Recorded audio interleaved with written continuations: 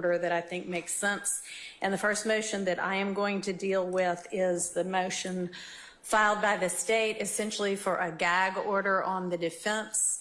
And with regard to all of these motions, I've read the motions, I've read the responses. If a response was filed, I have read any replies that got filed. So we don't need to take up court time rehashing what's in the motions. They're all well pled.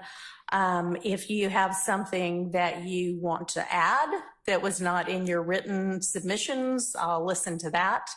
But with regard to the state's motion, which they didn't title for a gag order, but what it essentially is there anything further from the state that you would like the court to consider?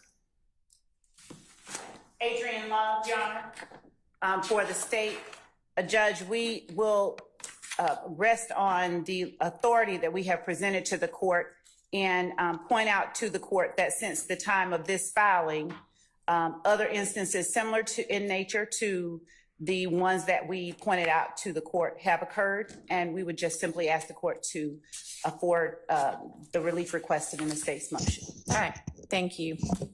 And anybody from the defense who needs to add anything to what's been filed in writing? Good morning, Your Honor. Doug Weinstein for Diamante Kendrick. We will stand on our response. The only other thing I'd like to add is to point the court to the case of WXIA TV, the state 303 Georgia 428, which discusses the presumptive unconstitutionality and issues with gag orders as prior restraint. That case is with respect to the news media, but there is some analogous language in that, and I'd just like to point the court to that. Thank you. All right, thank you. All right, with regard to this motion, you know, I know that there were some things in it that suggested that certain of the defense lawyers might be running afoul of bar rules, and if they choose to take action that might put them in that kind of a situation, that's kind of up to them. And if there is a complaint filed, then they will have to deal with it. But I think that in regard to the propriety of doing that in this case at this time, I'm going to deny the state's motion. Obviously, if facts change and the state or the defense at any future time believes that it would be appropriate to consider this issue again, please raise it again. But at this point in time, we are going to move forward without instituting any kind of a restrictive order for speaking with the press in the case.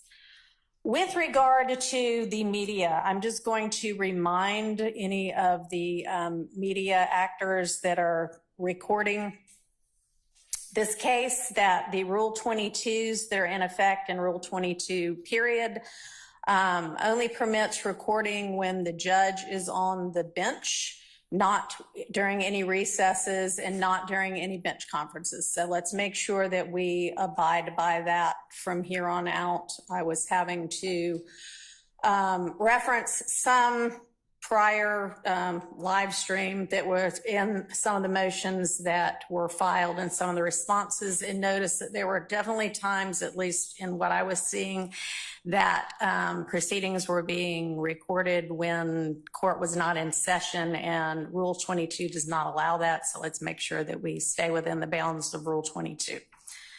All right. So the next motion that I would like for us to consider is Mr. Williams' motion, and I'm just calling him by who filed it. I know that everybody has joined in on everybody else's motions, but to essentially revisit Judge Krause's factual findings in her recusal order. Mr. Steele, is there anything you want to add to what's in the written filing?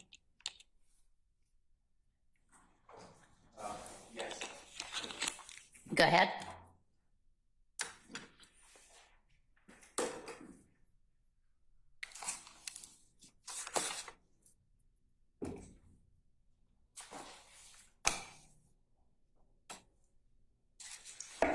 Good morning, Your Honor. Good morning. Good morning, everyone. Your Honor, may I just step back for 1 second?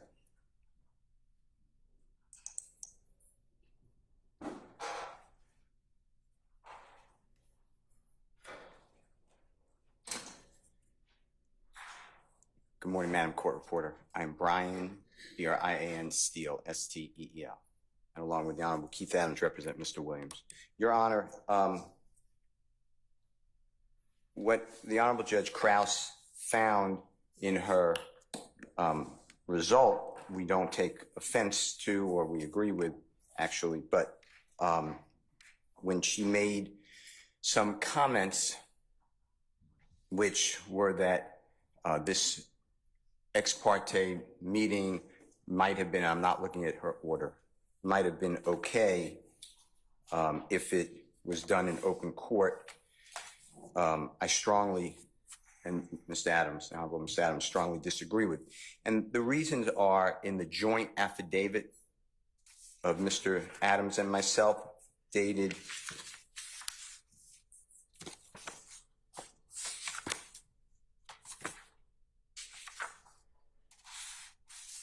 July 8th, 2024. And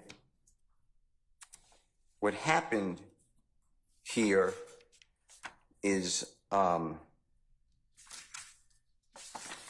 you have a witness, Mr. Copeland. He was sworn on June 7th of 2024, and he invoked a privilege.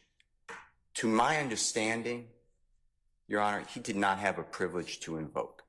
The state, and we didn't have notice of it at the time, but the state ordered, or maybe we did have notice. I didn't have the motion, but I had the order, I believe.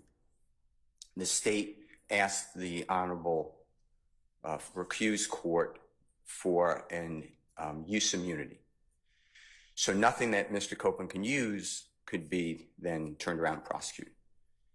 So the way I understand the law is that protected anything that Mr. Copeland said was like an umbrella over him, so that anybody, federal courts, they could not use this testimony, but he could still be prosecuted.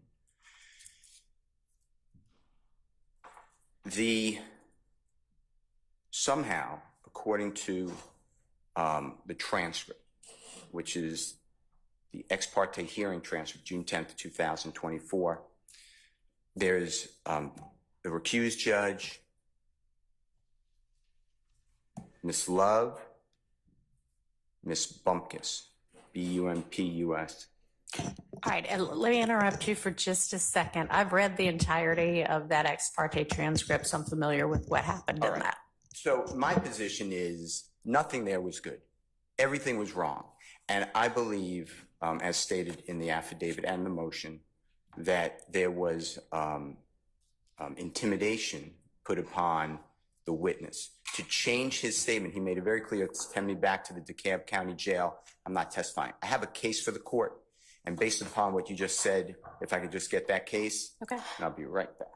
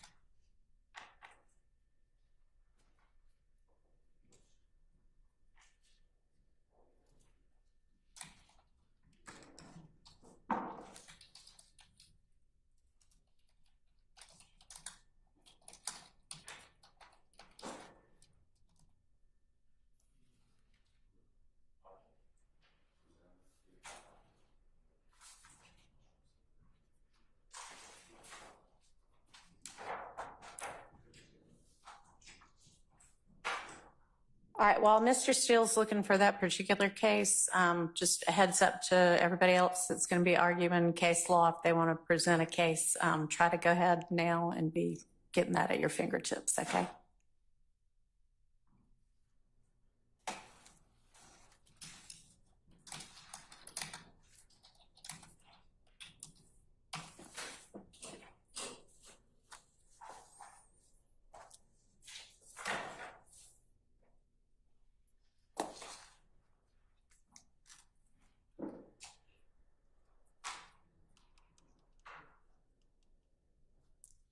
Is this a case that's not cited in your? Yes. Okay.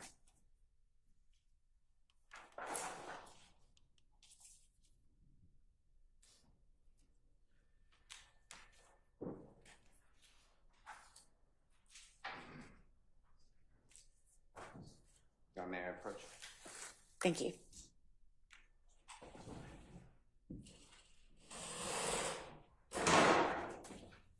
Thanks.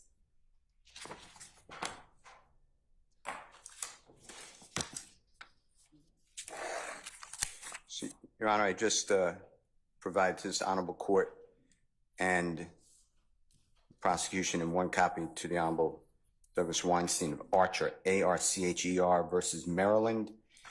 It is 859A, as in at least a 2D 210 2004 case.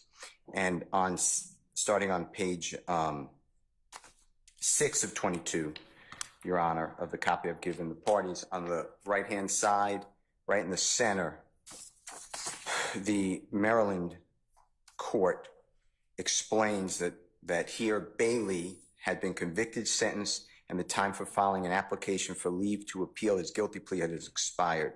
Thus, he had no Fifth Amendment privilege to refuse to testify. Contempt proceedings were therefore an appropriate response to Bailey's refusal to testify. So it's the same situation, except he pled guilty. Mr. Copeland was never charged. He's called an unindicted co-conspirator. That's announced by the state. On page 10 of 22, the appellate court in our sister state goes through what happened with the judge. Now, this is not ex parte. This is in open court. So this gets to what you asked about Judge Krause's findings. And what the judge said on page 10 of 22 on the left-hand side in the center, first full paragraph, we find that the trial judge's efforts to persuade the witness to testify went too far. If Bailey persisted in his refusal to testify, Judge Prevas, P-R-E-V-A-S, had the option of either initiating direct contempt proceedings or constructive contempt proceedings. The authority to initiate contempt proceedings, however, is not a license to intimidate a witness into testifying. The purpose of the contempt power is to provide a means for a judge to uphold the dignity and integrity of the judicial process. And then skipping down to the next paragraph, similarly, Can I interrupt Yeah, you? of And course. let's not skip down, because I think that part we're skipping is maybe important too, because it talks about the specifics of what that judge did in this Yes. case. So what is that? Okay, well, he did a lot of things, but what the court is referring to, under the circumstances of this case, the phone call to another judge in the presence of the witness, the threat of life imprisonment and a sanction for contempt, and the suggestion that the other judge will give Bailey the longest possible penalty for contempt detracted from the dignity and integrity of the judicial process rather than uphold it. Similarly, it was unnecessary and excessive to instruct Bailey on how he could testify in the Archer case. Mr. Archer was one on trial. Bailey was represented by counsel who could have advised him concerning the various testimonial options if that was deemed necessary under the circumstances. Even if Bailey was unrepresented, it was not in the province of the court to suggest to the witness how he could testify to avoid a contempt sanction or how to allay his fears of testifying. In either case, it was not the function of the trial judge to suggest to the witness that he could testify favorably to the defendant, Archer. Specifically, Judge Purvis advised Bailey that he could testify favorably to the defendant, and there is nothing that anybody can do to punish him for that. That admonition was incorrect because Bailey could be prosecuted for perjury. So it goes on. I mean, there's great language. And the reason I use it, I understand it's not binding precedent, is it's hard to find a case like ours, but I searched and I found this. And what happened here, as the court is aware, just to highlight, because I heard what you said, the witness said, can I have 2 weeks to go home on house arrest instead of in the county jail? His child was having a birthday. That was a big deal to him. And then I'll make a decision whether to testify or not. I want to think about it. That answer should be from the court, because the court can do anything in contempt. It can give a fine. It can give weekends. It can give house arrest. It could do nothing. It could say you satisfy your contempt. That answer to that question was done by Ms. Hilton in front of the judge. Ms. Hilton said, no, you cannot. You have to go to jail. I find that offensive. This is my words. And that's why I'm disagreeing with Judge Krause. Number two, Mr. Copeland said in that meeting, everything I said was a lie. I've never told the truth in my life until this statement right now. That is like bullseye of Brady. It was hidden from us. It came out later, but it was attempted to be hidden. All right, so that's in the context of another motion of yours, right? So let's focus on this motion for now. My point is, nothing was done appropriate. I mean, so, and I don't want to get into, and the state actually filed a motion later saying the Honorable Judge Krause already ruled on this. I didn't know that they would do that, but I already said, I'm not accepting those factual findings, respectfully, because they're wrong, A, and B, they weren't even needed for the finding. Another issue that came up is Mr. Copeland was told how to testify. I don't know how this happened because I don't have the questions. But Judge Glanville told the state in front of Mr. Copeland and his lawyer, didn't you give Mr. Copeland the state's questions that they're going to ask him? I don't have those questions. The judge said to Mr. Copeland, remember what Miss Love told you. Unless you tell a big whopper of a lie, these are not quotes, you're not going to get in trouble. That's not in the transcript. So something happened outside the transcript. Those are just a few issues. There are more. They're all in our affidavit. But those are a few issues that when Judge Krause said everything that was done, if it was done in open court, was appropriate, everything that was done is intimidating a witness. And it changes the complexity of the case. Because what you will find out is Kenneth Copeland, these are my words, made misstatements to law enforcement. He made 6 statements. They're all audio, video recorded, except for 2. They track over 16 hours. The judge told him, and Ms. Hilton told him, and Mr. Copeland said, you previously told me, meaning Ms. Hilton, I could just say I don't remember. I don't recall. And the judge said, yeah, you won't get in trouble for that. Well, what that does as under Georgia law is that triggers a prior inconsistent statement, which is all that the state wants him. Mr. Copeland is just here for his prior consistent or inconsistent statements. And that's what happened in the Archer case. That's why they're saying the judge said to Mr. Bailey, you can even testify for Mr. Archer. You won't get in trouble because, and it explains in the Maryland case, because that would trigger and open the door to prior statements, which is all the state wanted. So to me, as found by the Maryland court, this is intimidation. There was nothing appropriate. And the Honorable Judge Krause, I'm confident, did not have this case, but I respectfully disagree. And that's why I wrote that motion. All right. Anybody else? And I know that there is another, or there are a couple more motions for mistrial based on the ex parte that talk about coercion and things like that. And I'd rather take those up in the context of those motions. So if that's what you want to argue, hold off. Otherwise, come on up.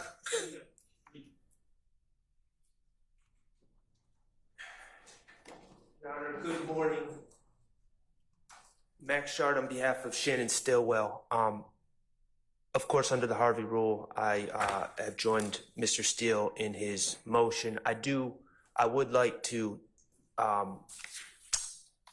guess I disagree with Mr. Steele in one small aspect. He is seeking to challenge the findings of Judge Krause, the factual findings, is the way he's articulated it. And I too have concerns about the order in the respect that it suggests that the ex parte meeting was or could potentially be appropriate. I don't believe it was appropriate at all, and I know that we're going to get further into that. But Your Honor, I would my disagreement in where I want to veer off from what Mr. Steele was saying is that I don't believe that they're factual findings. They're not necessary for her ruling. I believe that they're mere dicta. I don't believe that they're binding on you at all.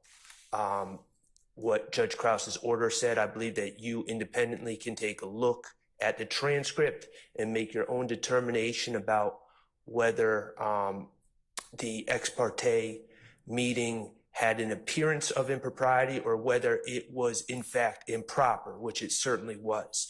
So I just object to the characterization of these as factual findings because I don't believe that they are. I believe that they're merely dicta, and I believe that you're able to make that assessment on your own. Should you view them as factual findings, I, of course, join Mr. Steele in his objection to those quote-unquote findings. That's it. Thank you. All right. Anybody else from the defense? All right, I'll hear from the state. And I know you haven't had a chance to see and absorb the Arnold rule, I think Arnold, the case that Mr. Steele just, Archer, shared with us before now, but. Your Honor, I will use it as he has presented and just point out the most obvious omissions and distinctions that I see present with the Archer case. Mr. Steele stated to the court that Mr. Copeland had no privilege to invoke. He spoke about what did or did not happen during the meeting, during the hearing in chambers. I would ask that the court, as the court has already read the transcript, that the court take note of the differences between what occurred in the hearing and what Mr. Steele has represented to the court. As it relates to intimidation, Mr. Steele asserts that a statement made by Ms. Hilton essentially is part of what makes the hearing improper. The state has cited in its motion or its response to the court cases that support the state's position that this hearing was not improper. Essentially, in order for, as this is a motion to challenge factual findings, I'll speak to the factual findings that have been challenged. Again, Mr. Steele cites that Judge Krause's finding, the way he said it, if it had been made in open court, it would have been proper. The court. Right. Why don't I just put on the record, because I've got Judge Krause's order right in front of me, exactly what it is that I think we're talking about. And I believe, and Mr. Steele, you can correct me if I'm wrong, but I think that the factual finding, that's the second one you're challenging, if it even is a factual finding, is Judge Krause's statement. It is worth noting that this court generally agrees with Judge Glanville's assessment of the propriety of the ex parte meeting. While the meeting could have and perhaps should have taken place in open court, nothing about the fact of the meeting or the substance discussed was inherently improper. Is that what we're talking about? Yes. All right. Okay, Ms. Love. Thank you. And so given the fact that the court has at its disposal the transcript of the hearing, Your Honor, and given the case law that the state has cited to the court, specifically, Your Honor,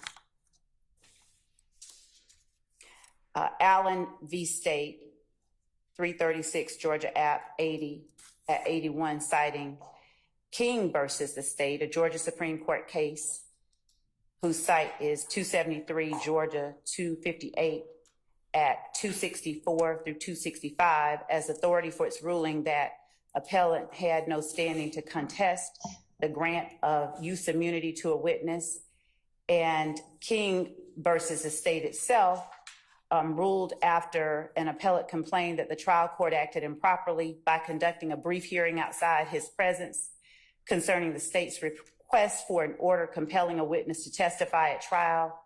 and confirming the use and derivative use immunity that would apply to that compelled testimony, that the hearing in question was not a part of the proceedings against appellant, and that while appellant, quote, might have preferred that a key witness not be ordered to testify truthfully in his trial, there is nothing in Georgia law that would have permitted him to object to the state's request for the order, or that would suggest that appellant's rights were the subject matter under consideration, and that appellant had no standing to address the matter of the hearing outside his presence. I bring up those two cases, Your Honor, as well as Gilbert versus the state, and that site for Gilbert, Your Honor,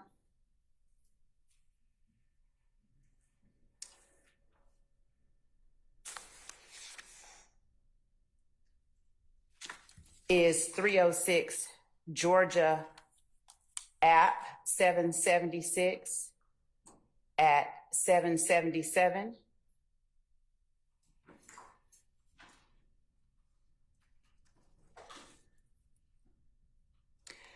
Notwithstanding Gilbert's waiver, however, his argument is without merit because Gilbert has no standing to contest the grant of use immunity to Lang.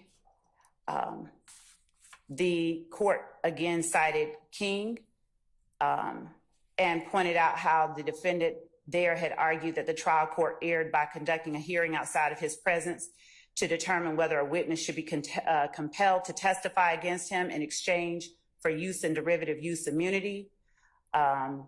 This court goes on to cite the portion of King that I just read to the court, and goes on to say, on the contrary, the trial court was obliged to consider whether the testimony was necessary to the public interest, a matter which the defendant had no standing to address.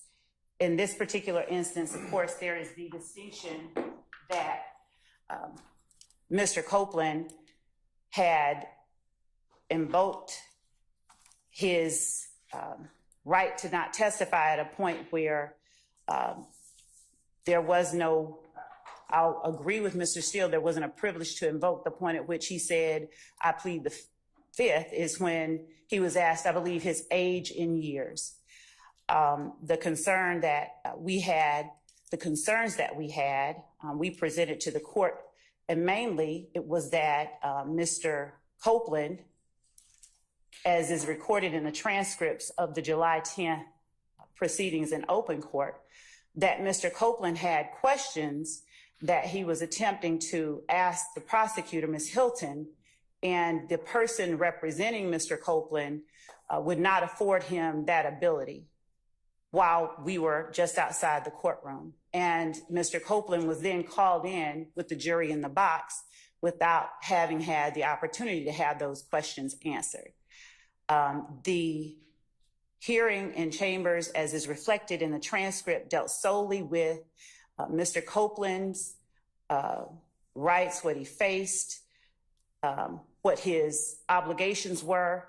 The state's action of moving the court to compel Mr. Copeland to testify is what precipitated that chain of events that led to that hearing in chambers. And we wanted to ensure that Mr. Copeland was aware of whatever it was that he had sought to gain clarity about before he was forced to come in before the jury. So yes. I just interpose an objection. I don't have any problem with this love. I refer to the transcript, but if she's going to testify, I would ask that she testify as a witness. I don't believe it's proper that she proffers information. I believe if she wants to be a witness, which I do believe she is, she would have to be sworn to testify in such a process.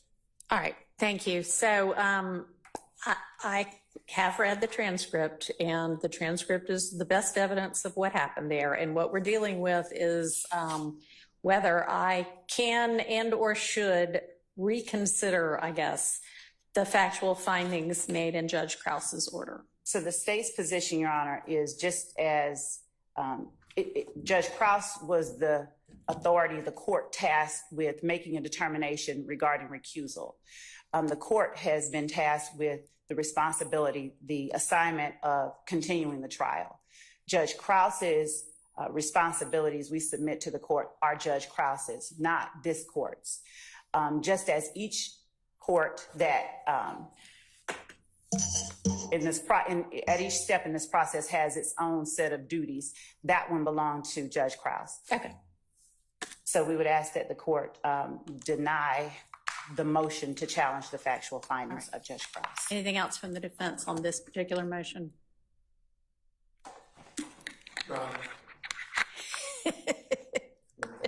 Has there ever been an attorney invited to talk who didn't take the opportunity? I took a pass a couple of times, Your Honor. Doug Weinstein for Mr. Kendrick.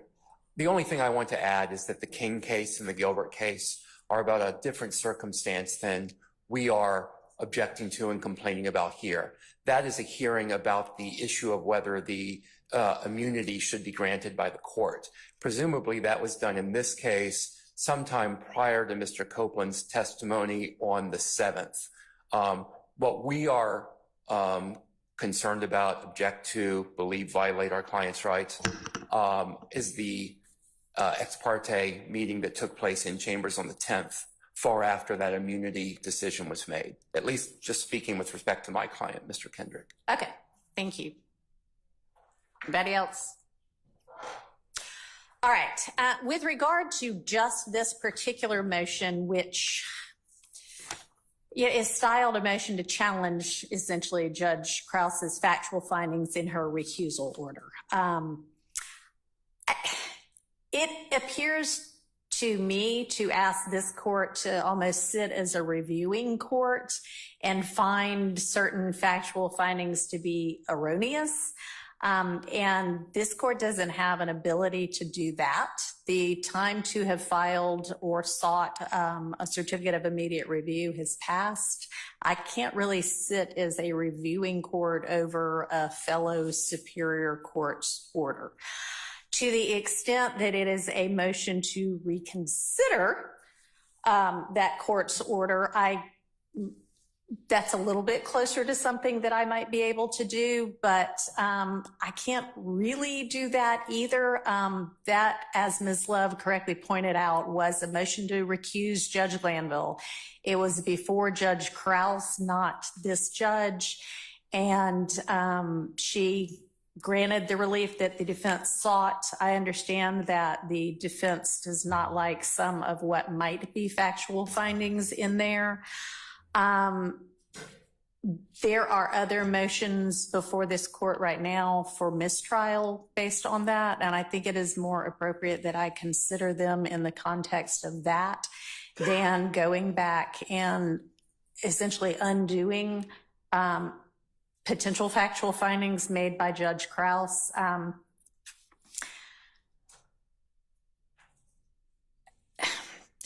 I think I agree with Mr. Sharp that this is probably dicta anyway, in that the essential holding that the court made was that the recusal was based on Judge Glanville's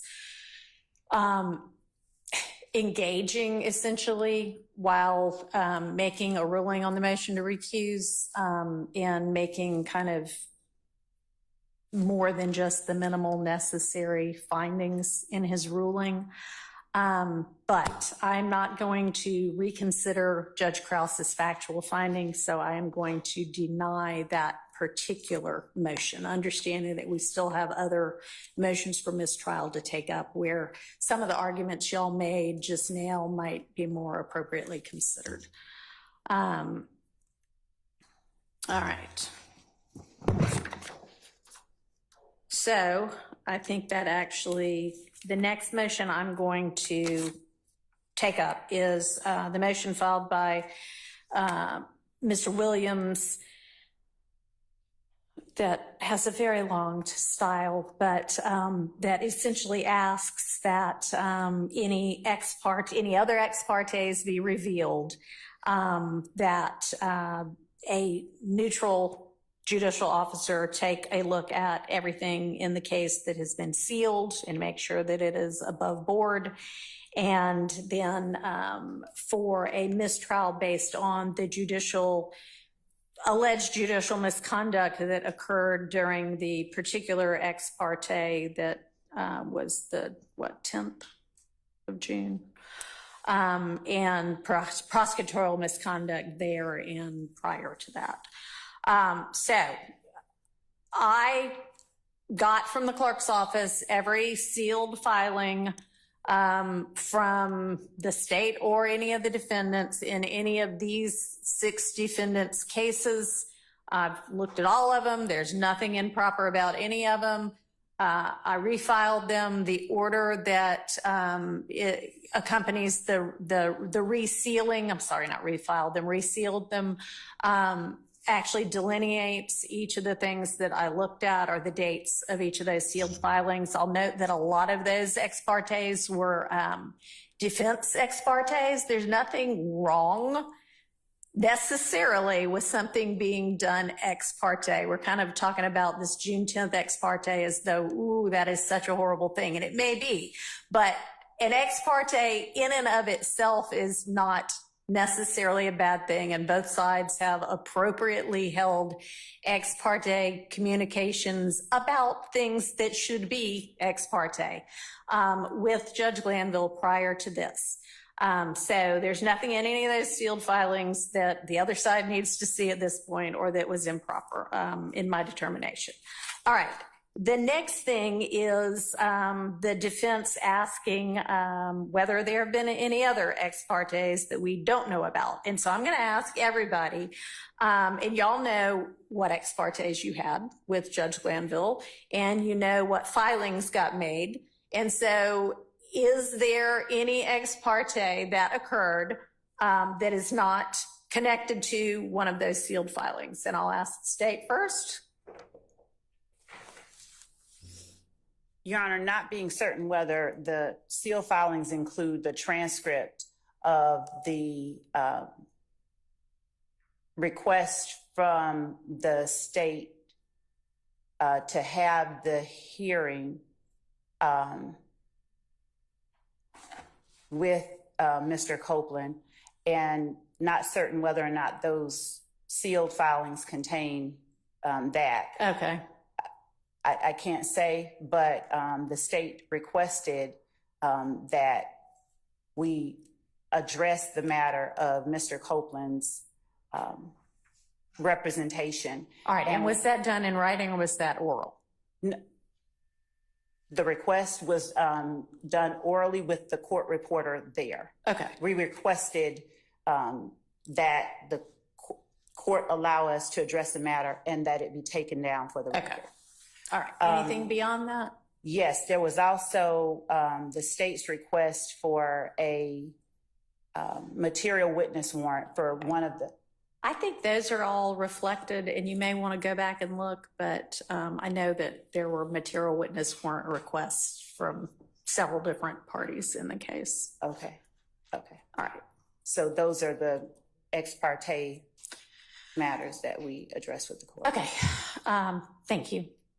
Mr. Weinstein, anything? Okay. Mr. Carlton, Mr. Matthews. Okay. Mr. Steele.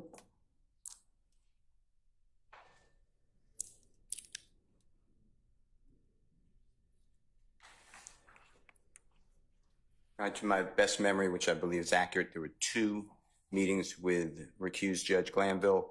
One was during voir dire. It is going to be the day, I could get you the date, but it's going to be the day that law enforcement execute a search warrant for the computer of the Honorable Eric Johnson. He's a lawyer in the case who's severed out now. Okay. All right. And that was announced in open court.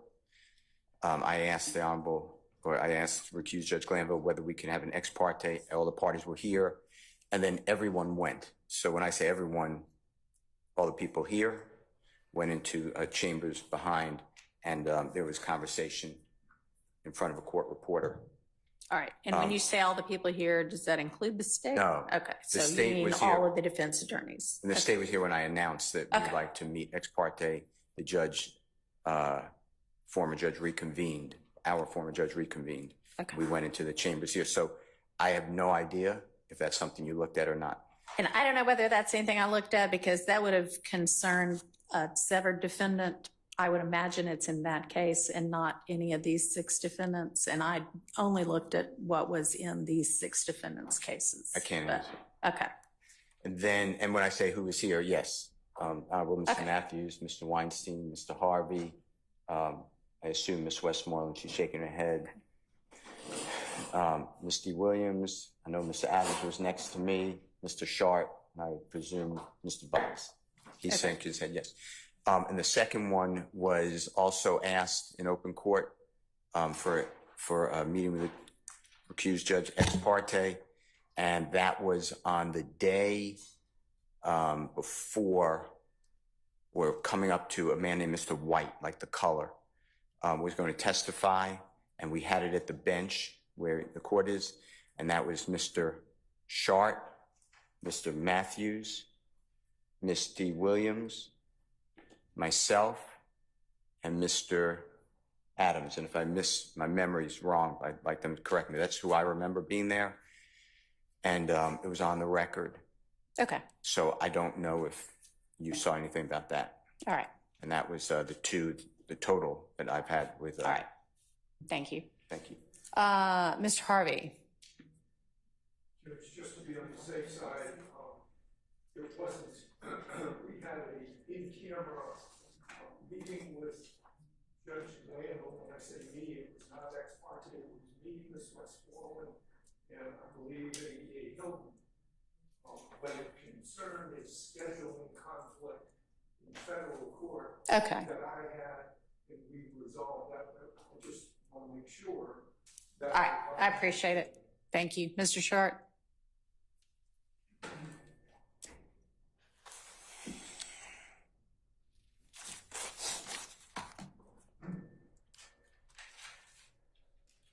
Your Honor, to the best of my recollection, I recall being with Mr. Steele in the announced ex parte regarding that gentleman, Mr. White. I also believe there was an ex parte regarding another permission to interview a separate witness who was unrepresented at the time. I believe that probably is reflected in the sealed records. I can't recall if Mr. Steele was with me or not, but that also occurred, and that would have been before the jury was sworn. That was late 2022. Okay. Thank you. Mr. Steele is indicating that he was present. All right. Okay, so that takes care of that part of that motion, unless anybody wants to inquire further as to any of those. Okay. Oh, Your Honor, what's confusing to me, Your Honor, is in the transcript of the June 10th ex parte meeting that we've focused on, there is, within the transcript, there's a clear indication that Judge Glanville is aware of, as Mr. Steele alluded to, questions that the state is in possession of, that they seek answers from Mr. Copeland about and wish to pass these questions on to him. There is nothing in the transcript that indicates a discussion between, I believe it was Ms. Hilton that was in possession of this list of questions. There's nothing in the transcript that indicates a conversation that even suggests how Judge Glanville would be aware of these questions, the existence of these questions. And it just leads me to the inescapable conclusion that either the transcript is not complete or there was a separate meeting that occurred, because there's just no context to it. It just doesn't make any sense to me logically. So that's my concern. All right, so I read that part of the transcript, and obviously I wasn't there, but when I read it, I just thought, I think Judge Glanville used to be a prosecutor, and he assumed surely you must have given them a list of questions. Now, I have no idea whether that's, if it was just like, surely you have a list of questions, or if there had been a prior conversation, and I will ask Ms. Love that. Your Honor, I believe that since Ms. Hilton was the one present. Or Ms. at that- Hilton. But I can say that I did hear Judge Glanville, I believe, in open court say something similar to that, but I will allow Ms. Hilton to Okay. address the specific. All right. Ms. Hilton, was there some basis from something that had already occurred for Judge Glanville to have asked that? No, Your Honor. We were very sure to only talk about what was happening, which was getting Mr. Copeland purged from his contempt. So I made it clear that we weren't going to talk about anything substantive, and to talk to the judge about any questions to me would have been substantive. So we never talked about any questions with the judge prior to Judge Glanville saying that during the meeting. All right. And was everything that occurred in that meeting, other than the times when Judge Glanville stepped out so that Mr. Copeland could talk to his own attorney and I believe talk to y'all, was everything else recorded? Yes, Your Honor. Okay. From the outset of that meeting? From the outset of the time that I entered the room, everything is recorded. Right, because you weren't there at the beginning of it. Correct. But you did not have a conversation with Judge Glanville prior to when you came into chambers and it was being taken down? Outside of About- the normal, How are you doing? pleasantries How and was how- lunch? Yes. correct. Okay. And Ms. Love, you were in there at the outset. Was it recorded, taken down from the outset? Yes, Okay. I asked that it be, and it was. She was there from the beginning. And as I stated earlier, the only other instance that we spoke on that was also taken down. Okay. All right. And that was earlier that same morning? I think it was the Friday. The Friday before? Okay. All right. All right. So based on that, I don't find that there was any other untranscribed prior meeting between the state and Judge Glanville regarding Mr. Copeland and what they discussed in that June 10th ex parte. All right, another part of this motion is a list of purported slights and misrepresentations by Ms. Love that I'm not going to go through in more detail. They're in the motion. I'm just going to say, Ms. Love, make sure that your representations to the court and in court are accurate and professional. All right? I will continue to do that as I have. All right. Or require all parties to make certain that that is. Okay, all right. With regard to Judge Glanville's comments, I mean, he's off the case at this point. If we want to endeavor to craft some sort of a instruction to the jury, you know, I'll consider something that y'all want to present to me.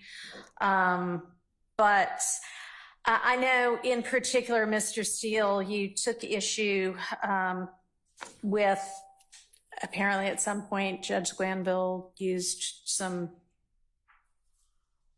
adjectives about you, specifically unprofessional and unprepared, that are bothersome to you, and I can understand that.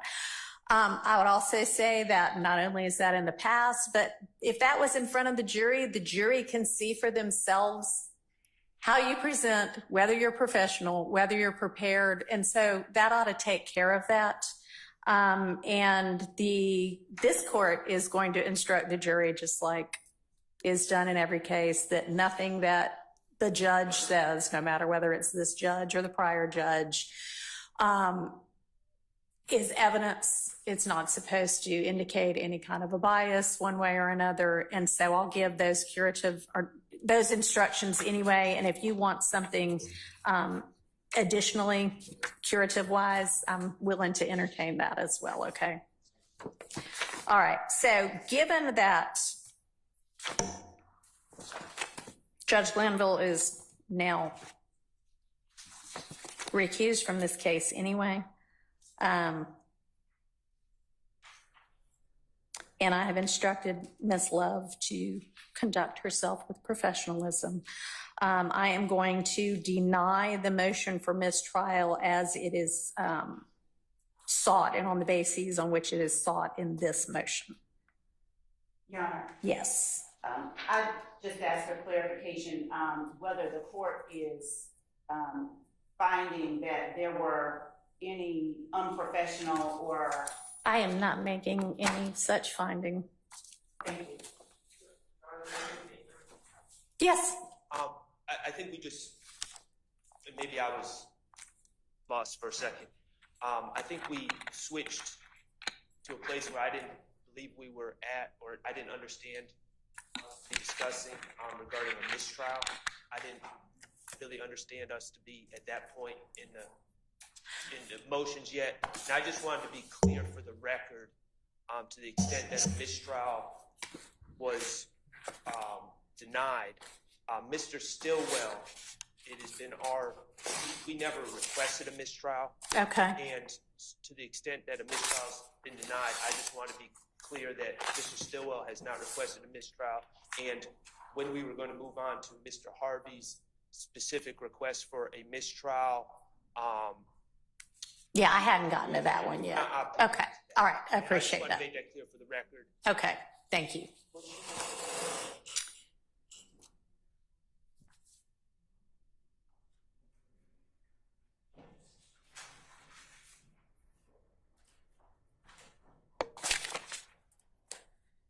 All right. So now we get to the motion to disqualify attorneys Love and Hilton, the two of the main ADA prosecutors in this case.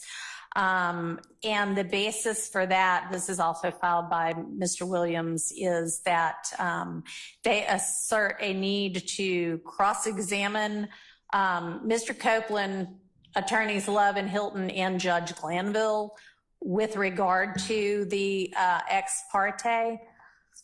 Anything that, Mr. Steele, you want to argue that's not in your motion with regard to this? And I do have a question for you about one thing that you said.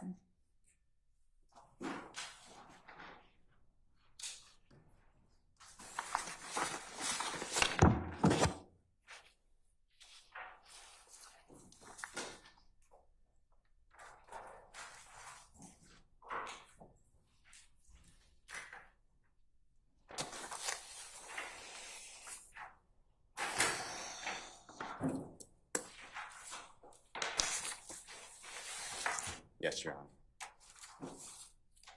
You want me to ask my question first? Whatever you tell me. So in your paragraph 3, you assert that Judge Glanville provided legally incorrect information to Mr. Copeland. I just want to make sure I'm clear as to what you assert that legally incorrect information is.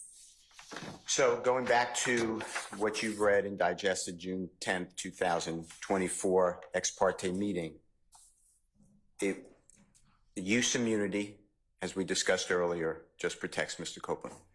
What Prosecutor Hilton and what Judge Glanville were telling Mr. Copeland was, you can say lies, as long as they're not big lies, and you will not be prosecuted.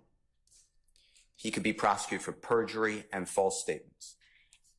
Okay, and when you say that, do you mean when it was mentioned that if you say, I don't remember, No. you can't be prosecuted? No, I have to get the transcript in front of me, but it was as long as Miss Love told you, which is not in the transcript, but the Judge Glanville said, as Miss Love previously told you, remember is the word used, unless it's a big whopper of a lie, you will not be prosecuted.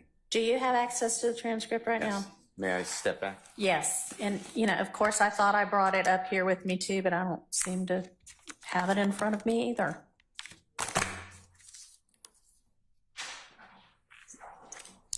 Can you go see if it's on my desk somewhere? I don't know how it couldn't be here, but thanks.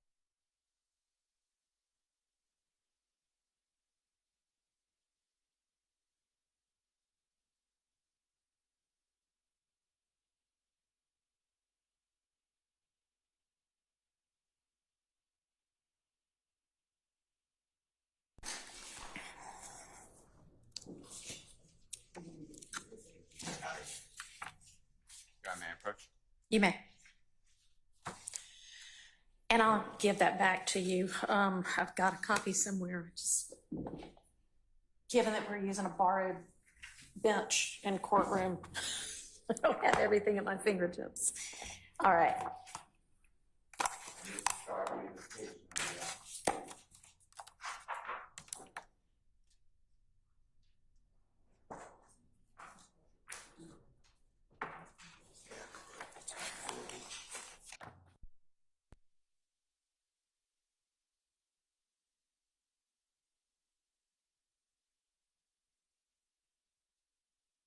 But he Okay. handed me from the transfer of the ex parte hearing June 10th, 2024. He directed me to page 40. It's Judge Glanville speaking, line 20. What will get you in trouble is you not, is you just invoking your Fifth Amendment privilege because you have been given immunity. Or as Ms. Love said this morning, remember, Ms. Love said, if you lie, if you overtly lie about something, like if you tell a bold-faced, not big whopper, bold-faced whopper, then they can indict you on that particular charge. I mean, that particular false statement. And then Mr. Copeland said that's what they're going to do. Then there's conversation by Ms. Bumpkus. That is what I was saying. You will be right back here. Then Ms. Hilton said on page 41, line 5, but if you say something that you know that you did not do, like you admit to something you know you did not do, whether you, and then Mr. Copeland said, like murder, don't have, like no statute of limitations, right? Ms. Hilton said on line 10, but if you didn't do it, I can't charge you with something you didn't do because I don't have any other evidence but you saying it. Mr. Copeland saying, but y'all don't like ... His lawyer said, you could charge him with false statements and he will be back in jail. That's what I'm trying to say. And then Ms. Hilton on line 17 said, but if I know that you're lying about that, I do not intend to do that. If I know right now he's lying, I know he's lying, I'm not going to charge you because I don't know your reason for doing that. But I'm not going to charge you when I know you didn't do what you were trying to say you did now. And that can be part of this. I know you didn't do it. And the judge is there. So I hope that's answered your question. There's another space that I can find. I just need a second. But it's the judge saying you won't get in trouble. He says that throughout. You can say you don't recall. You won't get in trouble. There's also a place in here where the judge tells Mr. Copeland and Ms. Hilton that the statute of limitations, this is Ms. Hilton, the statute of limitations has run. In federal court, she says, I looked it up. In federal court, it's a 5-year statute of limitations. In Georgia, it's a 4-year statute of limitations. And if I could get that cite for you, I'll tell you exactly where it is.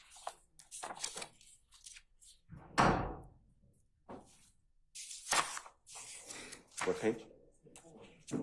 I'm being told 24, Your Honor, but let me check. Mr. Adams said 24 going into 25. Your Honor.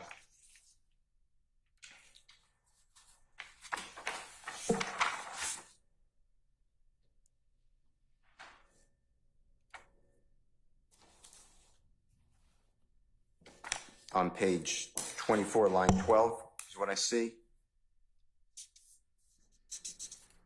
Ms. Hilton says, and what we'll say, and Mr. Copeland and I, we've talked about this. I'm not sure what your concerns are, what concerns that you expressed to Mr. Melnick last week. But if you are, if any of your concerns deal with being locked up for anything, you can't. Like there's nothing that can happen. The feds, Ms. Bumpkus interrupts. Well, that's not, Ms. Hilton interrupts. It is true. Ms. Bumpkus, said, no, I said that's not his concern. Ms. Hilton said, if it is if it's his concern for his safety, we need to know that. Like that's not expressed. So we don't know what the concern is that we can try to resolve the concern. This is what I'm saying, Mr. Copeland, and I have had conversations before going to page 25, Your Honor, and here it is. I understand some of his concerns is potential criminal liability, hence why we gave you immunity. The federal statute of limitations done. The state statute of limitations done. So there is nothing, like I researched it this weekend again, both those statute of limitations for what you and I talked about, which is a 2015 or before done. You cannot be prosecuted for anything you testify federally or statewide, immune, period. So if that's a concern, there is none because you cannot be prosecuted. The federal statute of limitations is 5 years. So anything in 2015, 5 years would have been 2020. Anything statewide is 4 years. It would have been 2019 finished. Your Honor, that's just not true. He's an unindicted co-conspirator in this case. It sounds to me like they're talking about some kind of particular crime he might or might not have committed that he might be testifying about, and whether it obviously wouldn't be murder because, as he recognized, murder has no statute of limitations. But that sounded like it was a really particular crime. You can't tell a person, I wouldn't tell a person, how about that? You can't be prosecuted because statute of limitations ran when you know he could be prosecuted in our indictment. The state is saying— Agreed. Yeah. That appears to me to be talking about something very particular that they've had, like a particular crime they had conversations about, and not overall broadly. You can't be prosecuted for anything. I don't know. Okay. I don't read it like that. All so on the next page, page 26, it's again, Ms. Hilton, line 2, you will not, this order, I don't Can I know interrupt if you for just a second, Sure. too? And I'm sorry, and I do want to hear, but is there anything else that Judge Glanville said that you believe is legally incorrect information? Yes. Okay, because I want you We to need- address that. We as need you well. to testify. Why do we need you to testify? That Mr. Copeland had to stay in custody till all 26 criminally accused have their case disposed of? That's not true. Okay, That's wrong. Yeah. A- that is on. That's on page 36 of the transcript, lines 3 through, the discussion's kind of lines 3 through 9. At some point, civil contempt becomes punitive. Civil contempt is supposed to make the person do the act. If the person's not doing the act, at some point, it's just not effective. So it has to be then given a date certain. You can't just hold a human being in custody until all 26 people, some of them don't have lawyers, forever. Yeah. That's what Judge Glanville said. That's the problem. So I'm just being transparent. We're going to have a situation where Mr. Copeland's testifying. At some point, I'm going to be able to ask questions. I'm going to ask him, was there a time on June 10th, 2015 that you found yourself in an office with a judge?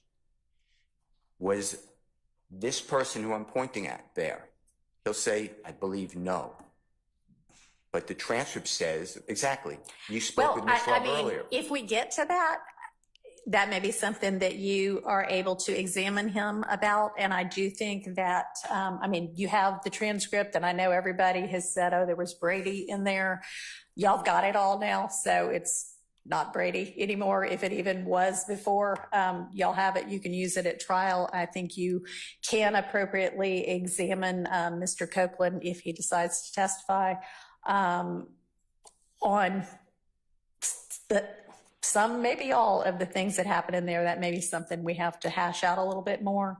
But let's not get ahead of ourselves. So with regard to legally incorrect information that the judge gave to Mr. Copeland, the two, page 40, 41, 24, 25, and then the one that I cited that you mentioned about all of, you may have to stay in jail till all of the co-defendants trials on page 36. Anything else?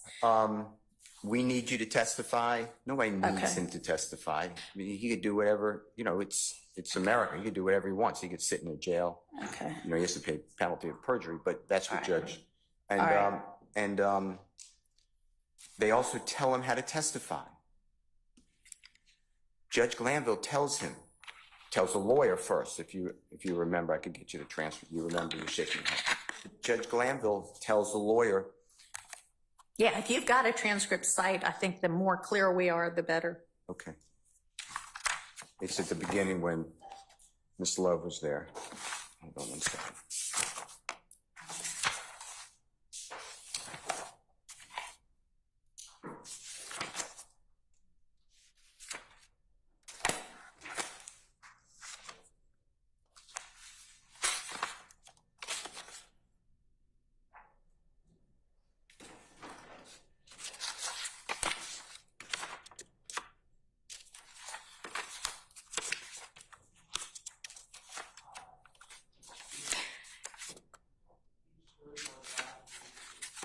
I'm being told page 30, line 5. Okay, page 30, line 5 is Mr. Copeland talking. Give me a second.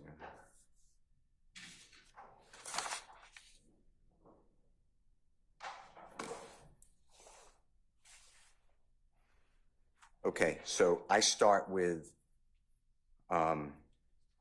page 8.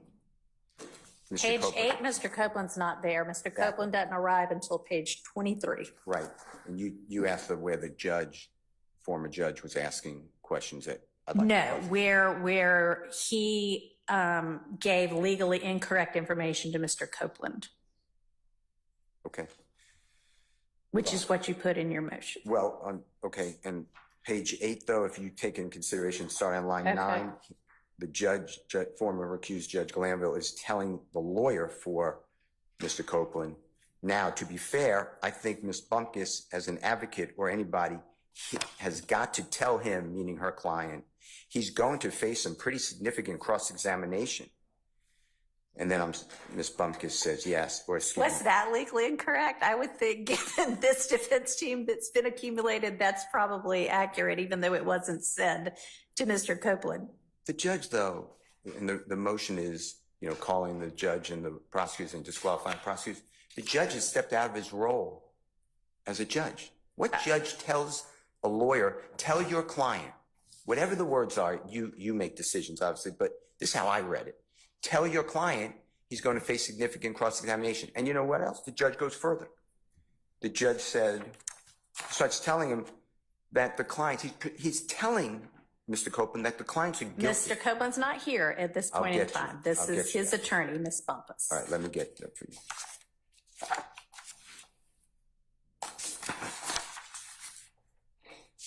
It's when the judge is saying, they, meaning the accused, know more about your criminal conduct. Okay. But let me find it. Okay, on page 26, Your Honor. Line 16. Uh-huh. Mr. Copeland should be there. Yes. I'm just following what the court told me, 23. Yep. The court said, so if you, I believe Mr. Copeland, are worried about what the defendants may ask you because they may know your business, but if they ask you about things that you might think you might have some liability with, you can't be prosecuted for any of those. Why? Well, I think because this whole thing has to do with the fact that there was a 507 immunity order granted. But he can be prosecuted for this case. Which is not what the judge is saying there. Okay. I don't know. I don't know any judge who gives advice like this. Then on page... Well, if you are, if the topic of the meeting is to ensure that Mr. Copeland understands what it means that he just got immunity, which he certainly does not seem to at the outset of this meeting, and the nuances of that. That's a nuanced issue even for lawyers.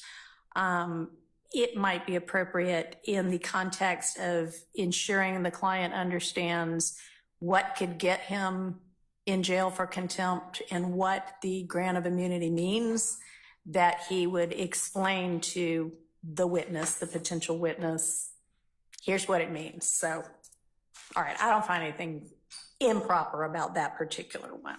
Okay. On page 30, it's not the judge now, it's Mr. Copeland speaking. Page 5, I believe he's speaking about the district attorney, but in front of the judge. You told me before you went to the judge with whatever thing you called, went to him with, and I believe that that's the use immunity order. Right. You told me I can't, when I'm asked a question, I can say I don't recall or I don't remember, excuse me, I don't know. You told me that if I plead the fifth, I mean something. Why would I plead the fifth to something I ain't do? And I said that you don't know what I did and what I ain't do, and then you was like something. So to me, telling a person you can say you don't know, nobody should tell a witness you don't know. That's all the state wanted. I don't recall, so they could get in a prior. It's in front of the judge. And then with Mr. Talking about what the judge did or didn't do for cross-examination of Ms. Hilton and Ms. Okay. Love, that was Brady, as you said, evidence. Yes, I have it now. But why wasn't I told that? And So- I want to ask questions. Okay, so Judge Glanville is off the case. That all would go to whether it's appropriate for Judge Glanville to be on this case. That has been taken care of. My understanding of the law is the motivation for any witness to testify is admissible evidence.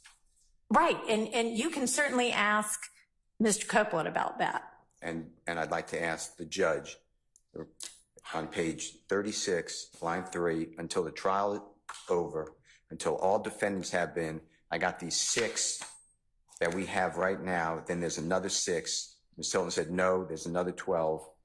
The court said, there's another 12 or thereabouts that are still outstanding for various forms or another, and they're talking about he has to stay in jail. And I'd like to ask Ms. Hilton, Ms. Love said the same thing, and Judge Glanville, why would you tell him that when that is not the law? You can't Okay. just hold a human being. All right, so you can certainly ask Mr. Copeland about that.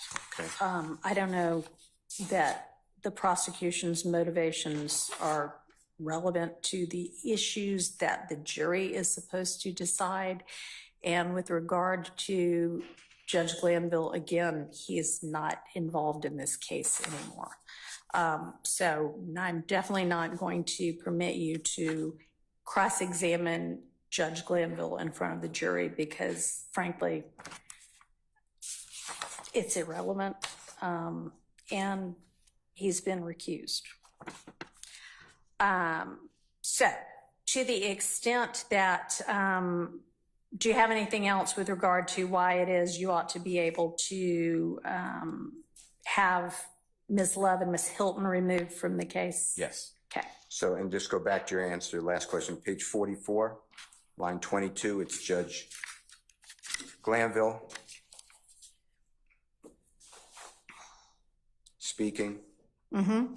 And he said, okay, so you testify about some aggravated assault or murder, they can't prosecute you on it because that's what the order said. Okay, That's hang just on. not true. I'm sorry, where are you? Page I may be on 44. 44. Line 22, Judge Glanville Oh, okay, I'm with you. Speaking. Yeah.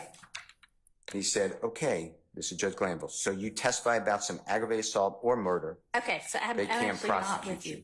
Page 44, line 2? 22. 22, okay. All right. Judge Gotcha. Glanville speaking. Okay, so you testify about some aggravated assault or murder. They can't prosecute you on it because that is what it says on the order. And that's not true. They can prosecute him. They can't use his word. Okay, all right, I will take all of that into consideration. I don't think that I'm going to make a ruling on this particular motion today. I want to take a full look at all of it in context, because I do think we have to consider it in context, but I will note that one down as well. So let me then answer your question directly. So what's going to happen in my mind's eye is I'm asking all these questions to Mr. Copeland. He's answering however he answers.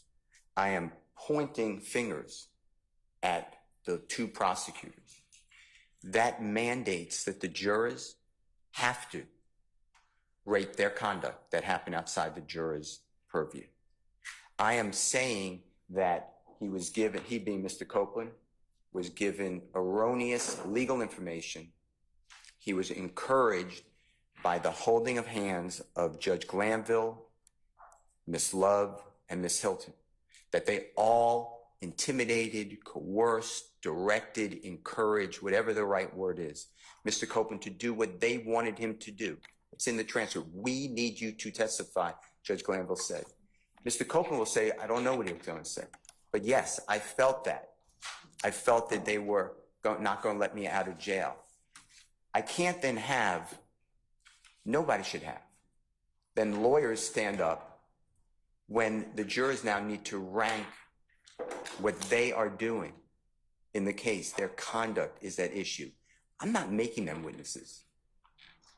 I'd rather they stay on, to be quite frank with you. They made themselves witnesses. And the reason is because they injected themselves in such a, my opinion, inappropriate communication with a court and a sworn witness who did not ask any questions. The gentleman was represented by known counsel. He says, and it's in here, I could give you the page, but there's no reason. Take me back to the jail. Judge Glanville said, do you want to talk with your lawyer, me, or the state? Why would a judge say speak with the state and go around the lawyer, even in front of the lawyer? So all of this to me is very at the heart of that gentleman's testimony, his credibility, and it invokes and puts into effect the testimony and credibility of Miss Love, Miss Hilton. I can't ask anyone on the earth. I have a transcript, but I can't ask Mr. Copeland, why did Miss Love tell you? Or tell your lawyer, if your lawyer told you. And I'm not gonna, I understand I have to stay away from attorney-client privilege, but did you ever find out this statement? And if his answer is yes, because Judge Glanville said, remember Miss Love told you, we just read that. I want to talk about that. And then at some point, I want to ask Miss Love, why would you tell a human being that he's going to just rot, in my words, rot in jail until 26 people are gone, which is not the law? And Miss Hilton, why would you tell him that if he lies, and you know he lies, you're not going to charge him? Why? Okay, And those promises were not given to us. They were hidden from us. And Judge, this did come out. Your Honor, this did come out. I got it now. I understand that. But if you look back at June 10th, 2024, about 11 o'clock in the morning, not the ex parte hearing, recused Judge Glanville comes on the bench. Please look at the transcript because I'm not verbatim. I understand that Mr. Copeland's going to testify. Mr. Copeland's put on saying, are you going to testify? He said yes, and we rolled into questioning. I don't know how it got away from the prosecution, Miss Love, Miss Hilton, Judge Glanville. By the way, he told us things that are specific on the case. He said in here, I could give you the number, I committed all these crimes. All these crimes include murder. He's asked about statute of limitations for murder. We don't get any of that. So for all those reasons, I'm going to cross-examine Mr. Copeland. I'm going to bring all that out. And the people who are at the heart of that conversation are witnesses as well. They should not have done it. Then they tried to hide it, which I'm bringing out as well. And then just, I don't know how, but by circumstance, fortunately, whatever the right word is, we did get the transcript. If you read the transcript, I asked Judge Glanville for the transcript. He told me it was privileged. all right, so I think this is rehashing kind of old ground that's not relevant to where we are right now. I want to bring it all up in front of the jury, though. Well, we'll get there when we get there. But this is not, I cannot call anyone else. You can only go in the mind of Miss Love. Why did she call the meeting? I don't know. Anyone else could answer. No one asked for that meeting. This is my understanding. And Miss Love stands up here and said, we needed to answer questions because Mr. Copeland asked questions. I don't see that. He's represented by a lawyer. I mean, I don't see that. Okay, well, thank you. I appreciate it. Anyway, that's the basis of calling. I heard what you said about Judge Glanville. That's the basis why I want to call Judge Glanville and ask why did he join the prosecution team. And I believe that that then dovetails into Judge Glanville saying wrongly that I was not prepared, wrongly that I was unprofessional. And then he later acknowledges that, but he says, I'm not going to instruct the jury. So the jury's never heard that. And I heard what you said, that you'll instruct the jury, but I'm going to argue that that instruction, that the judge has no role in the case except, it's not verbatim, but except to make sure that the parties, every party has a fair trial. I'm going to tell the jurors that didn't happen. Okay, well, we'll see whether that's going to be something that is a permitted argument or not if we get to that. Okay, but that's my strong belief All right. that the jurors get to know that who the judge was for All right. 18 months. Mr. Sharp, you look like you want to say something. Thank you.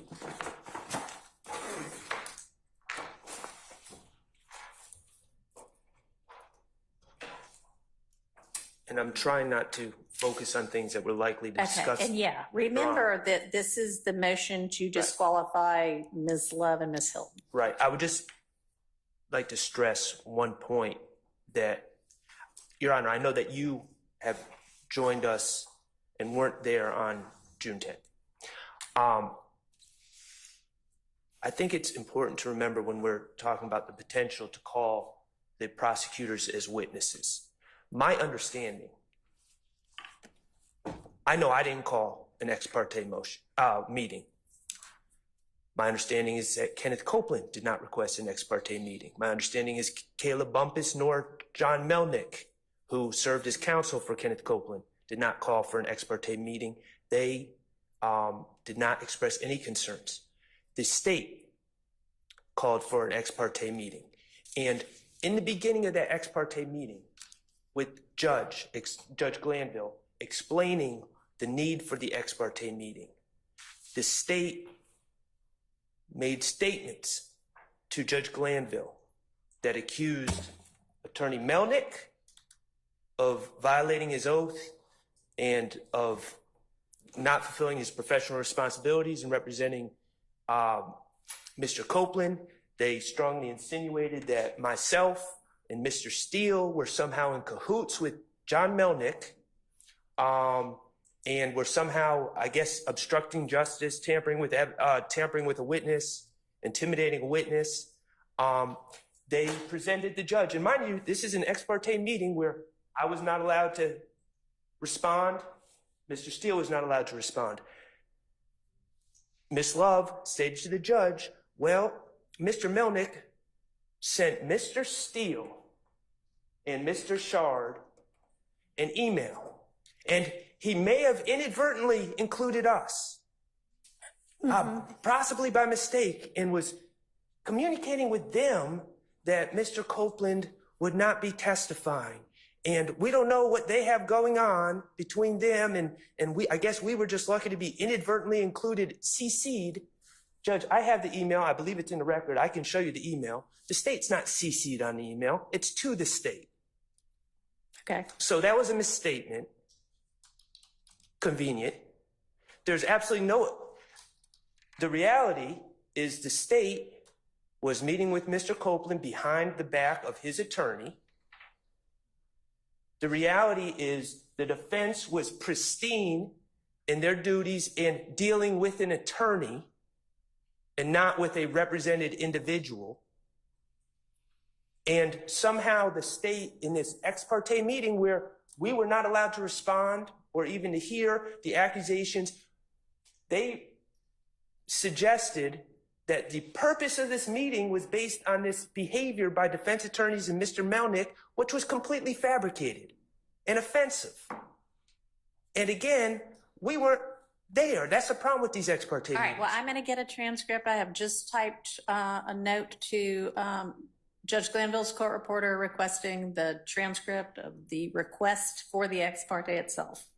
So I'll find out what it said and I'll share it with everybody. Okay, well, that's in the beginning of the transcript that you have. It's in the first 6 pages, I believe. In fact, page 3 to 4. Okay. Page 3 to 4, they talk about this email, and we have the email. Oh, no. I know the email. Okay. I'm talking about, I'll get the transcript of the Friday request as well. But yeah, I've seen the email. It's made a exhibit, I think, to the ex parte transcript. And just so we're clear, and the reason I say that's important because, again, why are they doing this? What was the purpose of the meeting? Because that couldn't have been the purpose, because their stated purpose was completely inaccurate. And I would invite the court, I believe it's in the record, but we can certainly provide a copy of said emails. It's an exhibit. Okay, because that's not an accurate rendition. And you know, I'd be happy to answer questions about what happened, but that was not accurate. And these are issues that now the state has injected themselves. As Mr. Steele said, we didn't do this. We didn't do any of this. In fact, we were excluded. We knew nothing about it. And it's improper, and the state initiated all of this. And it's not just what happened in the ex parte meeting, but why did it happen? And ultimately, there's only two people, I suspect one, but we'll say two, that really know why this meeting was called. Because it wasn't called by, my understanding, Judge Glanville either. It wasn't called by his staff. It was either called by Ms. Love or Ms. Hilton. And we have the right to cross-examine them or examine them about that. All right, thank you. Response from the state. Yes, Your Honor. Again, Adrienne Love responding for the state. And I want to hear what you have to say. I've got your response. That's your written response. It's pretty thorough. So let's highlight what needs to get highlighted without rehashing everything. That was my intent. Not to suggest that you would, but. Your Honor, I'd like to point to the court, McGlynn, MCGLYNN versus the state, 342 Georgia App, 170 at 173 through 174. In McGlynn, the court notes while Webb dealt specifically with statements made by a trial judge, this court has previously noted that either judicial or prosecutorial intimidation that dissuades a potential defense witness from testifying, or the defense can, under certain circumstances, violate the defendant's right to present a defense. However, such analysis must be undertaken on a case-by-case basis. Here, we note, as did the trial court, that nothing in the record suggests that the statements made by the ADA to the witness were legally inaccurate or misleading. In fact, the ADA's comments seem to have been confirmed by the witness's own attorney, who, unlike the ADA, is charged with acting on the witness's behalf and protecting his rights and interests. As we observed in Terry, the potential for unconstitutional coercion by a government actor diminishes when a defendant's witness has consulted with an independent attorney. That these statements by the ADA were later perceived by the witness as threatening is wholly irrelevant to our consideration of this matter. The court has held that the state is duty-bound to inform the witness of the possible consequences of admitting under oath facts that could place the witness in legal jeopardy, including notifying the witness that the criminal law would be enforced to the full extent against those who violate it. And that's the court citing Murray versus the state, 157 Georgia App, 596 at 598. As of course the court has noted, we have included in our response the applicable case law that we believe is most relevant to the court's consideration of the motion to disqualify. In this particular instance, Your Honor, I would assert that the why of any particular proceeding is not a material issue, is not something that is relevant to the juror's determination of the guilt or innocence of either defendant in this case. It's not in any way. It's, if anything, it would be the effect of anything said on the witness themselves, and the witness himself could testify about that. In addition to the fact, as we stated in our brief, there were multiple people there as reflected in the transcript, and there's no reason to, there's no need to resort to an extreme remedy as disqualifying the prosecutors in this case any more than we would have the right to cross-examine Mr. Steele and Mr. Sharp based on what they may have said to Adrienne Bean or anyone else in this case. So we would ask that the court simply deny the motion for such an extreme step as disqualifying Ms. Hilton and me. And we would base our argument on what we presented in our brief. All right, thank you. Something that's tied up with this issue is the fact that, there's been a motion filed with regard to it, and we haven't gotten to it yet, but I think the defense is correct, and I don't think the state opposed the fact that everything after at least the 14th and probably the 12th needs to be redone, and that is all of Mr. Copeland's testimony, or virtually all of it. And am I correct that the state pretty much concedes, agrees that that's true? After the point where the motion to recuse was filed by defendant Kendrick. Okay. We don't disagree. All right. So, and that was the 12th? I believe. Yeah. So, we may be having really kind of an academic discussion about all of this anyway, because if what the court is going to have to do, and I invite y'all's input on exactly how to instruct the jury about this, if we're going to be redoing Mr. Copeland's testimony thus far, we're probably, unless y'all decide you want to stipulate to parts of it, which you certainly can, we're going to be telling the jury to disregard it anyway. And if we're telling them to disregard it, then we don't need to talk about what might or might not have been significant in it, because we don't want them considering it. So y'all keep that in your minds as well. And that may be something we don't get to until tomorrow, but we have to sort of think about that as well. All right. So I am going to take this particular motion under advisement, and I'll get you a ruling quickly, but probably tomorrow. Actually, consider one thing. Sure.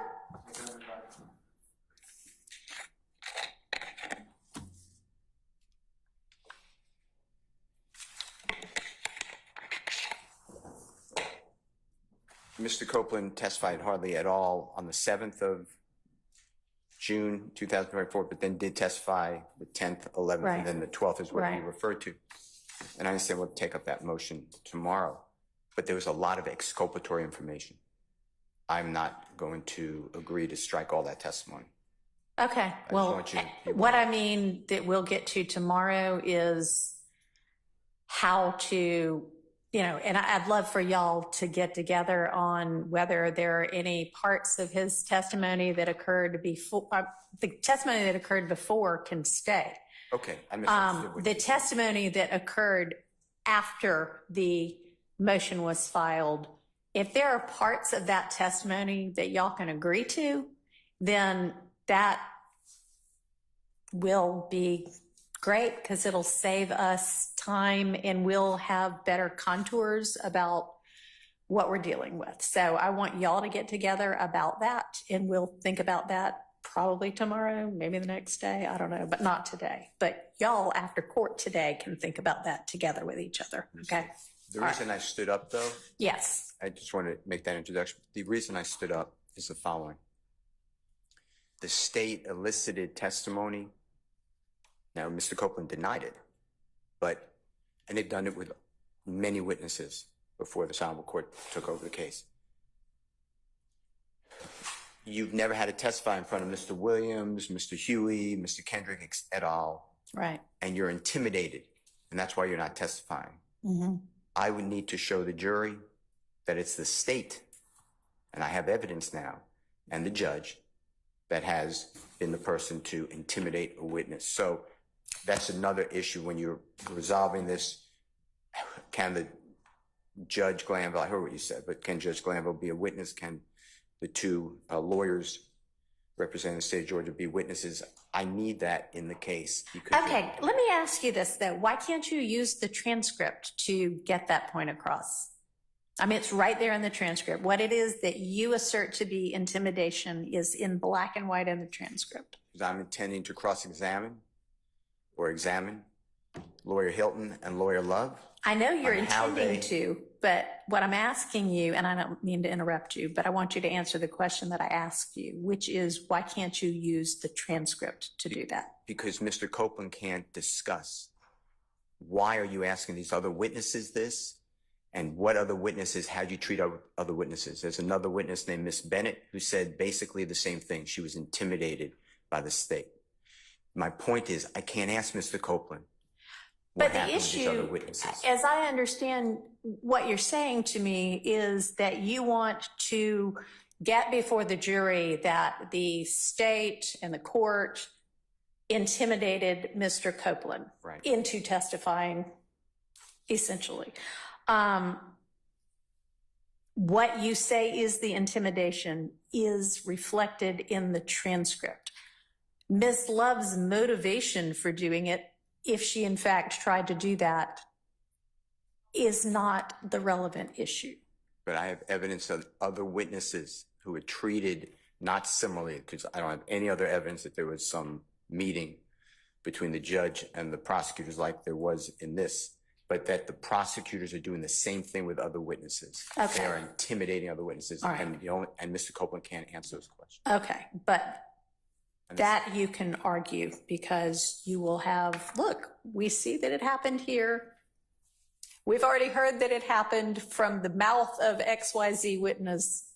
Imagine, it's every witness. I mean, that's the topic of argument. So I think that I'm going to look at all of it again, but I don't think that's a persuasive argument for why they need to be kicked out of this case. I think the transcript is what you need and what you have, but we'll take that up later, and I will think about that.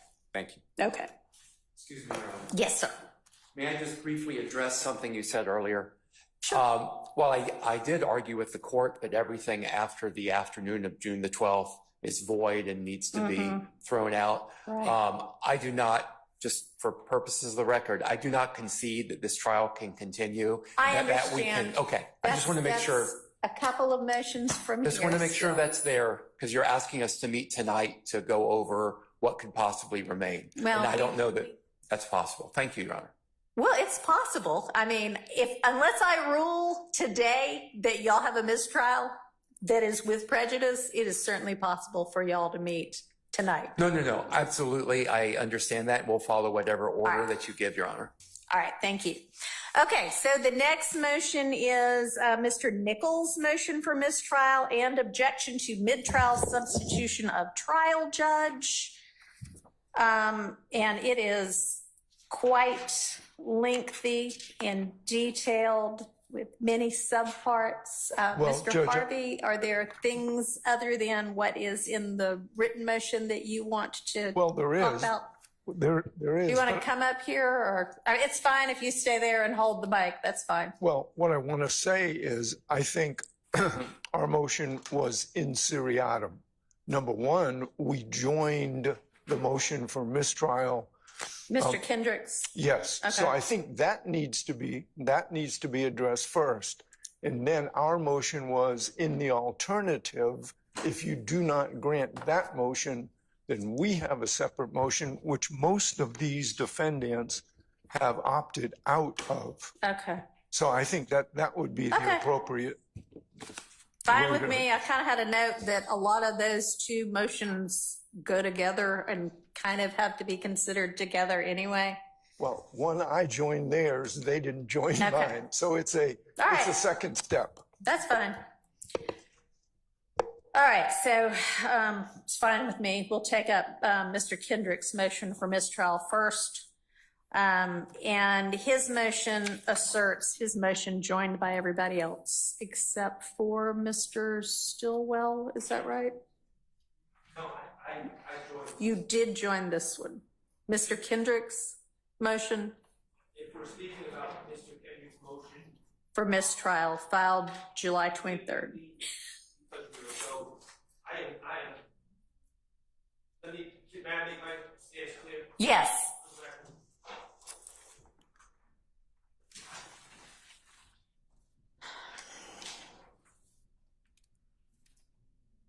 our stance, Mr. Stillwell's stance, is that this trial is completely broken. It's broken. There's error in this trial that would never survive appellate review. Illegal ex parte hearings have occurred. Our client's rights have been repeatedly violated. The defense has been mistreated in front of the jury by a partial judge. It's broken. We are also winning this case. We are put in an impossible position right now because our rights have been violated, but we do not wish to move for a mistrial. We are merely pointing out that this case is broken, and I filed a motion about that, and I will get into the reasons when it's my turn.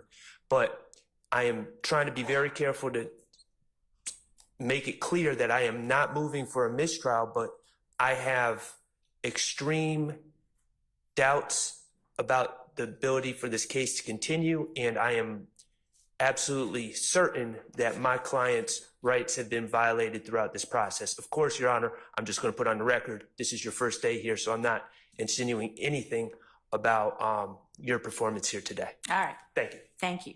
Okay. And, you know, it may or may not survive appellate review if it continues and if there is a conviction. That's not for me to say. Okay, so Mr.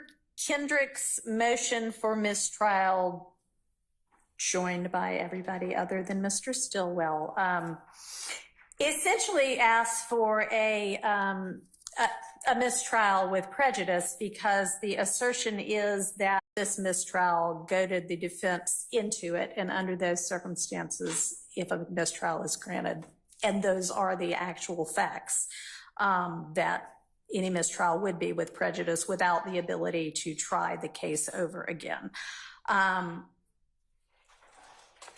But the determination has to be made whether the state had the ex parte on purpose with the purpose of goading, to use Mr. Kendrick's attorney's word, the defense into making a motion for mistrial because the state thinks they're losing the case and wants to be able to do whatever with.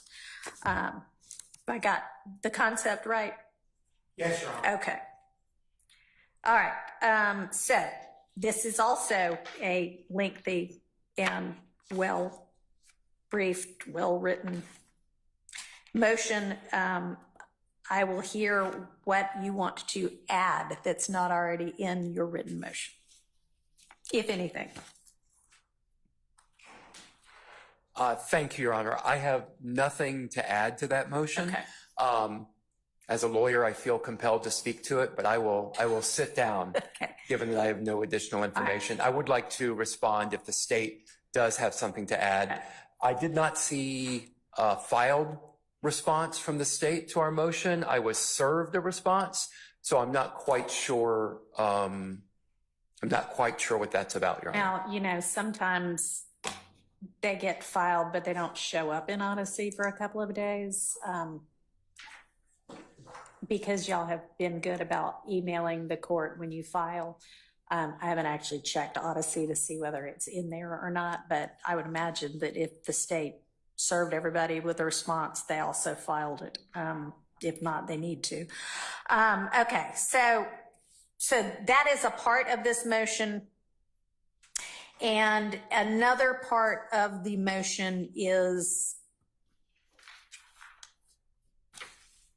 well, I think you say as well that we'll need to redo the from 612 on.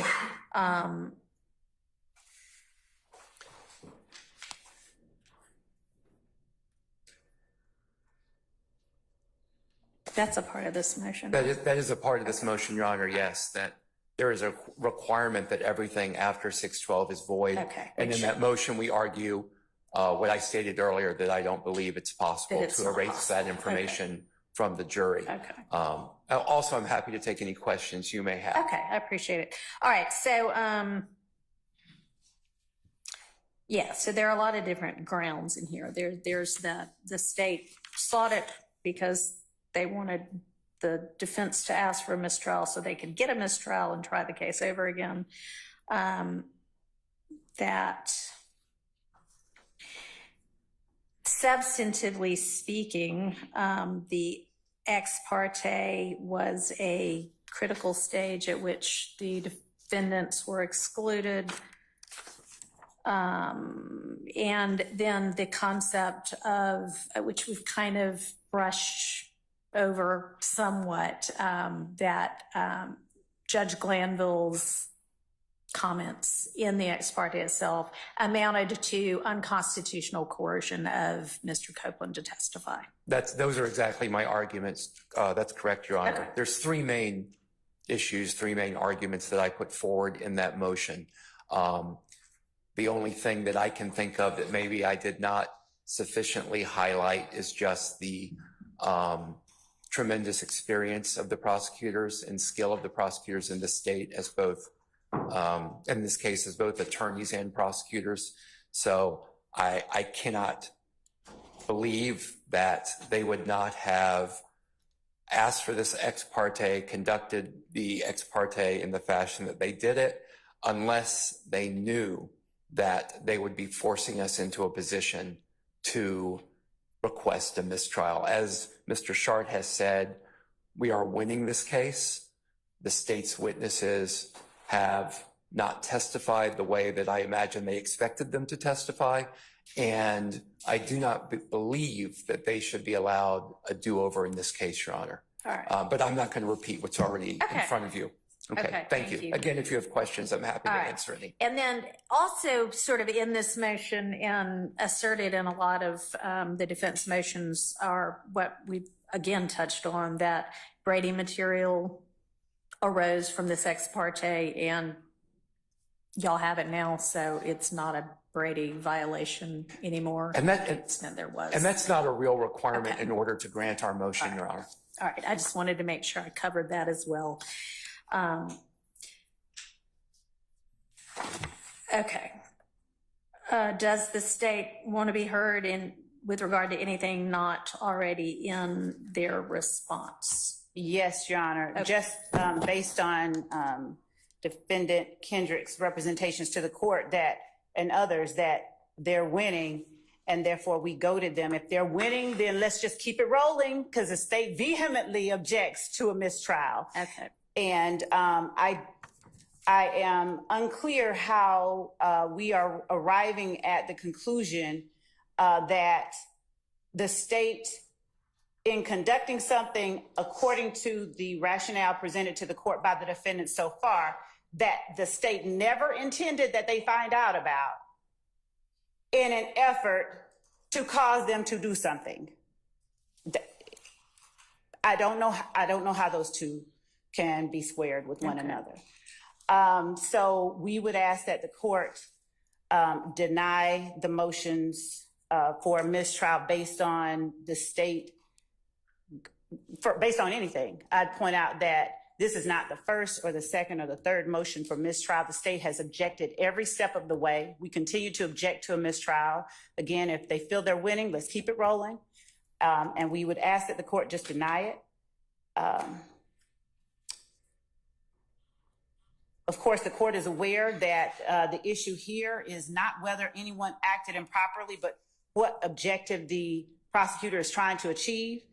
It does not make sense to assert on the one hand that we want you to not ever learn about it, and on the other that we are intending that you be goaded into an act by our doing it. Okay. So, thank you. There are issues here as to whether people acted improperly. Perhaps that does not go to the goading, but I don't want to, it's clear in my motion that we are arguing that there was improper conduct by both the state and the judge that violated Mr. Kendrick's rights.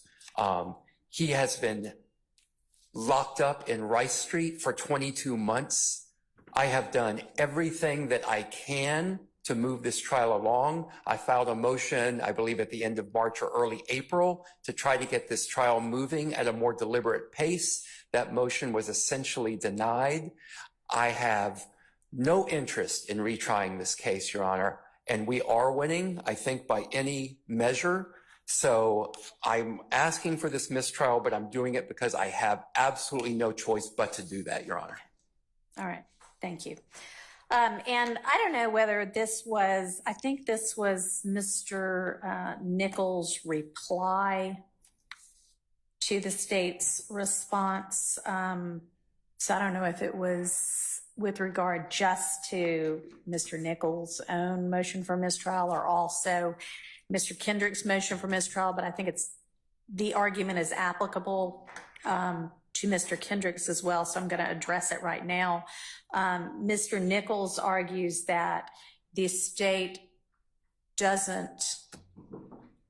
says that the defense's characterization is a mischaracterization of what happened in the ex parte, but does not offer their own characterization, and therefore they essentially aren't opposing it. And I should just take as fact everything that the defense said. And I do find that the prosecution did, in fact, oppose the characterization made by the defense and posit their own characterization. In their response, they say, quote, the hearing in chambers was proper, unquote, and then quote case law. So that to me is not the state saying, yeah, your characterization is right. That is them saying, no, we were not trying to get a mistrial here. We didn't do anything improper. So with regard to that issue, I'm not finding with Mr. Nichols. Now, I am going to, in the context of taking under advisement the other motion that we talked about before, take under advisement the concept of whether what occurred in chambers was coercive, and if so, was coercive to the extent that under the cases like, I think, Wynn and Webb, it requires a mistrial. Because I think the concept generally was before Judge Krause, but not in the kind of detail that it is right now. So I do think that that is something that I can take into consideration and will take into consideration, and y'all both briefed it, and so I'll get the ruling to you. As with regard to the propriety of the ex parte itself, we've kind of already talked about, I don't think that was the actual basis of Judge Krause's order on the recusal, so I will endeavor to make a substantive ruling on that as well. So that's another one that I'll probably give you my ruling tomorrow. Okay. So, making myself a note.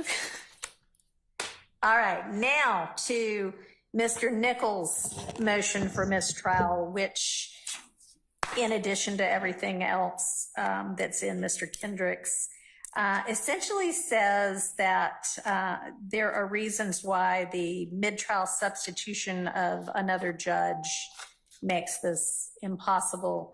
And Mr. Harvey, I know. I apologize. Can I interrupt you again? Yes. Thank you. I do that with, a smile and a request for permission. Okay. Again, I think there are several other mistrials with prejudice that have not been heard by you, and that would include Mr. Williams filed on July 10th of 2024, entitled in part, Motion for Mistrial Based Upon Judicial and Prosecutorial Misconduct and thus bar retrial. Mr. Shart, on behalf of Mr. Jackson, also has a mistrial with prejudice pending that I don't believe the court has heard. And again, I think in seriatim, if you decide on all of those, then I'll come behind these brilliant lawyers. All right, I appreciate it. Follow up. So with regard to Mr. Williams earlier, prior to the, July 9th.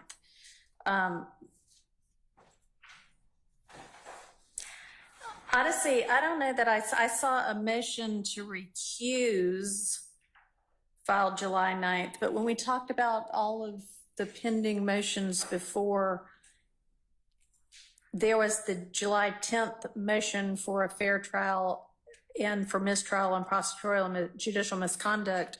That's one of the first motions I took up today. Is there another one? Yeah.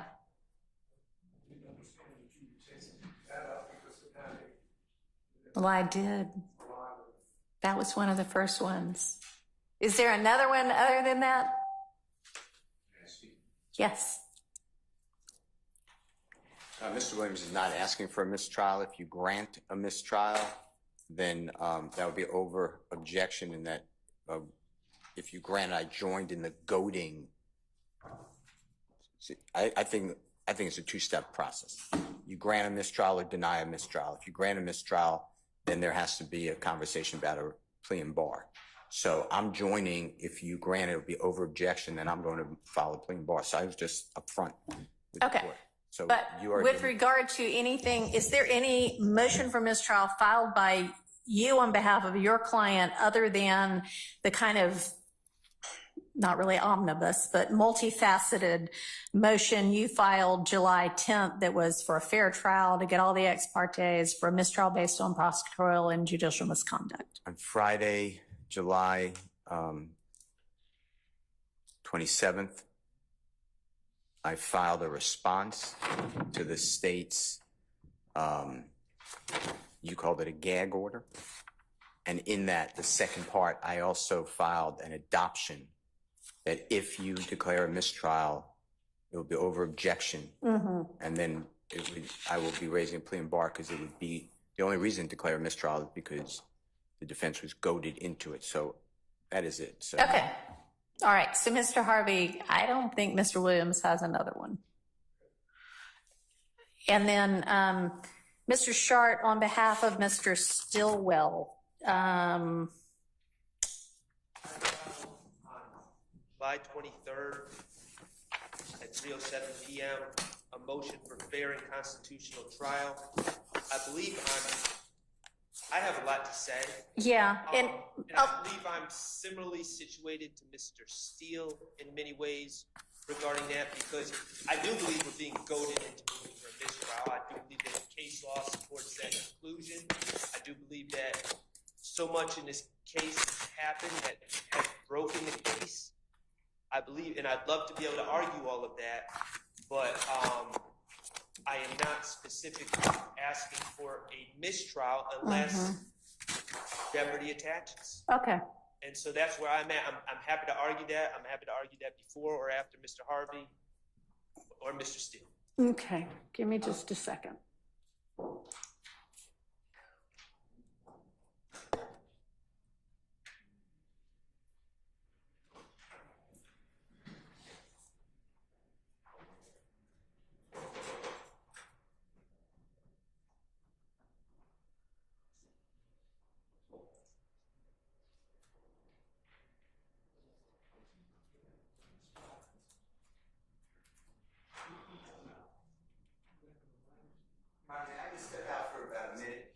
Sure. You know what? I need to find the motion that was just referenced by Mr. Shard. Anyway, why don't we've been going for a couple of hours. Why don't we take a 5 to 10 minute convenience break? All right, we'll be in recess.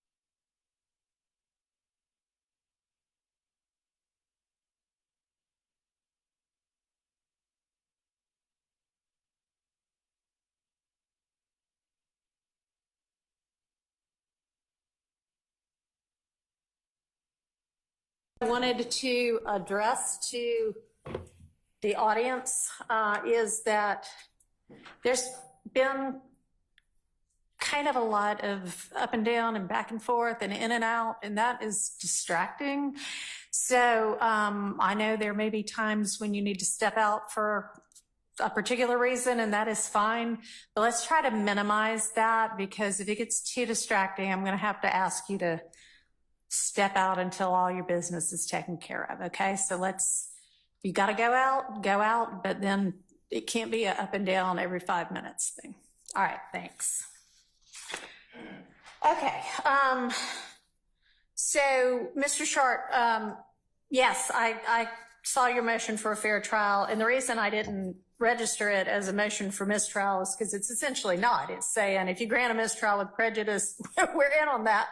But otherwise, we'd like to, even though we think this trial has been a disaster, we would like to keep going because we think we're winning. So you asked that it be a constitutionally fair trial, and I guarantee to everybody, to the extent that is within my control, I want for everybody here to have a fair trial under the Constitution of the state of Georgia, the United States, and the laws of our state. Okay, that is why I am here as a judge, to make sure that that happens. So to that extent, it's granted. I appreciate that. I guess my concern is that all this is not under your control, because you're taking and I can hear you fine, but I don't know whether my co-reporter can or not. You can either come up or you can pick up your mic if you're just a long way away.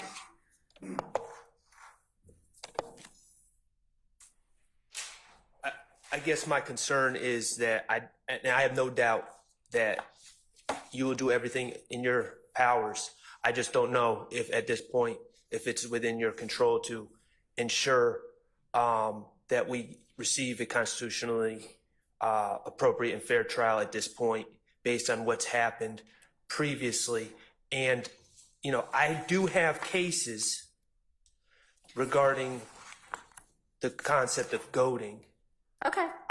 But I'm trying not to step out of turn. I know that I am stepping out of turn a lot this morning, but I'm trying to not step out of turn. If you would like those cases. Yeah, I'm happy to take into consideration anything that y'all want to offer that is on point. Go.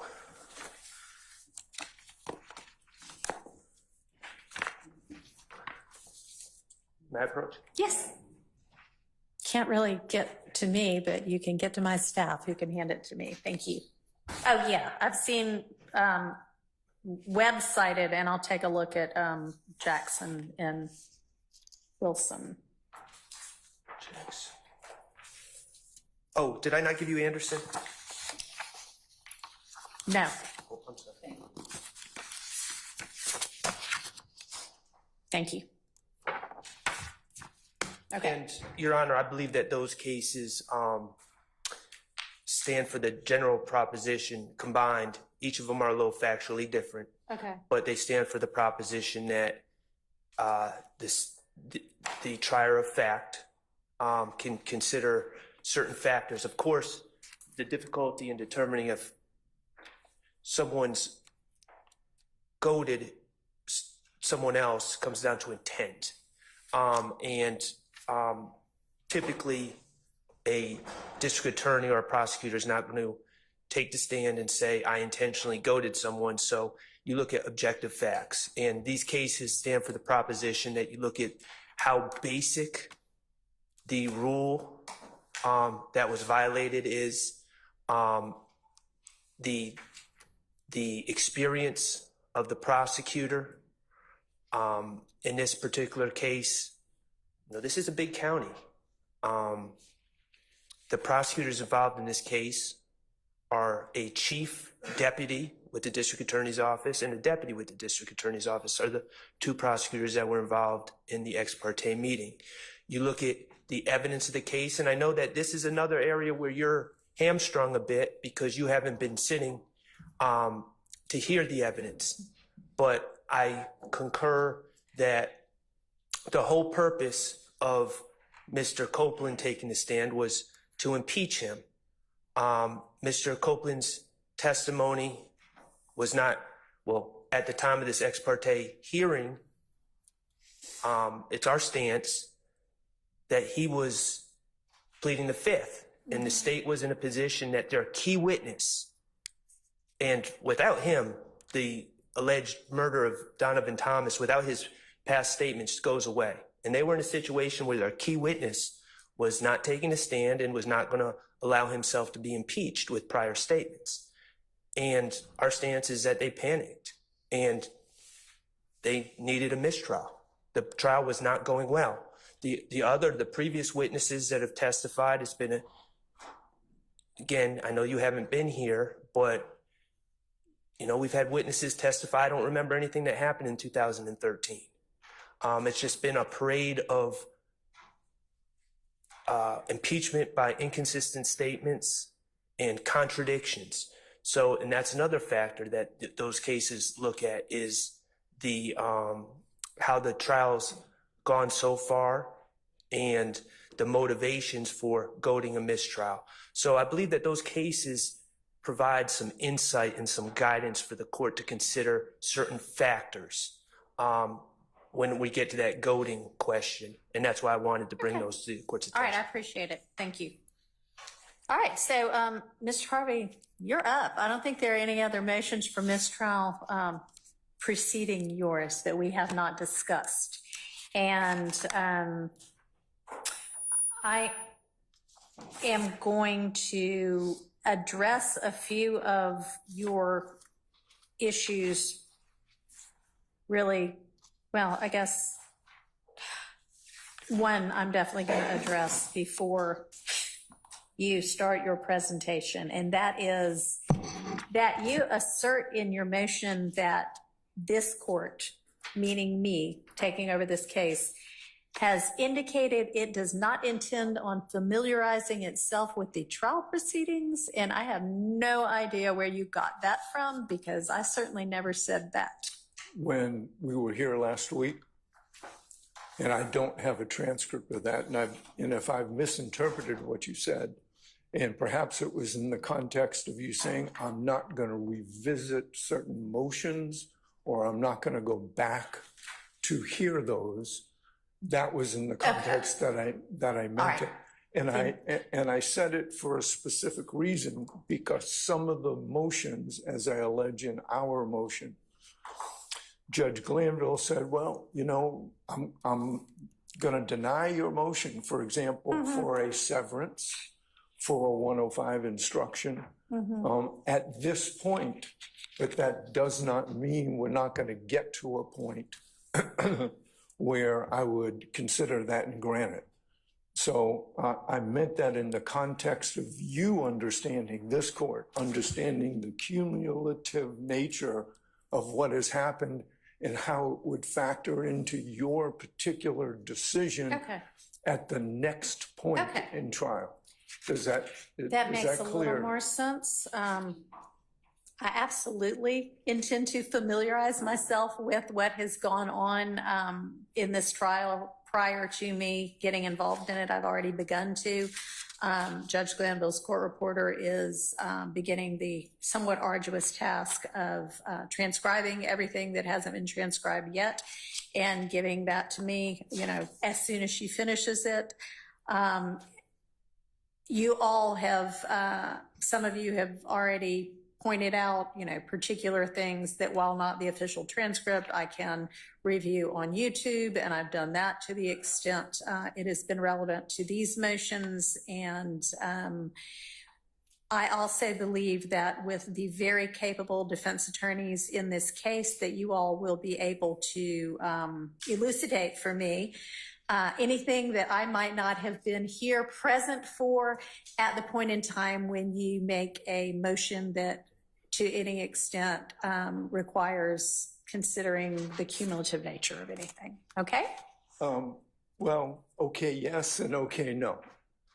Okay, yes, I understand that the court is going to make what I think to be an impossible effort to catch up to where we are at this particular point after 9 months or thereabouts, hundreds of witnesses.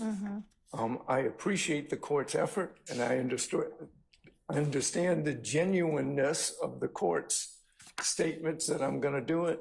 But you know what? I just don't think it's possible. And that is the gravamen, that's the base of what we contend should be a motion for mistrial qua mistrial. I have joined in we've been goaded into it, but now the second layer of that is I am going to stand here. My team is going to stand here. Everybody in this courtroom is going to stand here and look at you and say, Judge, the state, I want a directed verdict of acquittal. The state has not met their burden. I believe you have to be entirely conversant with the record, with the way witnesses have testified, their demeanor, their voice, their actions, all of which may or may not be caught on YouTube. And there are a plethora of cases. There are many cases that say, you know, just reading a dry transcript is insufficient. Every court from the U.S. Supreme Court down has said you can't necessarily make those kinds of judgments based upon a dry transcript. And I believe that to be true. There's a world of difference, and you know this. Every practicing lawyer knows this, that you cannot get the feel of a lawyer. You cannot get the context. You cannot get the understanding of a witness unless you're there to view that witness. So I start from the premise that no matter how hardworking you may be, and I think you're a very hardworking judge, I think that you will make every effort, but I think that it is impossible for when we get up and make our motions for directed verdict that you can assess the now going into the 9th month of trial testimony. That's essentially basis number one. Okay. More importantly, I think that should you erroneously deny our motions for directed verdict, that you then would be in a position to sit on our motions for new trial. And that's the so-called 13th juror. We have put that in our response, and it is without question. We have our courts, the federal courts, all say that there is a distinction between whether there is sufficient evidence to go forward, which is the standard on a motion for directed verdict, and a 13th juror motion for new trial. You can find, you know, I denied your motion for directed verdict, but you know what? I just don't think that this was either a fair trial or a trial in which, based upon what I have seen, what I observed, that should stand, and I'm going to grant it. I mean, it's entirely in your discretion. And that discretion is unreviewable, really, by the appellate courts. And they have all said, as we said and quoted in Wilkerson, that the discretion, the trial court must consider some of the things that she cannot when assessing the legal sufficiency of the evidence, including any conflicts in the evidence, the credibility of the witnesses, the weight of the evidence, meaning that the trial judge may grant a new trial on the general grounds, even when the evidence is legally sufficient to sustain a conviction. So I know that we're going to stand here and make a motion for directed verdict, that God forbid, if any of these defendants are convicted, we will come back to you and say, Judge, motion for new trial, sit as a 13th juror. Don't think he can possibly catch up to that extent. Nor do I think that, based upon the cumulative nature of Judge Glanville saying, I heard you when you want a severance. I'm denying it now, but it may come to the point later that I'm going to grant it. So 3 reasons that nobody else has argued to you, essentially, for a motion for mistrial or a severance as to Mr. Nichols. 1, the motion for directed verdict. 2, the 13th juror. 3, the continuing nature of the motions to sever in for a Rule 105 instruction, a limiting instruction which the court said, you know, I'm probably going to give that at the end of the trial, but I don't think it's necessary to give it now. So, Okay, all of those I things. understand. And I don't really need to hear from the state on this one. With regard to the directed verdict issue, the standard, as we all know, is essentially an any evidence standard. It is entirely possible that just on what gets presented going forward, I will be able to rule on the motion for directed verdict, assuming we get there. But if not, I can ask for, can and will ask for specifics from the state as to what the facts are supporting each count of this indictment. And it is not for directed verdict whether I'm convinced, it's whether there is any evidence from which a jury might be convinced. And so we'll take that up when we get to it, but I don't think that the fact that I'm coming in mid-trial is a basis to grant a mistrial in this case. With regard to the 13th juror, I understand that's a different standard. There are times, it's not routine, but it happens when a different judge from the trial judge considers the motion for new trial and considers the 13th juror issue. And the appellate courts have recognized that it is a somewhat less deferential standard when they're looking at it on review, when it is a different judge than the trial judge. So, you know, if and when we get there, I will consider whether anything ought to be granted as a 13th juror, if y'all ask me that. And if I deny it, then the appellate courts can consider it. But that is not anything unprecedented. It happens all the time that one judge does the entirety of a trial and then another judge considers the 13th juror issue. So that is also not a basis on which to grant a mistrial. And with regard to the severance issue and the cumulative nature of that, I'm going to rely on you to point out to me everything ought to be taken into consideration if and when you make that motion again. With regard to a 105 limiting instruction, I am happy to consider anything that you all think might be appropriate to give right now. Okay, so I invite y'all to submit something. Okay. To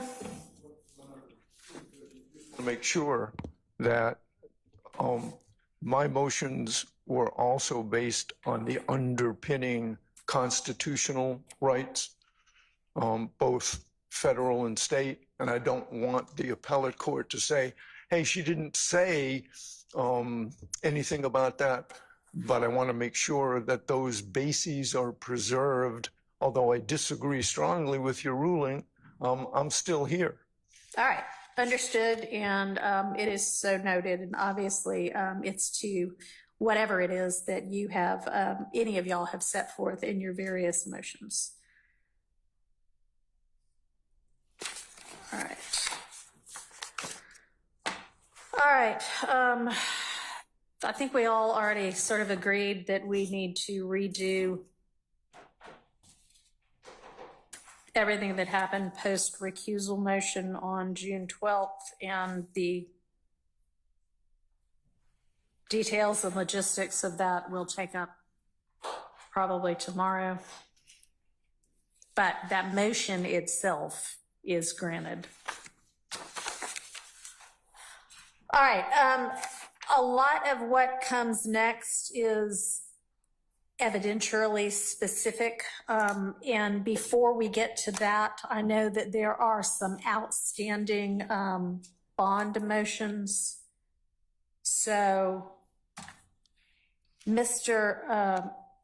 Steele, on behalf of Mr. Williams, has filed a motion for bond reconsideration, but Mr. Steele, you essentially go back and argue anew all of the factors that whichever, I don't even know who took up the bond to begin with, but another court has already considered all of those, the Ayala factors, and you don't present changed circumstances. You just essentially say this call was wrong to begin with, and you should do it over. And I am not going to reconsider any bond issues that have already been considered and ruled upon by another court absent legitimate changed circumstances. So that motion is denied. Can I address the court? Do you have changed circumstances? Yes. So, okay. Go ahead. There weren't any in your motion.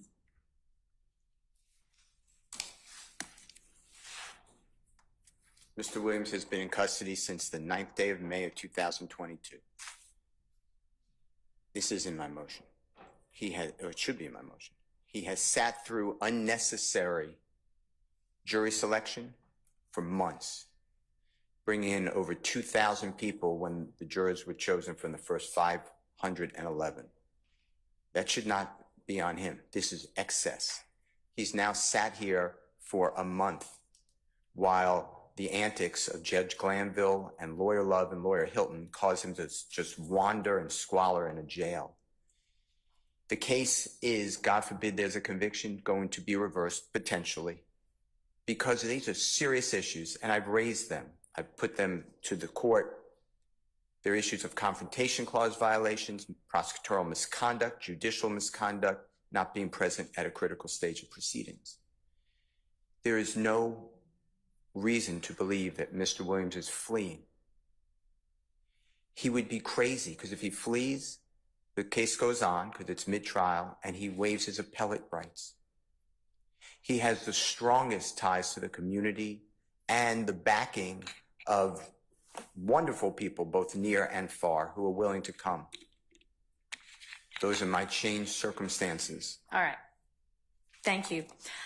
I do not, they are changed circumstances from, yes, things happened after the bond was decided to begin with. I don't know how I would have decided the bond originally. That's not before me. Those are not the kind of changed circumstances that speak to the Ayala factors, and so I'm not going to reconsider the bond. Well, let me ask one more then. There is a judge who joined the prosecution team. He said, we need a witness's testimony. He encouraged the witness, more than encouraged, to testify against Mr. Williams. I think that should come anew to the All court. right. Well, that may or may not be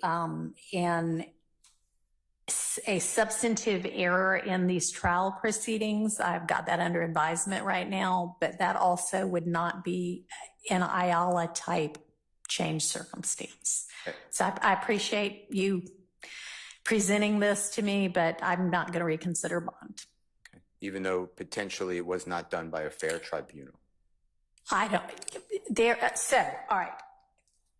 There is nothing, and I'll make a determination with regard to that substantively, but I will note that Judge Krause, who had a lot of these issues before her in the motion to recuse, her finding, while I think dicta, was that there was nothing improper. She said, you know, maybe I'd have done it differently, but that there was nothing improper substantively with what occurred. So at this point, we don't have, and the basis of her recusal was not that Judge Glanville is biased. It was that he engaged too vociferously in setting forth facts and information when he denied the motion to recuse, and that was not what the rules require, and so recusal was necessary. But she even, I think, went on to say,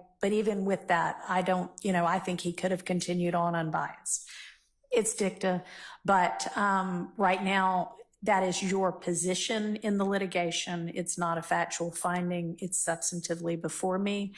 And if that is the case, then there will be a different ruling made that will impact this trial, that may result in a mistrial, that may result in a mistrial with prejudice, but that would not impact a reconsideration of bond. Now, if there's a mistrial without prejudice, then bond maybe could be considered then.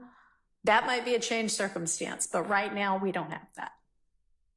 Then I'd like you to address just one last thing then. Judge and district attorneys come out after the ex parte hearing and not a syllable about Brady evidence. It all should have been spilled right then. That's an ongoing concern. So my point is, you have the same judge denying bond, the same judge hiding Brady evidence. So I'd like you to consider that. All right, thank you. I understand. It's not an appropriate consideration. I understand what you mean. All right, Mr. Huey has a motion for reconsideration of bond with asserted changed circumstances of the ex parte being a critical part of the trial that he was excluded from, and having been held longer than he otherwise would have because of the delay resulting from that. Do you have anything to add to that, Mr. Matthews? Yes, Your Honor. Good day to this honorable court. Carrington Matthews for Mr. Marquavius Huey. I cite for the court Wimbush versus the state, 345 Georgia App 54, which is cited in my motion. When a court has previously heard a motion for bond, its ruling is not subject to change unless the court finds that the movement has presented new information, testimony, or evidence that indicates a change in circumstances. Wimbush, when it talks about new information, new testimony, or evidence that indicates a change in circumstances, I would like for the court to consider that the change in circumstances as it relates to this particular proceeding is that when the court denied the bond to Mr. Huey back in 2022, it determined that he did not meet the Ayala factors. This same court, in making that determination in 2022, the change in circumstances, the new information, the new evidence is that that same court that denied the bond in 22,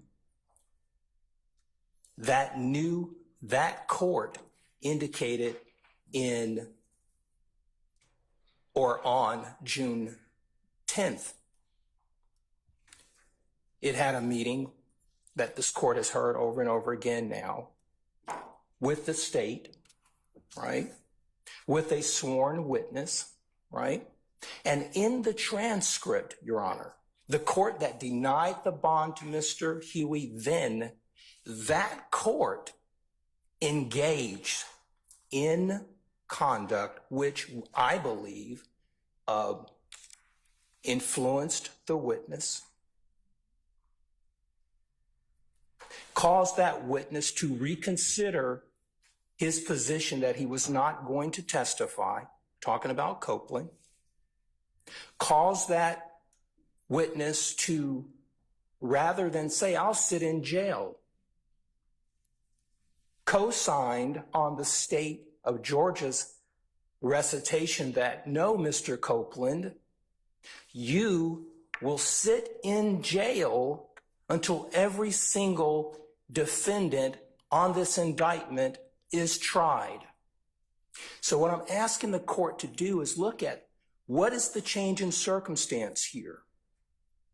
The change in circumstances, we want Mr. Huey. He wants an unbiased,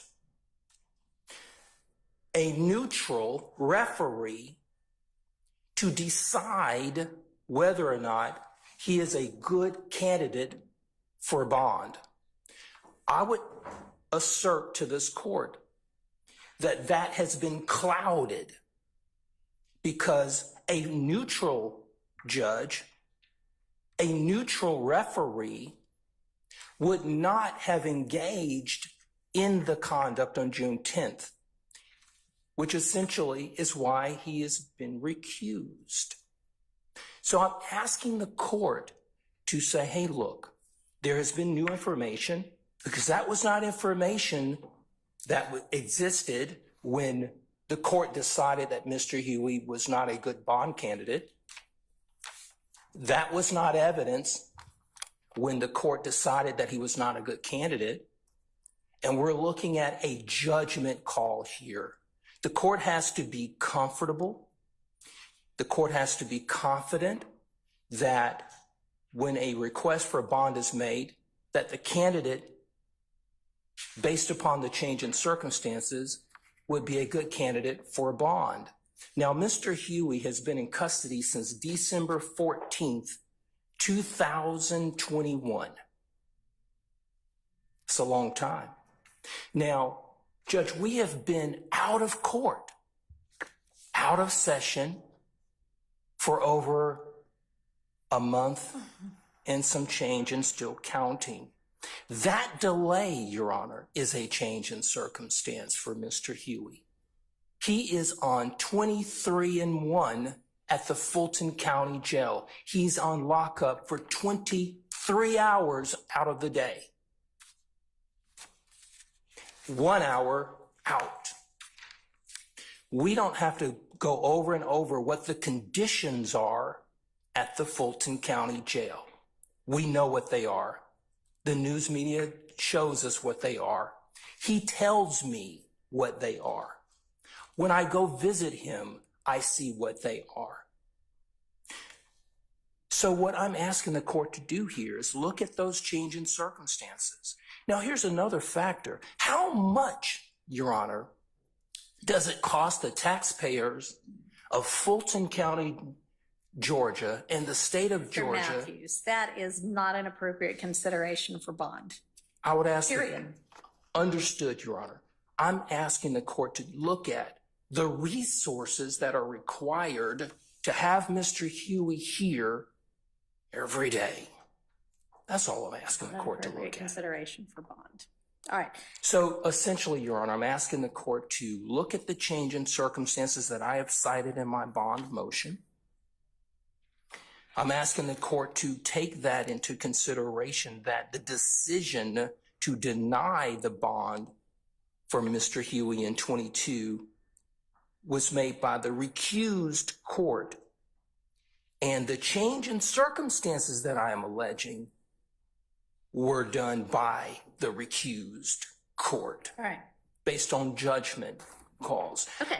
So, Judge, I'm asking the court to set a reasonable bond with conditions. Here's what I'm asking the court to do. Put a number on the bond. I'm asking the court for a $50,000 bond. I'm asking the court that Mr. Huey be required to live at a certain residence here in Fulton County, that he be required to have 24-hour house arrest on a monitor, right? He be required to only come to court and only meet with his attorney for the duration or the rest of the proceedings of this trial, if it gets that far. Obviously, to have no contact with any other co-defendants in the case, and for any other reasonable conditions that this court believe would be meet and proper based upon our request. We believe in 2022 that the Ayala factors were met.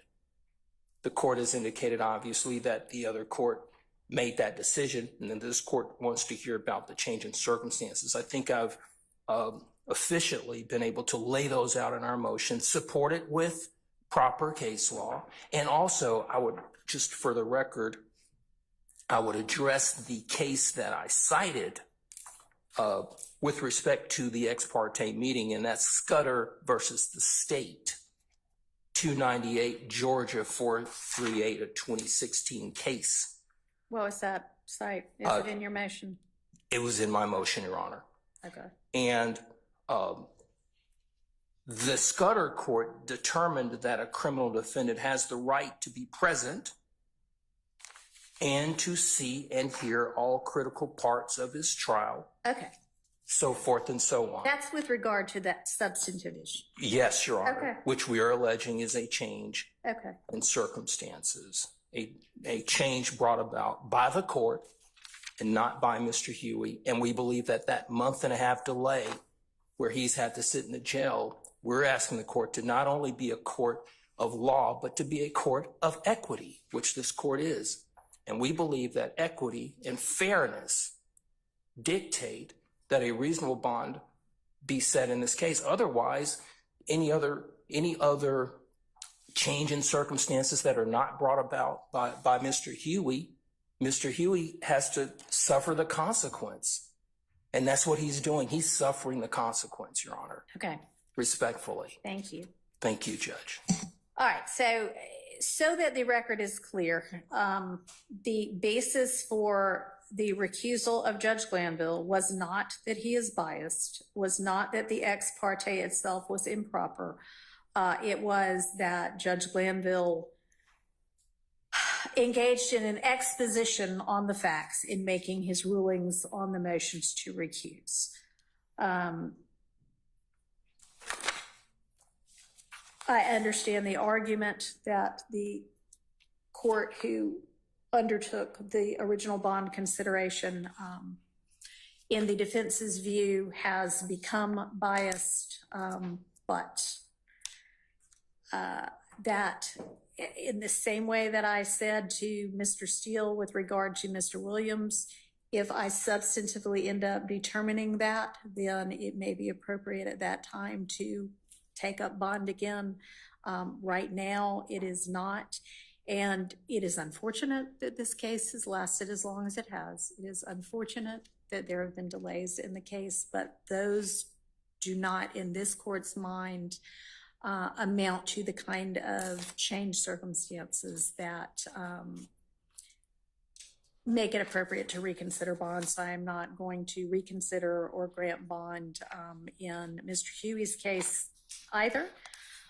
Mr. Kendrick also has a motion to reconsider bond. He asserts changed circumstances that essentially this case has taken way too long, which I don't necessarily disagree with, but.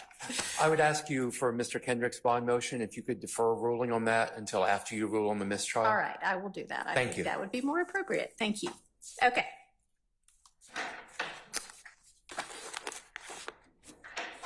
So the next thing I think that it would be appropriate for us to begin to undertake is some of the specific evidentiary motions. Mr. Stillwell has a motion for, it's entitled for reconsideration regarding certain hearsay statements, but given that we've all acknowledged we're redoing Mr. Copeland's testimony, it's not even really reconsideration, it's consider it anew as we go forward. So I'll hear you on that.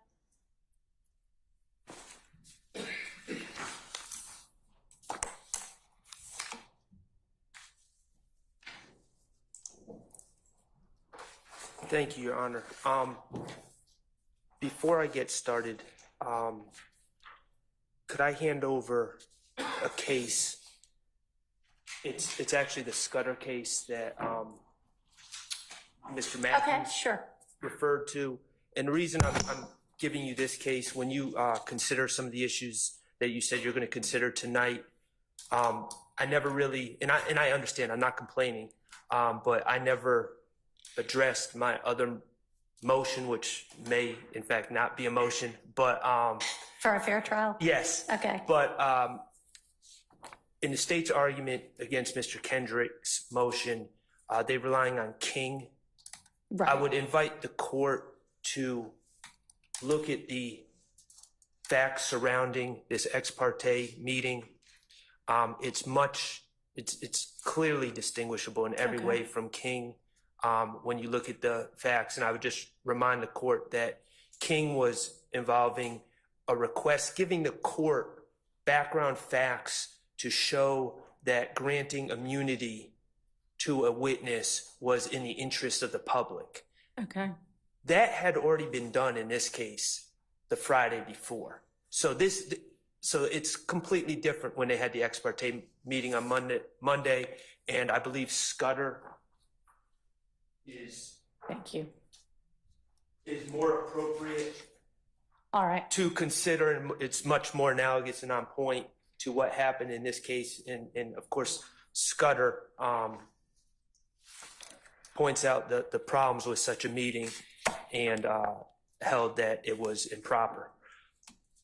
Regarding this issue of Mr. Copeland, I appreciate the court correcting my label of what this really is. I agree that it's a consideration anew, and we had prior discussions about it. There was not a written order to this point. And do you want me to take a look at the original consideration? If so, y'all need to point me to where I would find it. I don't know where it is, Or we and can this is just not. start over. I don't mean to sound like I'm being a smart aleck here. It was discussed. Some of my motions were brushed over so quickly. I think I assumed that I had lost that motion in front of the prior trial judge, and I'm not sure if there was actually a ruling or not. I'm trying to, if I could go back to my seat for a second. Sure.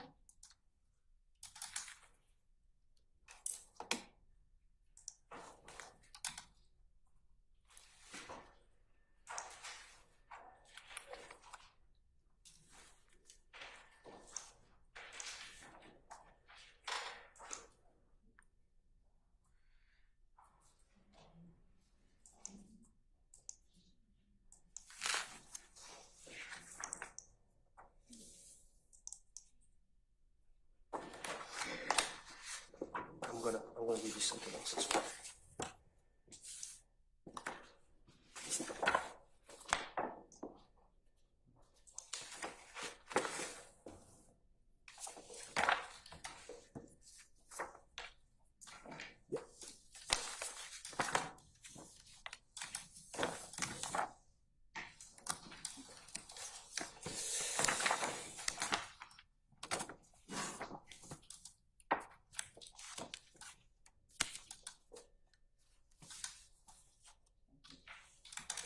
Give you this one.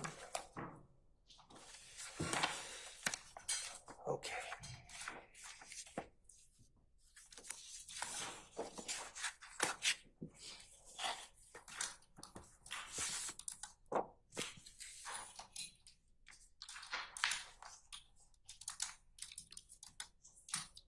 I'm handing 5 cases to the court, and I've also provided copies to the state. Okay.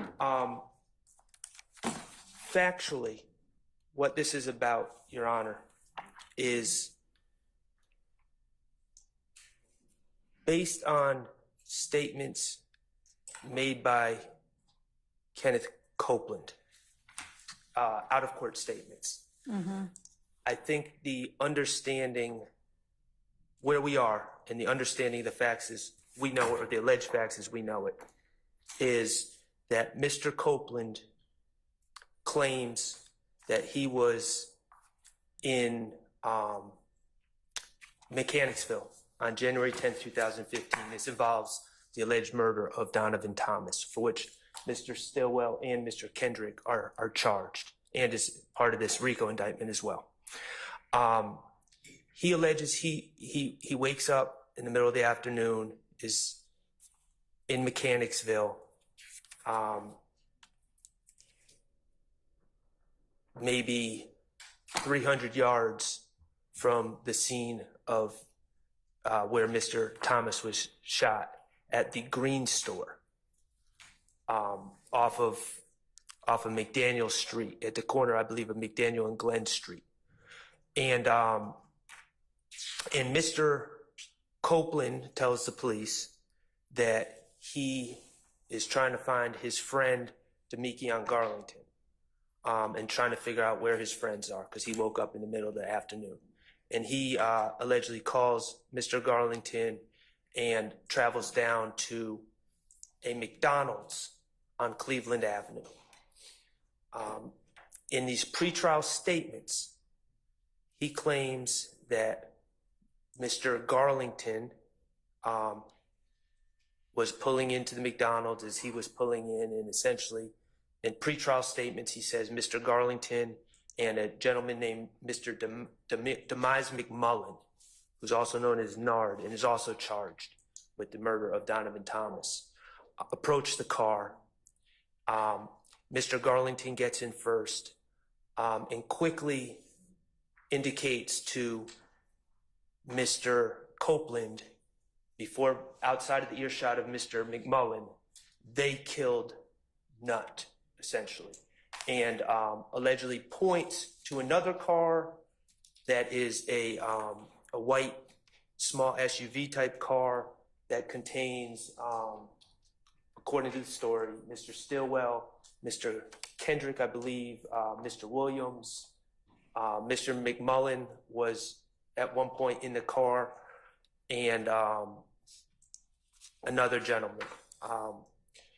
The point is, it's a quick statement, and it's they, and he points to this car, according to Mr. Copeland, out of court. And this was June 10th, 2015, when Mr. Copeland said that. Yeah, and I have listened to and read the transcript of that interview. Okay, So I'm familiar with it.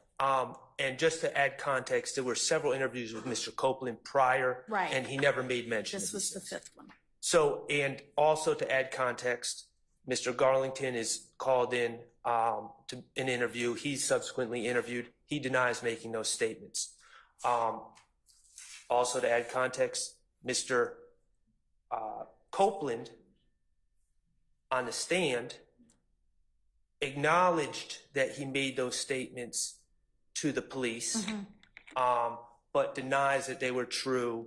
And although he didn't specifically say it, he seemed to be alluding that he no longer has the same relationship with Mr. Garlington now as he had back then, because Mr. Garlington wouldn't lie for him. It wasn't directly said, and I'm sure will come up in cross, but putting the dots together, Mr. Copeland was in legal trouble, wanted Mr. Garlington to lie for him, to verify this lie that he was telling the police. Mr. Garlington wouldn't do it, and it foiled Mr. Copeland's attempts to get out of jail. That's the context behind all this. But the question is the admissibility of this statement, they killed Nutt, and to the extent any follow-up conversation about that incident that Mr. Garlington allegedly said to Mr. Copeland. Mr. Garlington is charged in this indictment. He has a Fifth Amendment right. He's not on trial with us. I have no information that suggests that he's going to be testifying in this case. So he will not be testifying.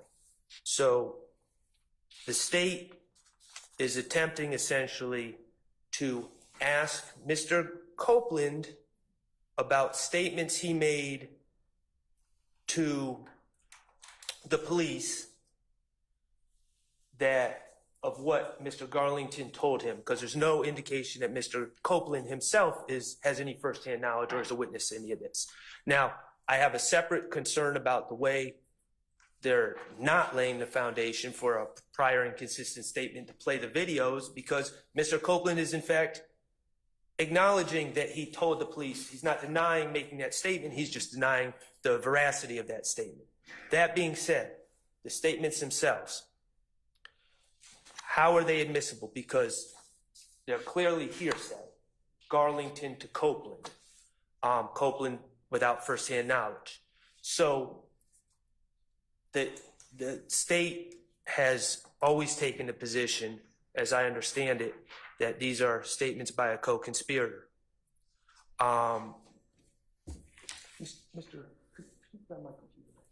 you. They've always taken a statement that they're statements by a co-conspirator. In their filings recently, and I don't want to misstate this, they may have made this claim before, so I'm not going to say it was the first time to make this claim, but I noticed in their filings, they argued in the alternative that they're statements against penal interest as well. And they've provided cases, and I have just handed up my cases regarding co-conspirator statements. Of course, and we're talking about hearsay and the confrontation clause. It seems to me their main reliance is on the Kemp case,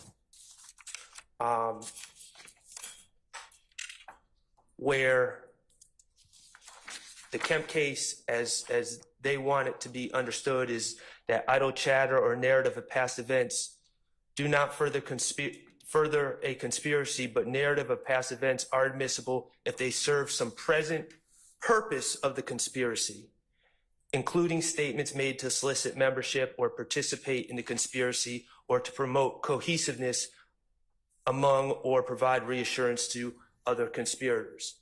And the reason I filed this motion is because in all prior discussions, the trial court completely glazed over the furtherance. I'm focusing on whether these statements furthered the conspiracy. Okay. The state's cases do not apply to this situation.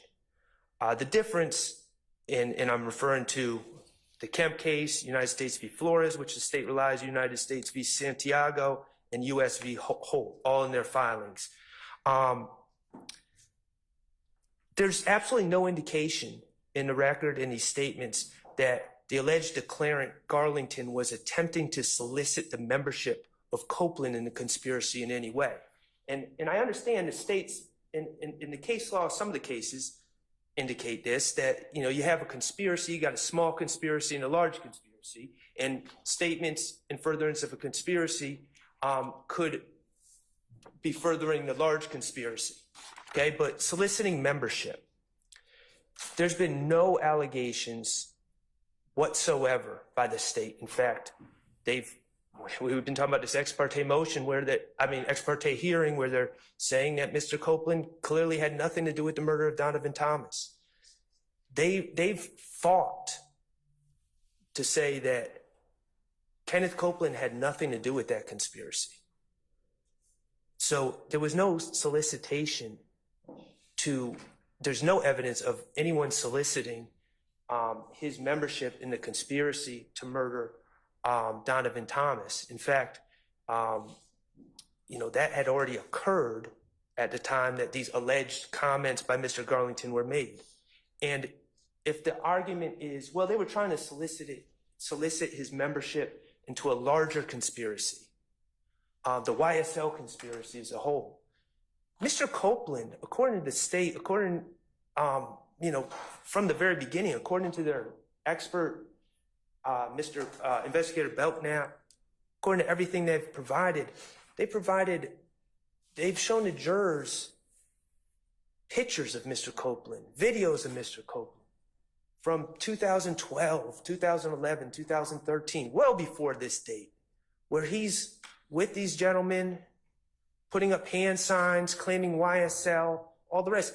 If the argument is, well, they were soliciting him into the larger conspiracy, he was already part of the larger conspiracy according to the state. Okay, let me ask you this. So a part of the cases that the state cited, I mean, it may be that part of it was one way you can find this as a co-conspirator exception is soliciting membership, but another concept was to further the purposes of cohesion amongst, and I think they have gang cases, so a gang. Right. So can you address that? Well, they have the burden of proof by preponderance of evidence to show that this has been furthered. There's been no evidence. Again, we're seeing pictures from over the years. There appears to be complete cohesion. There's been no evidence that this was done, if it happened at all, which my sense is it didn't happen, but assuming that the statement was made by Mr. Garlington to Mr. Copeland, this brief statement, I think we're really stretching where the exception is essentially swallowing the rule. If we just say, well, a statement about past events with absolutely no indication that someone said, hey, this is what we need to do. We need to be quiet. We need to do this. We need to do that. There's no indication that Mr. Copeland was instructed to do anything.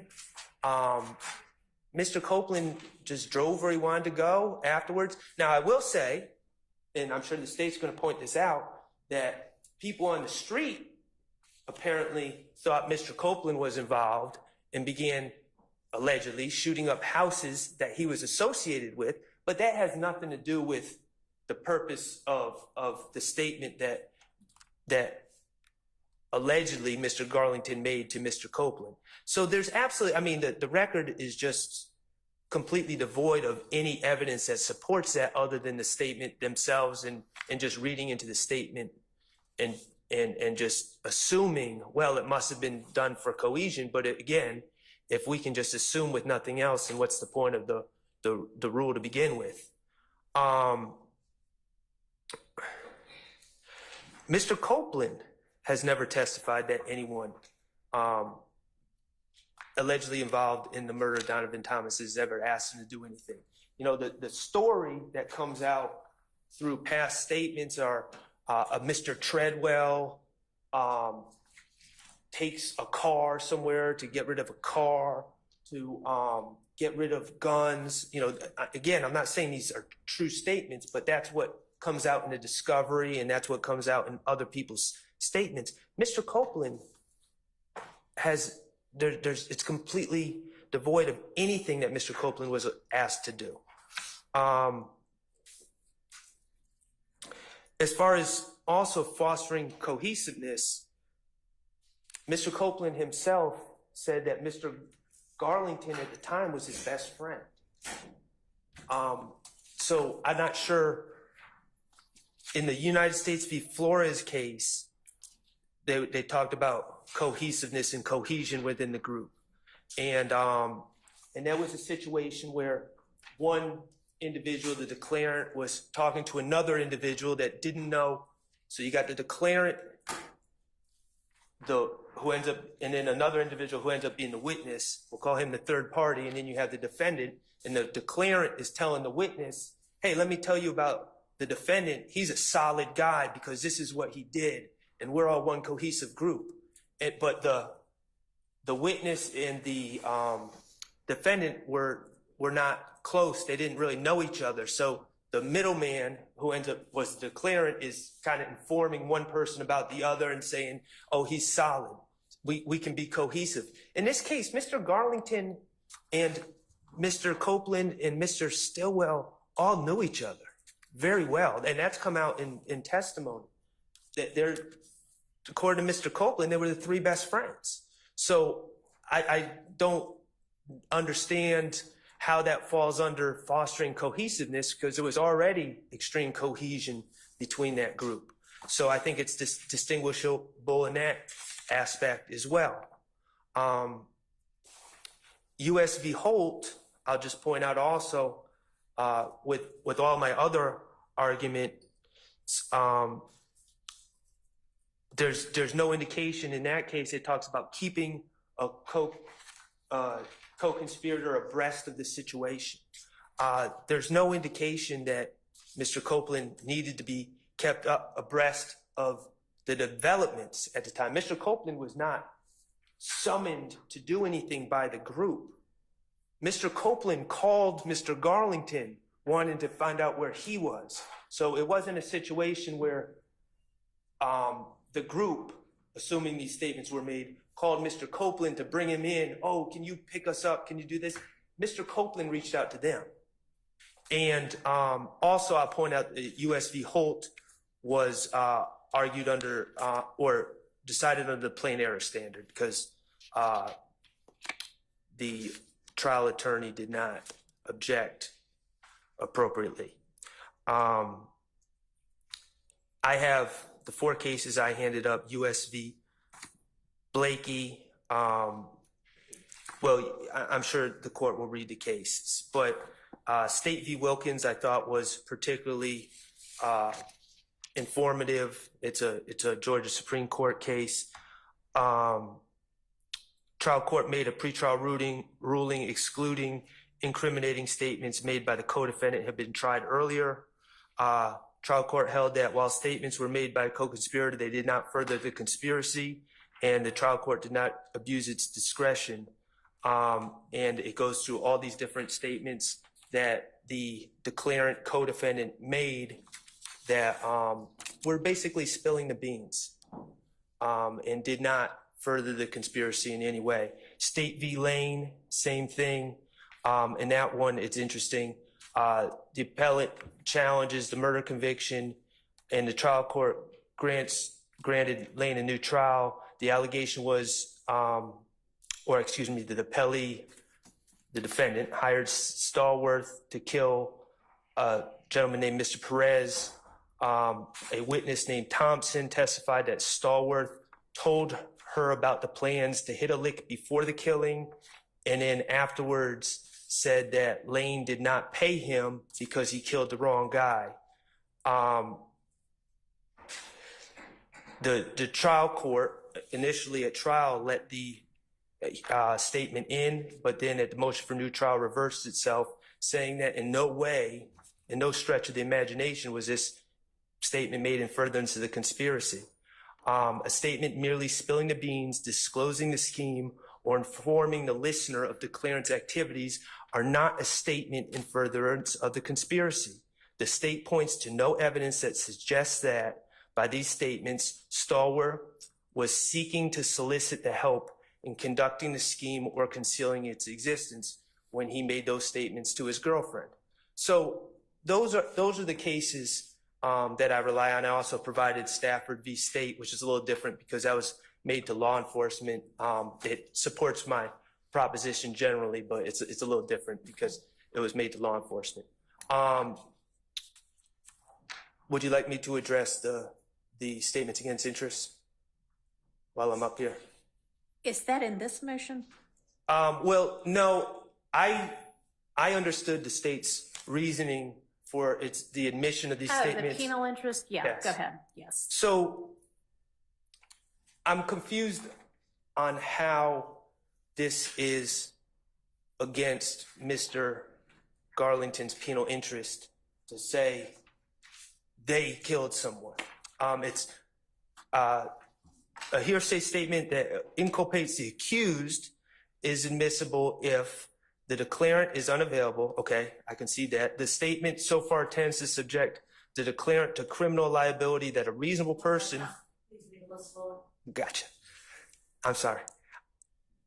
That would subject the declarant to criminal liability that a reasonable person in his position would not have made the statement unless he believed it to be true, and the statement is corroborated by circumstances clearly indicating its trustworthiness.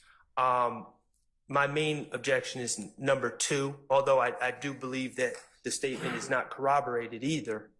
But prong 2, it was not the type of statement that tends to subject the declarant, in this case, Demekion Garlington, to criminal liability. He said they did it. I don't know how that could be a reasonable person could, how it could be said that a reasonable person would feel that saying they did it would put that person in legal jeopardy. As we know, as the pattern charges tell us, knowledge of a crime, mere presence, but certainly knowledge of a crime is not enough to convict anyone. And again, he did not say that he had any part in it. He did not say he played an active role. Additionally, Your Honor, I would point out the Williamson case that I provided.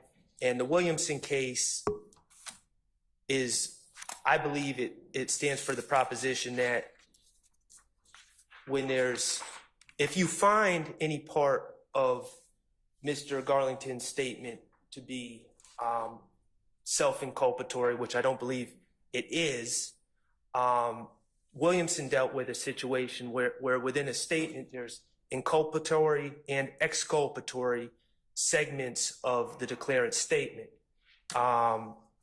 And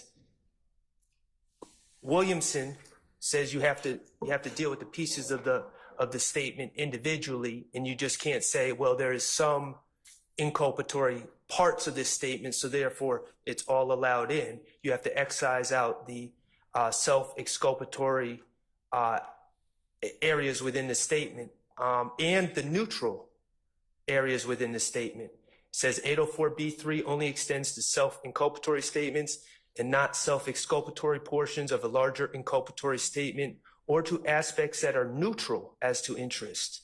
Self-exculpatory statements are exactly the ones which people are most likely to make when they are false, and mere proximity to other self-inculpatory statements does not increase the plausibility of the self-exculpatory statements. And for the record, that's Williamson v. State, 512 U.S. 594, 1994.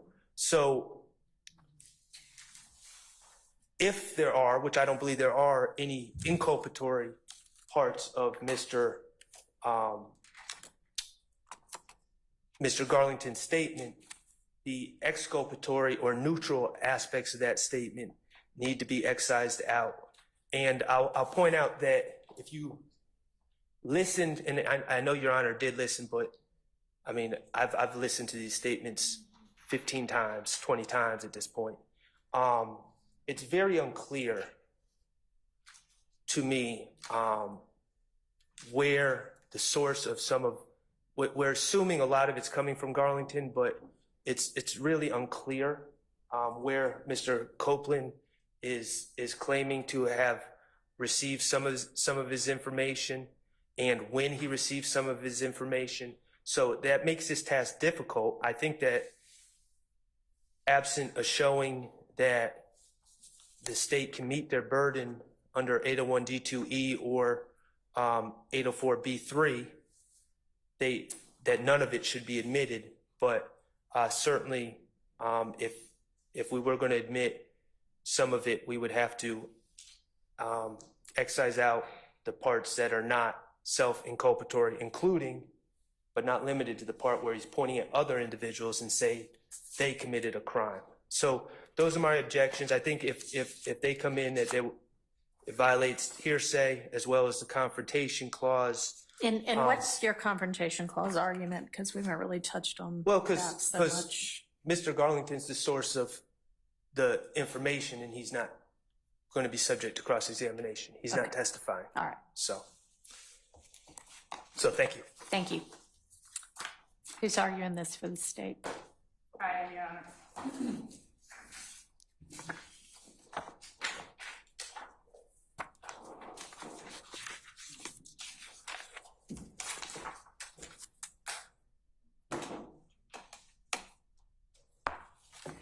Judge, I will, of course, stand on, not stand only on, but stand on the response that we have filed. I would point the court's attention, starting off to page 3 of our response.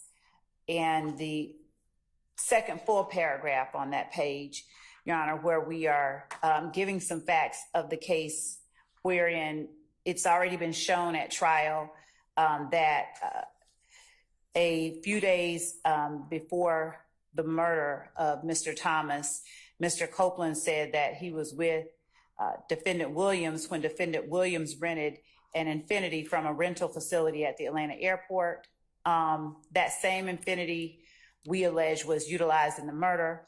Evidence at trial has already proven that Defendant Williams did in fact rent an Infiniti Q50 on January the 7th and returned it on January the 11th.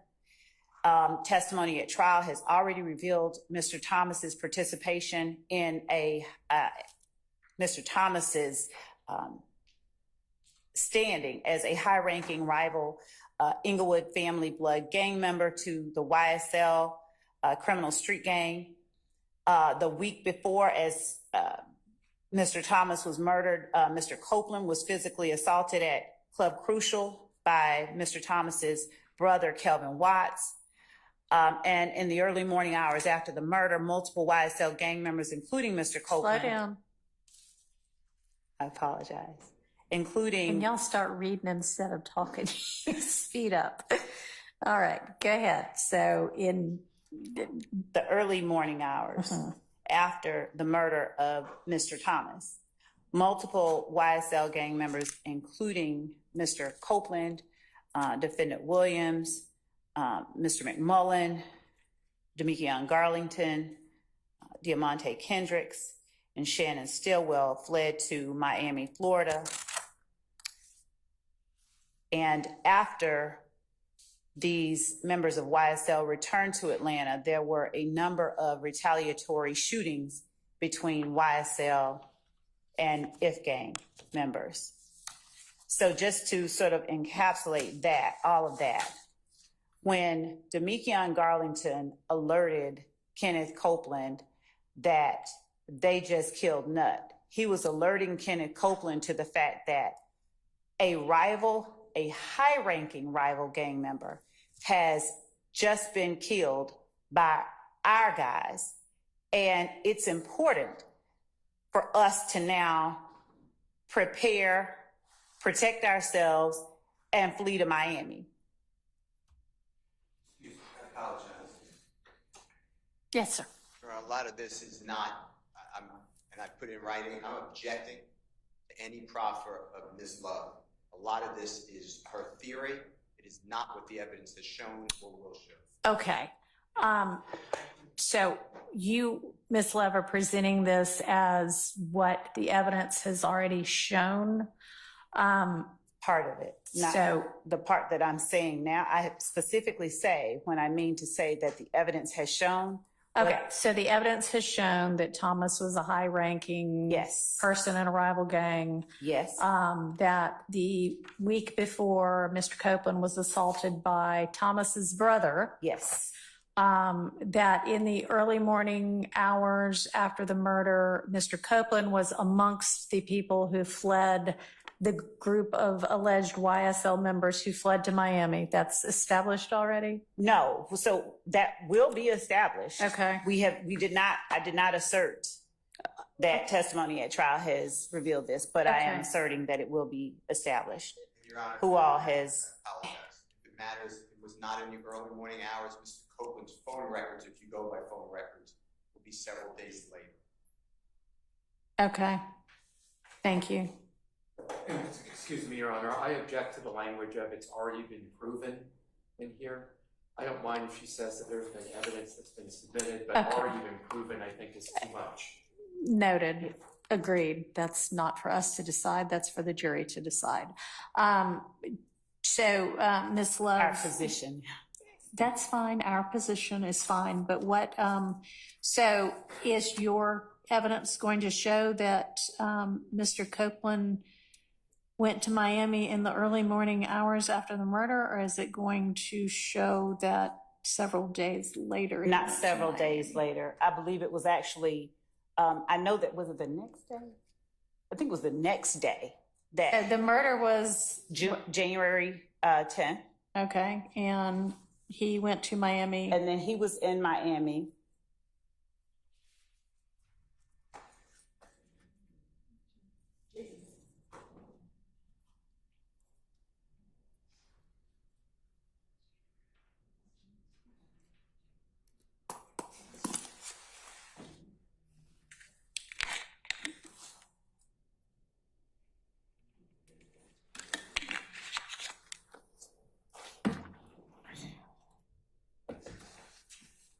While the state's doing it, if you really care, it's Your Honor, if I January may. 6th is the alleged beatdown. Okay. Mr. Copeland, it wasn't a week earlier.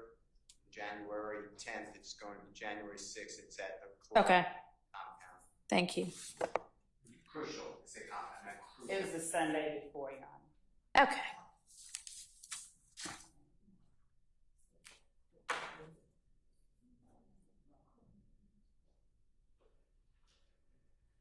And so the murder is January 10th in the evening. Some YSL members arrived in Miami on the 11th. Mr. Copeland arrived in Miami on the 12th. So the departure from Atlanta by some was hours after Okay. the murder. Mr. Copeland gets there on the 12th. Okay, and do you have evidence that they all congregate together? Yes. In Miami? Okay. Okay, and does he go, does your evidence show that he is with anybody else on his trip to Miami? I'm just curious. Just 1 second.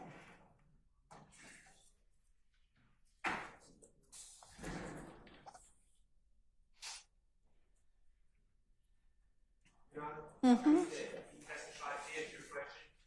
I believe that Mr. Copeland testified after the recusal motion, that he traveled to Miami with his girlfriend or the mother of his child Okay. and his baby. All right, thanks. And also, my understanding, and I believe it was testified to, it may not have been, was just to, when we're using the word fled, is that Mr. Williams had a show in Miami. Okay.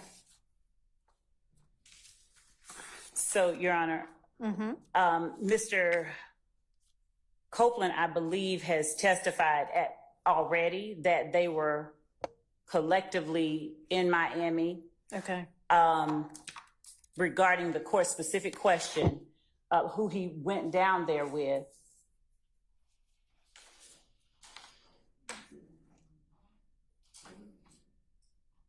We don't That's assert okay. who he They were specifically went down there together once down there.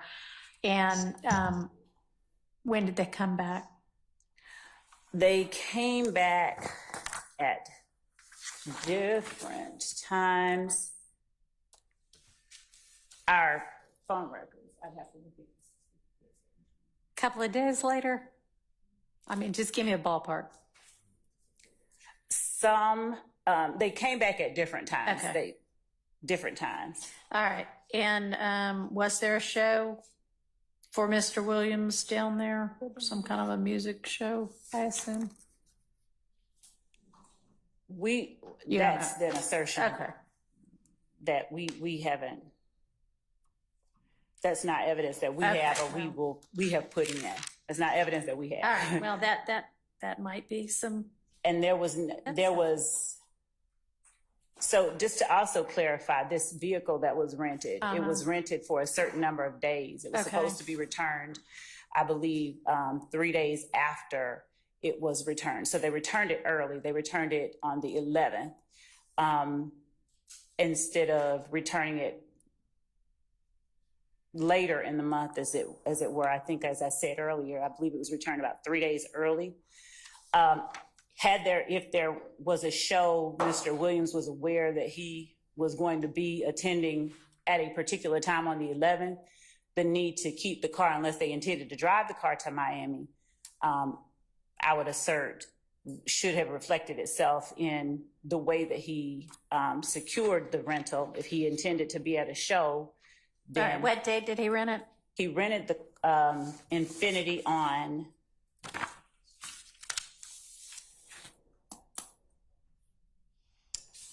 January 7th, I believe it was.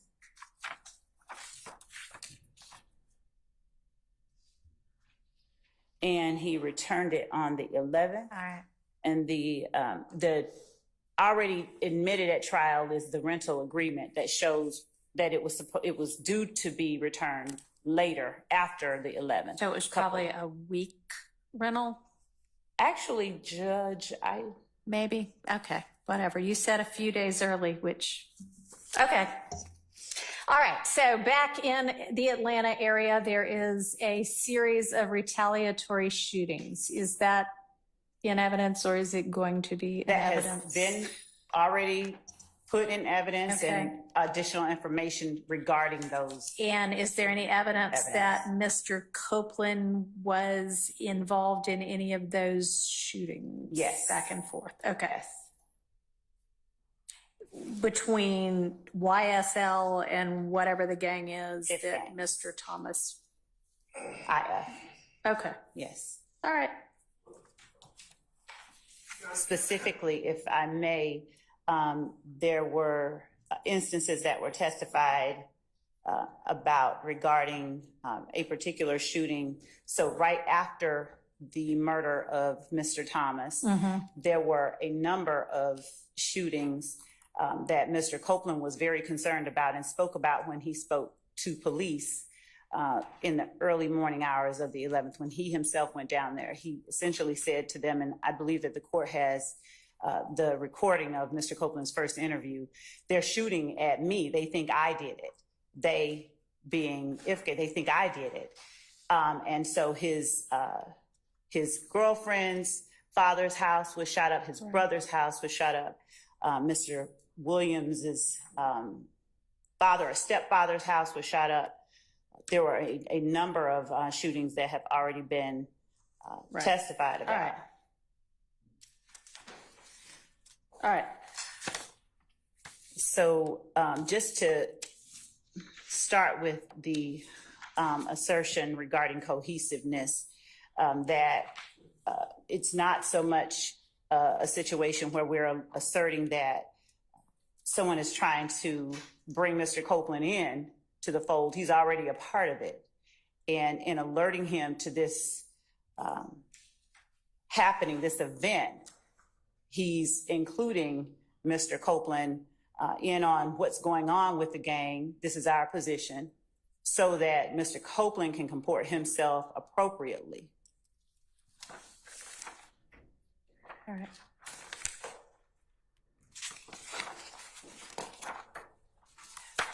We have noted in our response that when we are talking about a conspiracy, it's not just the conspiracy, it's not regarding the conspiracy of the murder of Donovan Thomas only. The conspiracy is the wider, broader participation in YSL, and the criminal conspiracy is alleged in count 1. And Ms. Love, is it correct that Mr. Copeland also said to police that after the first revelation that they shot Nutt by Mr. Garlington, that, and that was in the McDonald's parking lot, that either they did or they were then instructed to follow They did follow them too. the car that had apparently been involved or allegedly been involved, follow that car to Condo. another place where they all spent the night, Hold on just one second. and that he did so?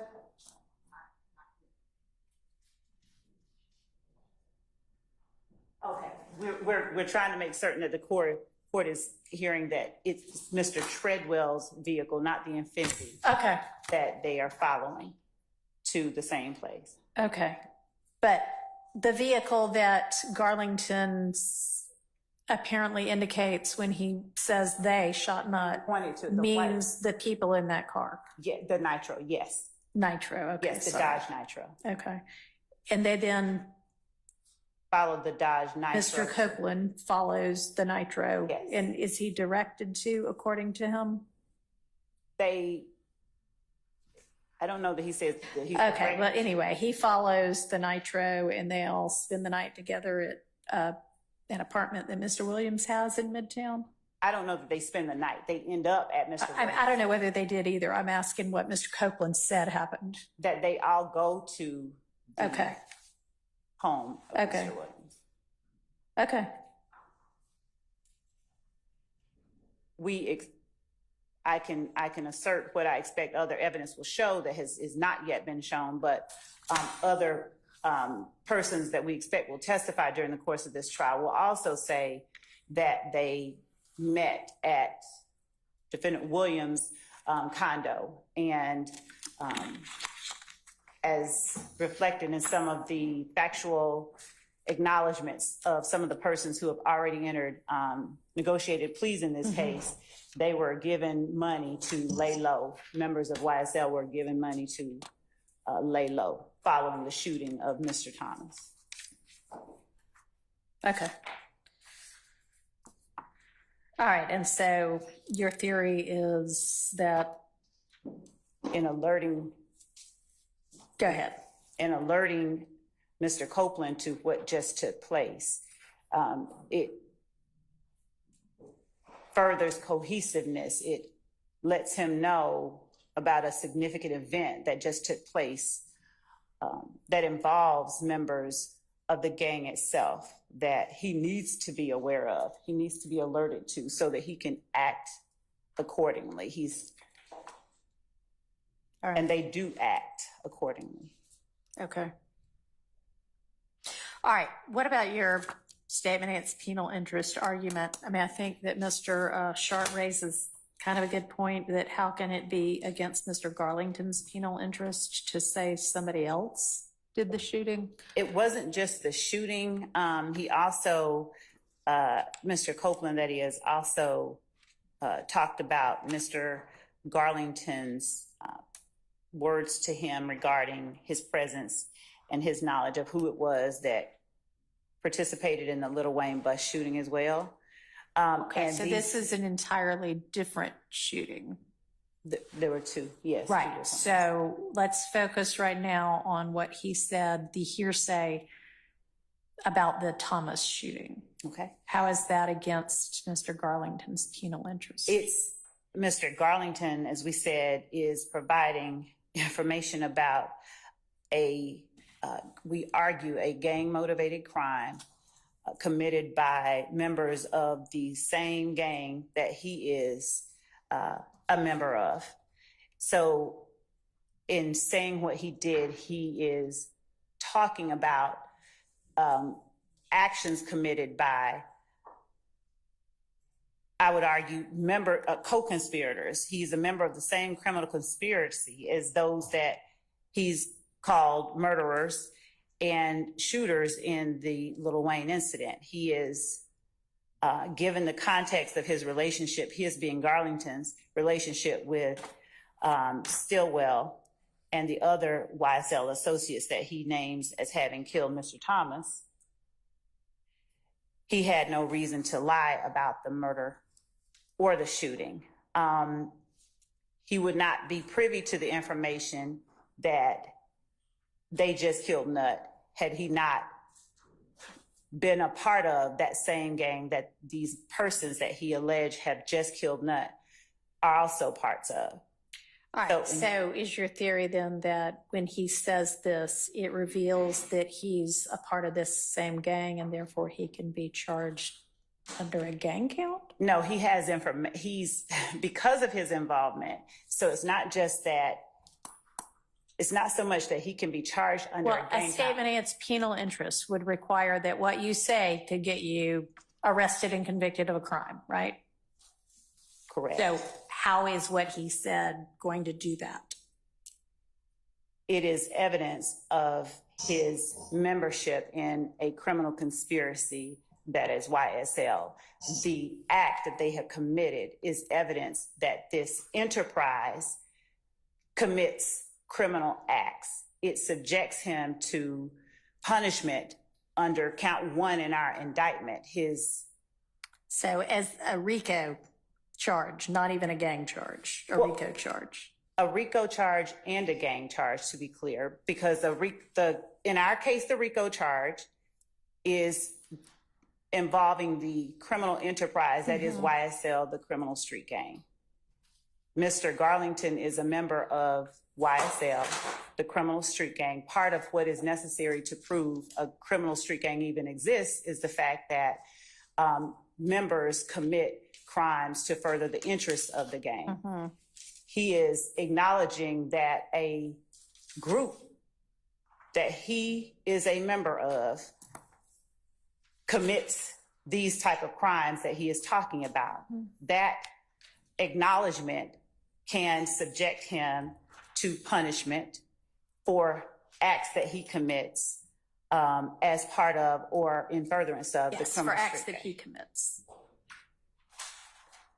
He hasn't, by this particular statement, admitted to committing any acts, right? He's saying somebody else did. All right. As it relates to the shooting, he didn't do that. Okay. Yes. All right. Okay, anything else on this issue? Just 1 second, Your Honor.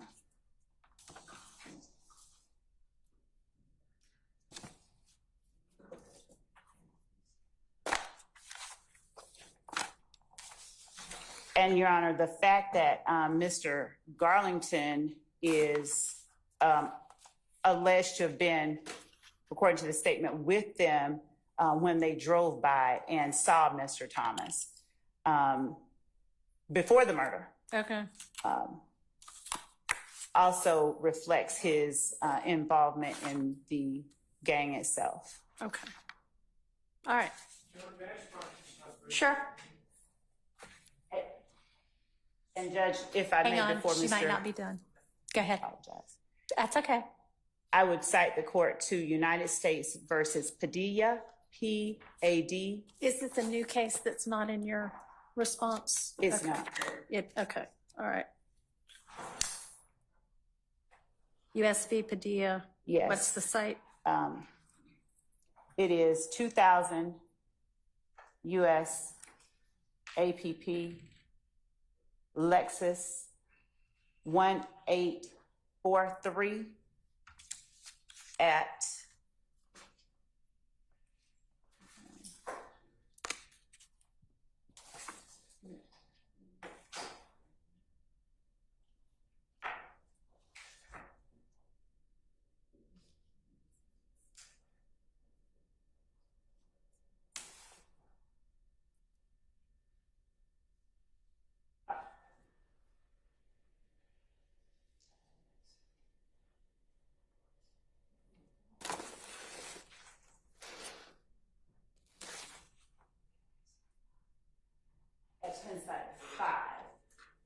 At what?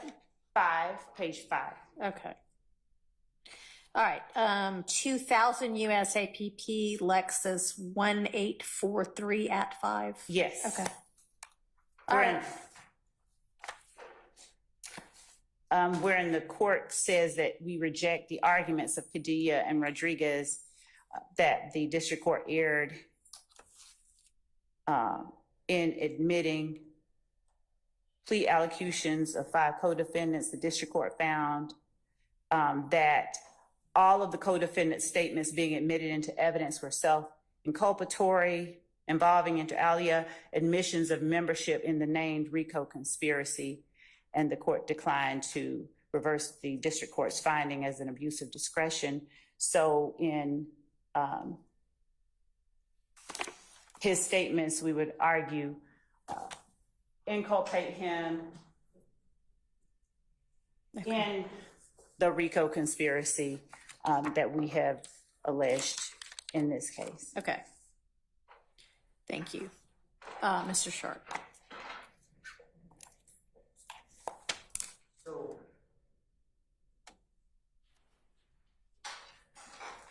John, I think it's clear that this is not a statement against penal interest.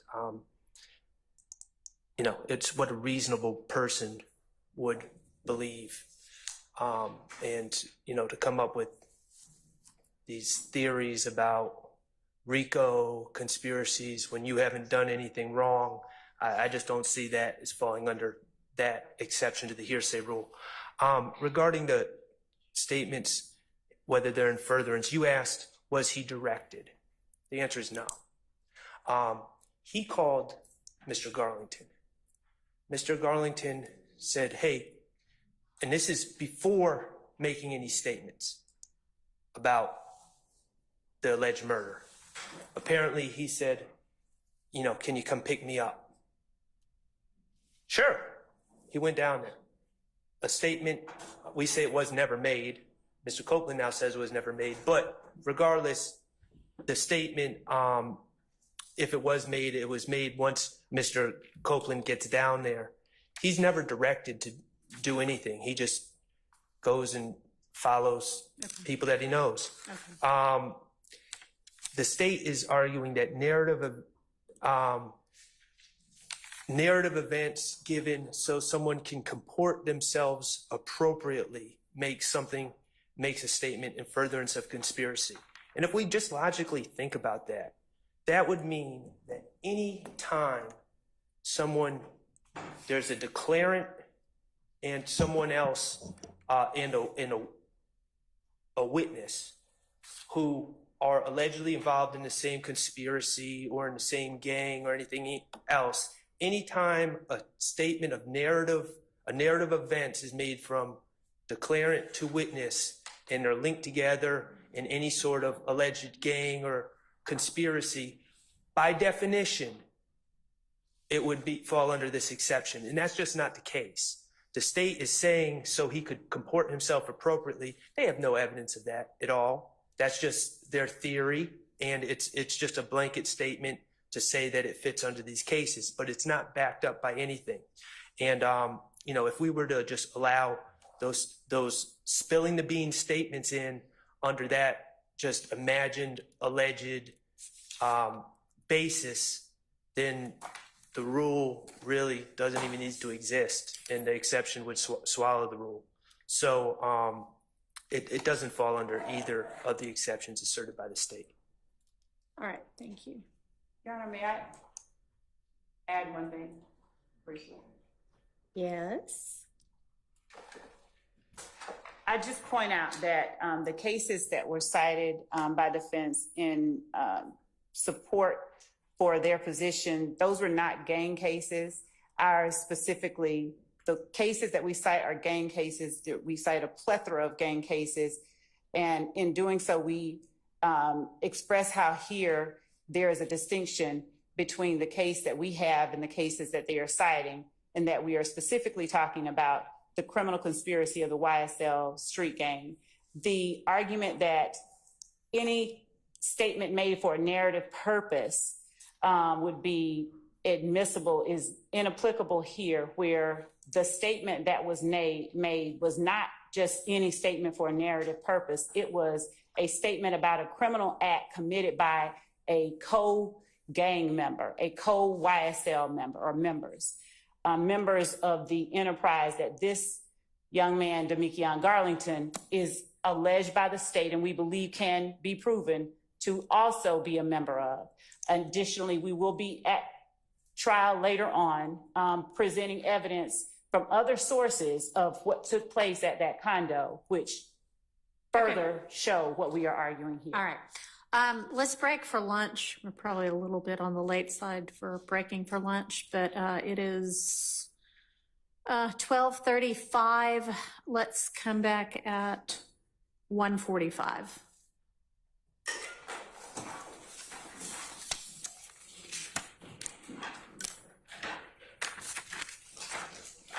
Mr. Steele, I'm going to give you your copy of that transcript back. Thank you for loaning it to me. Thanks.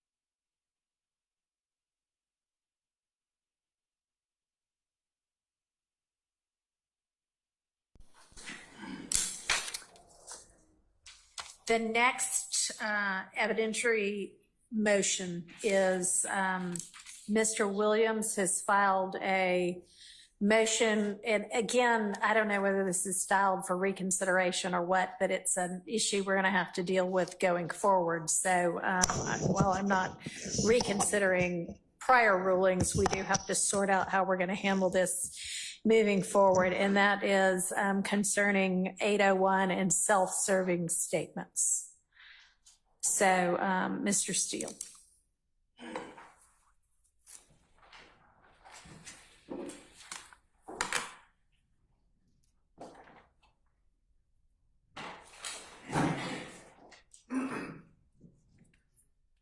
There's been a lot of objections. Can't change the past. I've objected to it all. Over objection, I've been prevented from trying the case and putting on evidence based upon this so-called self-serving statement. My understanding, Your Honor, is that changed with the new evidence code. And I cited for the court in my motion that I filed on, Attorney Adams, and I filed on July 10, 2024, some cases, and I might have attached the cases actually to the motion. I can't remember now. Walker, W-A-L-K-E-R versus State, 306 Georgia, at page 44. Can you give me just of course. 1 second? I'm of sorry. course.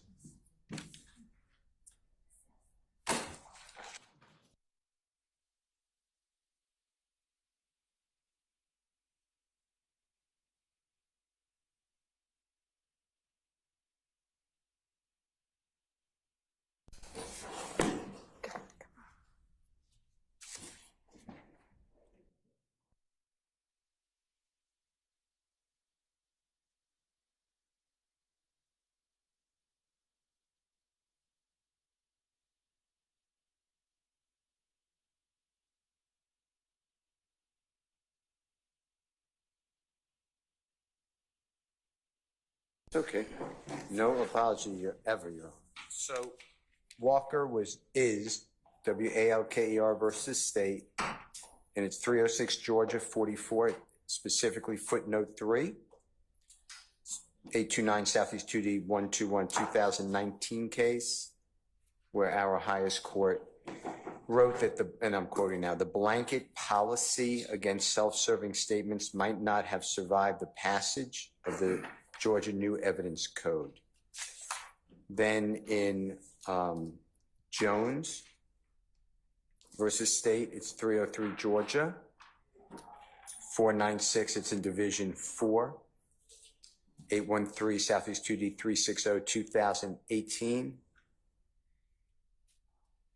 That case is a pre-January 1, 2013 trial.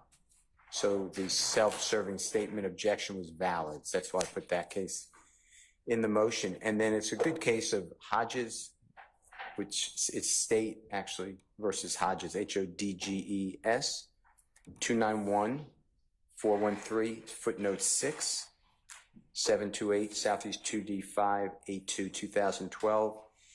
Obviously that's before January 1, 2013. But what happened was our Supreme Court said that the new evidence code has indoctrinated or codified, I guess, OCGA section 24-8-801C, and that the new evidence code would not retain the self-serving statement rule. And instead, the court looks at relevance 401, 402, and then obviously 403 is for everything. In federal courts, United States versus Jackson, J-C-K-S-O-N, 780-F2D, 1305, it's 7th Circuit, 1986. For over 40 years, self-serving rule was not followed in federal courts. And here, what was happening is anything said by Mr. Williams that I tried to get in on cross-examination would be met with an objection that was sustained as self-serving statements. At times, the recused Judge Glanville would allow it in under the rule of completeness, so 106, and 822, or 24-1-106 and 24-1-822. There were times that he let in, but self-serving statements were excluded, even though they weren't going to innocence, which under the old rule, self-serving statement has to go to innocence. That's why it's self-serving. But anyway, I'm not saying that it's ever going to come up, but it happens so frequently. I just wanted to be courteous because that's the way it was going for several months in the court. So I just wanted to raise that to your attention. That's really what it is. In paragraph 11 of that motion, Your Honor, there was not as much, but under, I think it's 24-8-801. You got, I'm looking at my computer, 2B. I'm not sure that's right, but I think it's 2B. It deals with a statement that's adopted. So Judge Glanville would allow in, well, this was sent on social media and your client didn't respond. Oh no, that's not accurate. Or there was an alleged meeting and your client was there and he didn't deny it. Or somebody else had a lyric in a musical song and your client didn't come back with the next verse and say, oh no, that doesn't apply.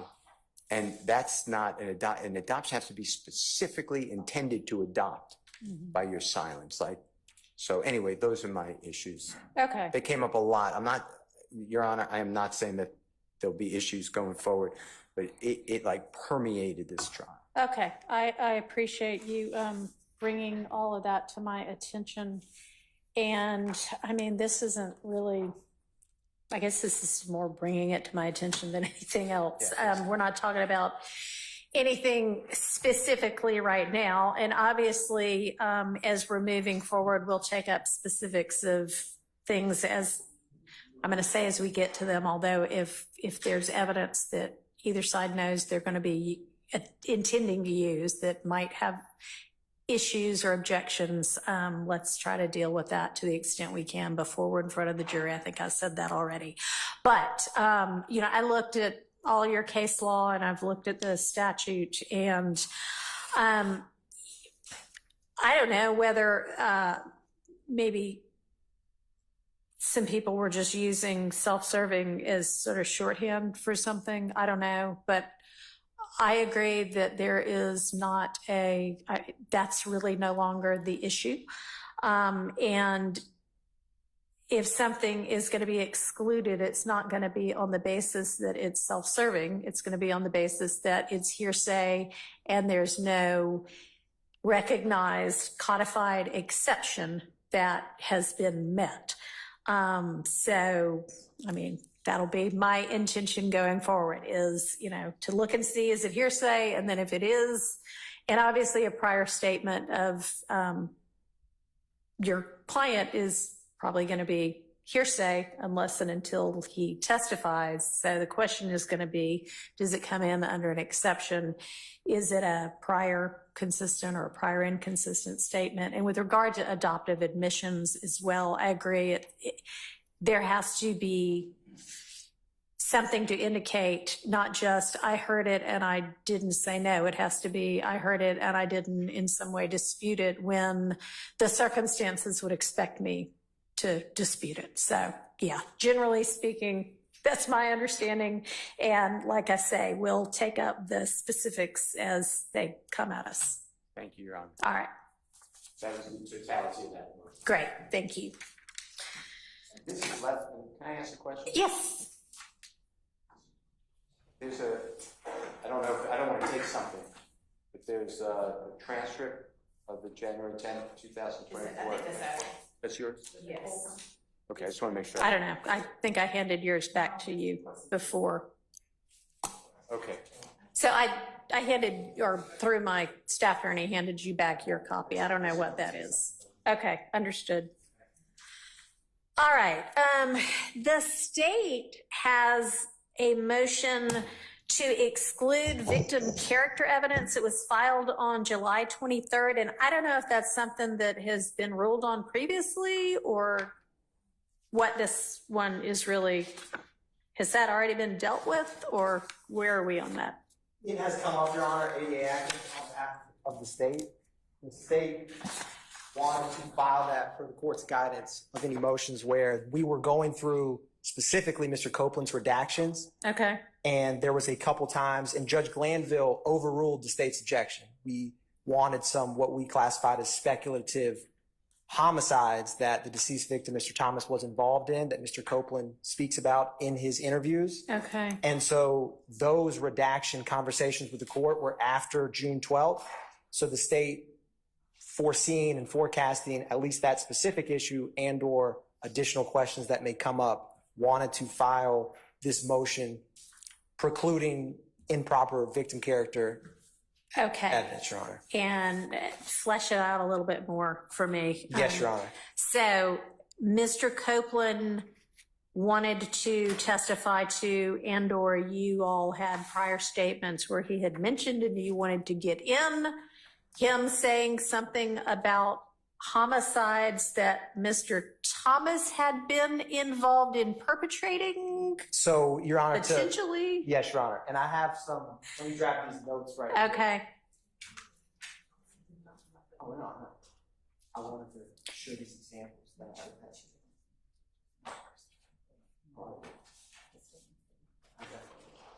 So, Your Honor, I printed some examples where Mr. Okay. Copeland, this was what the state wanted to keep out.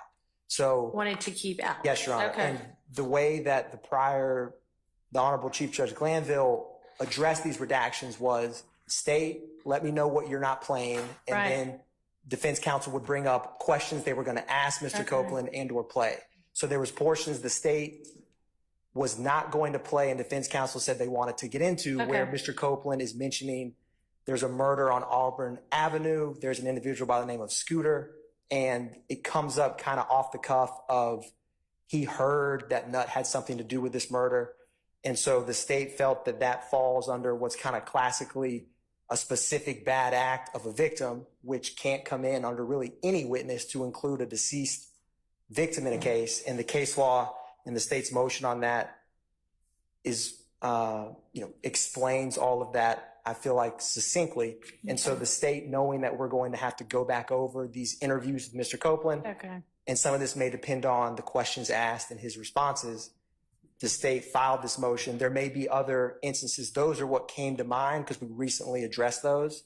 And they're in a recorded statement of Mr. Copeland that the state did not want to play, but defense counsel wanted to ask Mr. Copeland about and or play it if it was impeachment. Under what basis, if y'all had gotten that far, and maybe it's more fair to ask the defense. I was under gonna what say that, Your basis, Honor.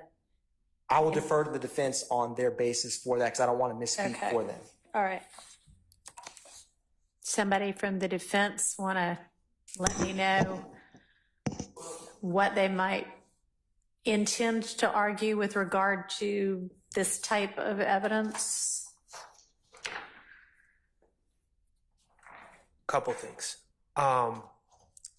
First of all, regarding Mr. Thomas's character in general, the state, and I defer to the recordings. I don't have it in front of me. I'm not intentionally misspeaking. My recollection is Miss Love indicated on January 10, 2015, Mr. Thomas was just hanging out, on the street with his good friends, having a good time and, just having a friendly time. And then these mean guys did this thing to him, which was misleading. But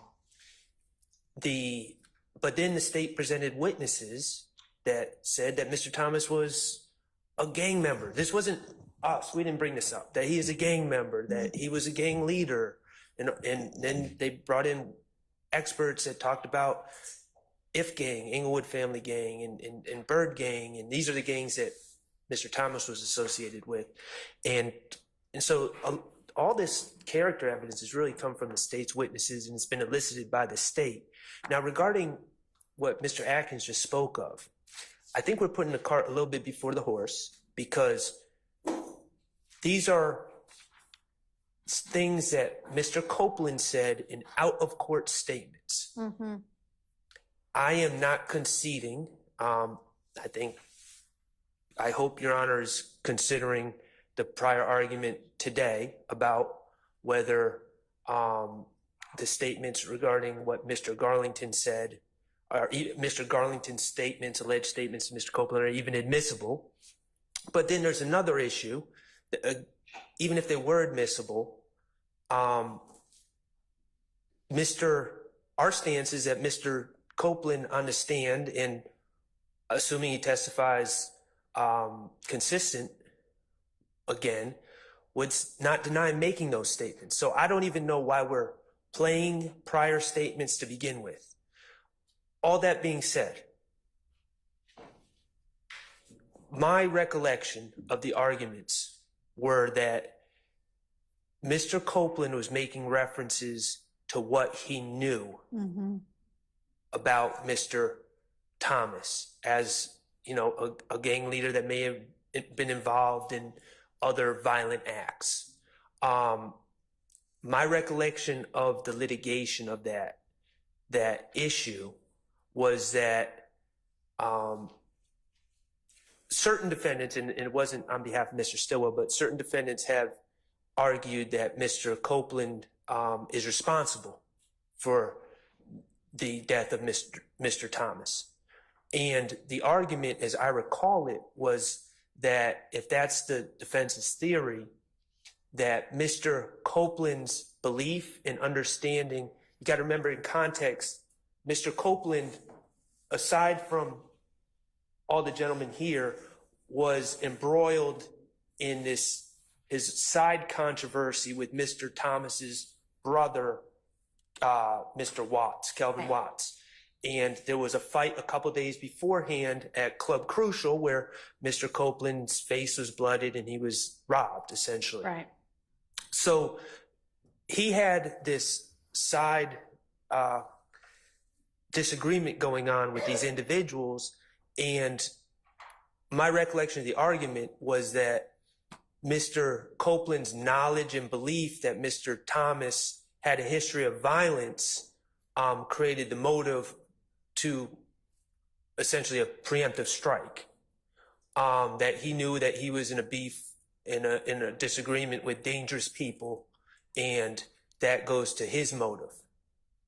Okay, he's not, Mr. Copeland. yeah, who is not alleged to have had, by anybody, as far as I can tell from what y'all have said to me today, to have had involvement in Mr. Thomas's murder before the fact. I don't know. That's not been the state's theory, and that has not been Mr. Stillwell's theory. But that did come up. Okay, well, it may be that what Mr. Copeland thinks about Mr. Thomas's violent reputation is entirely irrelevant then. It may be irrelevant. You know, I don't want to speak for other counsel, but that's my recollection of the events. But again, I think that, in my personal opinion, the most prudent thing is to figure out which of these statements are even going to be admissible first. Yeah. But in general, Your Honor, the defense is not, you know, we haven't been bringing out evidence about Mr. Thomas. You know, the state played a video where Mr. Thomas's brother was carrying an assault weapon in the barber shop at the time of the shooting. The state's witness said that Mr. Thomas had a gun and was shooting back at whomever shot at him on January 10, 2015. That's all come from the state's witnesses. It's been elicited through direct examination. It hasn't come from us. Okay. Your Honor, Yes. I wanted to briefly, if the court would permit, I found my notes just to give the court some examples. Sure. So these are from my notes, so the time hack should be pretty close. But for example, in the January 28, 2015 interview of Mr. Copeland at Atlanta Police Department headquarters, right around 7:48:13, which is the time that evidence reviewer uses, Detective Dennis asked, "What do you know about Nutt having anyone else out there?" I might have missed a word, either killed. There was some alluding to that. And Copeland, I have, says, "On Cleveland, don't know much about it. What about the boy on Auburn?" And Copeland says, "Who? Scooter?" And Detective Gaither, another APD gang detective, says, "Mr. Copeland, you know, tell us more." You start smiling. And Copeland says, "I heard something, but was not much. It just like he did get caught up. Somebody had him killed." So it's that kind of, in the state's opinion, speculative examples of specific conduct. And that's why in the state's brief that I know the court has reviewed these briefings, a April 2024 Supreme Court of Georgia case, Ward v. State, 318 GA 884. I used in Ward, it's dealing with kind of the outer limits when someone's claiming self-defense. I like reading Ward, one, because it's the highest court in Georgia and it's recent, but number two, not being able to use specific acts of the victim as character evidence, and even a self-defense allegation, which no defendant in this case has alleged that they shot Mr. Thomas in self-defense, it still establishes it must be through reputation and opinion only. And so the state's kind of, it's a two-part motion specifically. Character of the victim is rarely relevant in a murder trial. And two, if it is relevant, it has to be through reputation or opinion on some salient issue. And three, what Mr. Copeland's discussing about, to the state's understanding, is quite speculative even at that. But the state's position is specific bad acts, which murder, I can't think of a more concrete example of a specific bad act of a witness or a deceased victim than murder. So speculating about that, the state feels that's just classic improper under 24-4-404 and 24-4-405 alpha. Okay, well, I plan to follow 24-4-404 and 405.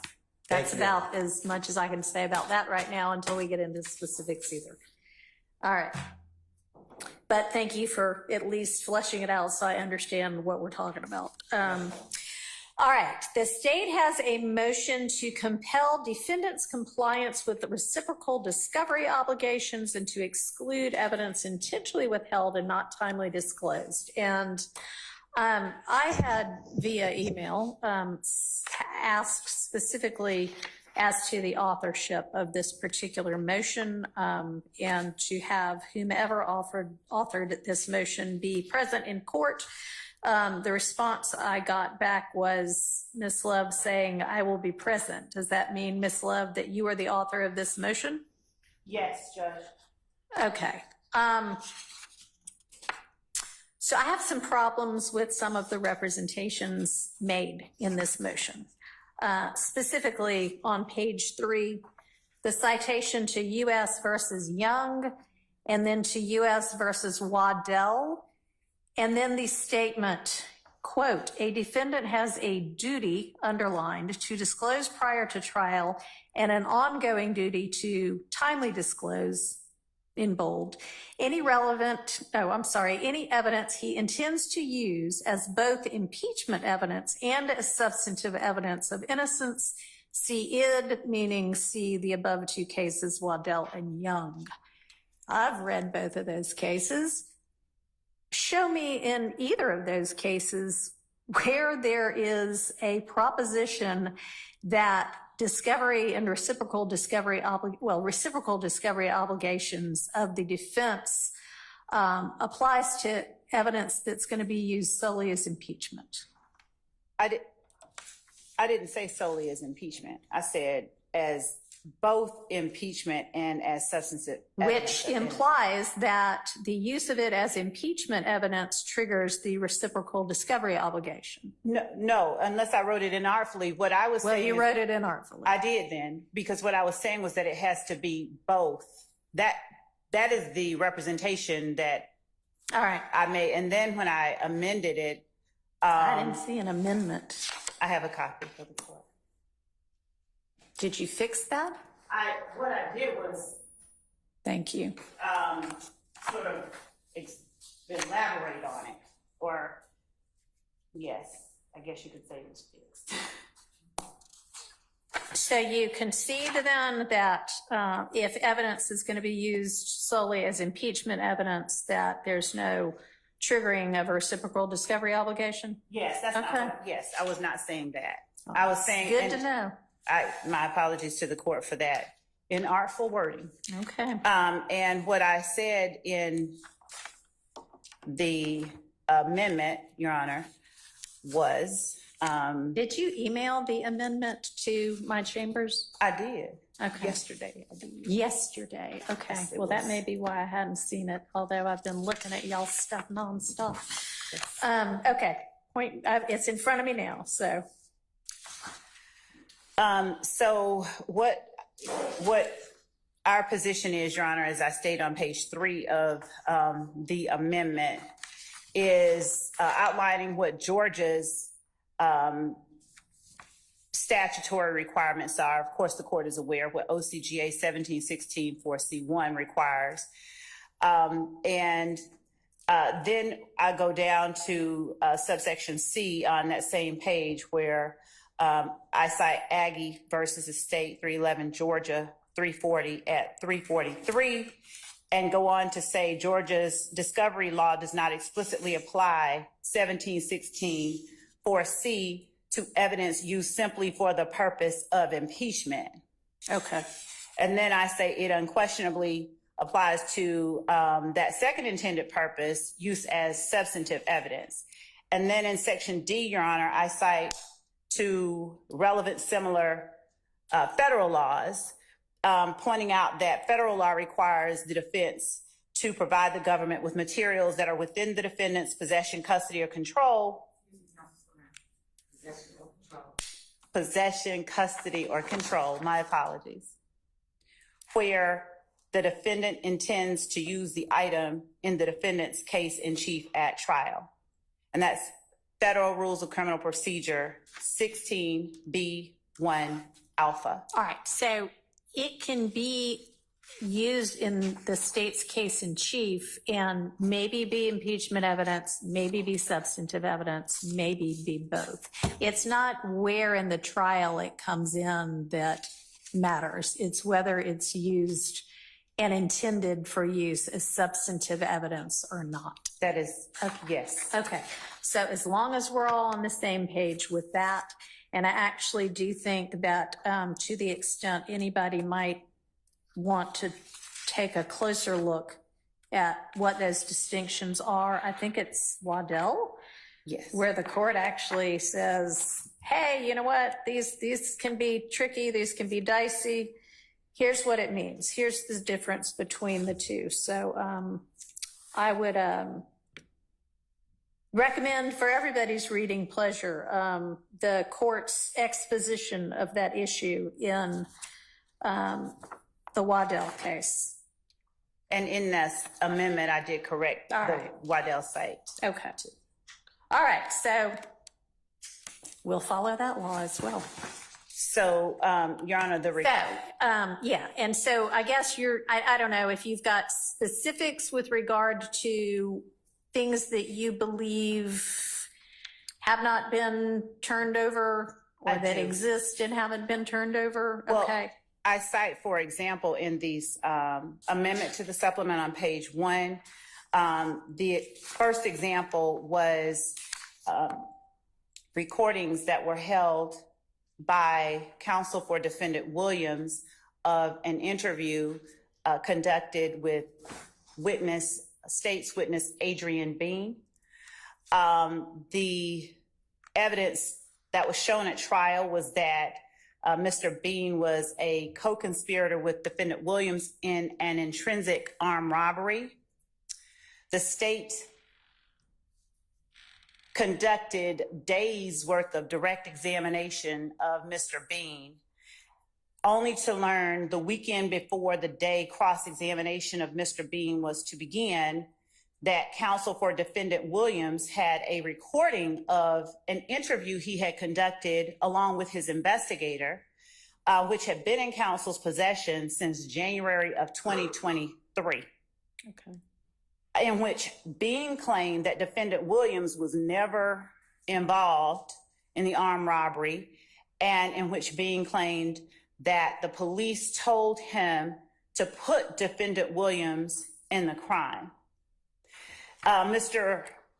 Williams presented this statement not just as impeachment evidence, but as substantive evidence, and further based upon information provided by Bean to the state upon information and belief. The recording that was given to the state was only a portion of the recorded statement at issue. And we do not have, if there are further statements, if there are further recordings, we don't have them. We've not been offered them. We don't know what they consisted of. Another example is defendant Williams has asserted verbally that he is in possession of a video recorded statement of the witness currently on the stand, in which that witness reportedly asserts, "We killed Nut," referring to Mr. Donovan Thomas. The state is not in possession of any such recording, is unaware of the existence of one, but as I stated earlier, Mr. Williams has asserted verbally that he has such a statement. Mr. Copeland, as I stated, is currently on the stand, and the state has not been given any such recording or been privy to or been able to review any such recording despite a specific and direct request for it. We assume that defendant Williams intends to use the recording, if one even exists, not simply for impeachment purposes, but as substantive evidence. Given these explicit and deliberate decisions to withhold material specifically that we've outlined above, and I will also point the court's attention to a similar example of with intentionally holding back material. There were jail recordings of the witness on the stand now, Mr. Copeland, that apparently defendant Williams has had in his possession for quite some time, long before Mr. Copeland took the stand. And we were only around the time that Mr. Copeland took the stand presented with these recordings. We expressed having a problem with being able to access them, and we were given another set of recordings that contained some other files that maybe were missing in the first one. But the withholding, the deliberate withholding of these items is what has prompted the state to ask the court for relief here. We are not asking the court to exclude late, disclosed discovery. That's not what we're asking for, but deliberate intentions to withhold information that a defendant intends to use both as substantive and impeachment at the same time. Evidence. We are asking for the relief that we have referenced in our initial motion. And if the court is not inclined, as we've stated on page 5 of our amendment and supplement to the state's motion to compel, we recognize that both Georgia and federal authority instruct that courts employ the least extreme sanction to remedy discovery violations. If the court deems exclusion of a particular piece of evidence too extreme, the state requests that the court issue an order directing defendants to permit the state to inspect and copy any and all material that a defendant possesses, which the defendant intends to admit as substantive evidence, even if the material is also impeaching of a witness, and directing that where the proffering defendant intentionally withholds such material, that it be admitted, if at all, solely as impeachment evidence, and with a limiting instruction prohibiting the jury from considering it as substantive evidence. All right. So with regard to the three things that you outlined specifically, you now have the recordings of witness Bean. Is that true? We have one recording of witness Adrian Bean that apparently was made on an iPhone, but is, according to the information that the state received from the witness as he got off the stand, that may not reflect all of what was taken down. What do you mean by taken down? Well, there were, as the witness left the stand, he indicated that, and actually on the stand, he instructed Mr. Steele to keep it 100, implying that that's not everything. In other words, that what we were hearing was not everything. The recording itself was kind of degraded, and we were not, it did not appear to be one pulled directly off an iPhone the way that an iPhone would, the quality of an iPhone recording would be. And I apologize to the court, but there was one more instance. D'Angelo White was a witness that the state put on the stand, who represented to the state that that counsel for defendant Williams recorded the interview, or appeared to be recording the interview that he conducted with D'Angelo White at the Fulton County Jail. We've never received any recording of an interview between counsel for defendant Williams or anybody else conducted at the Fulton County Jail. I believe I heard earlier reference today to, I don't know if I heard that was the subject of any ex parte hearings or meetings with the court between counsel for multiple defendants and the court. But if there were or are any interviews of D'Angelo White in anyone's possession or that were made, we would believe the state to be entitled to them. He was a witness who was examined and cross-examined on the stand. So there were 4 instances. All right, well, he already has been examined and cross-examined? Yes. Okay, and no such recording was used? Right, they didn't. Okay, then why would y'all be entitled to it? It's just an example of something that we wouldn't, that we weren't aware of. Okay, but y'all aren't entitled to be aware of every aspect of a defendant's I don't case. disagree. You are entitled to something that would have been a recording that then gets used as substantive evidence, but it sounds like that did not. The court is right? correct. Okay, so that one doesn't scratch it matter. off. Okay. So the Mr. Williams saying he has a video recorded statement of Mr. Copeland saying we killed Nutt, which he might want to use as substantive evidence, as well as any jail recordings of jail calls of Kenneth Copeland, I guess, with anybody, I would assume. And we have been, y'all got all of those too, right? so we have been provided, these were not jail call recordings from the Fulton County Jail. They were from a different, but we've been provided, according to defendant Williams, counsel for defendant Williams, we've been provided all that they have. Okay. And so if that is the case, then there is no further issue. Okay. So that one's fine too. Correct. So, Mr. Steele and or any other defense attorney, if you have recordings or statements or anything like that you intend to use as substantive evidence, whether it is in a case you might present later or the state's case, I think you know this, but need to disclose that to the state.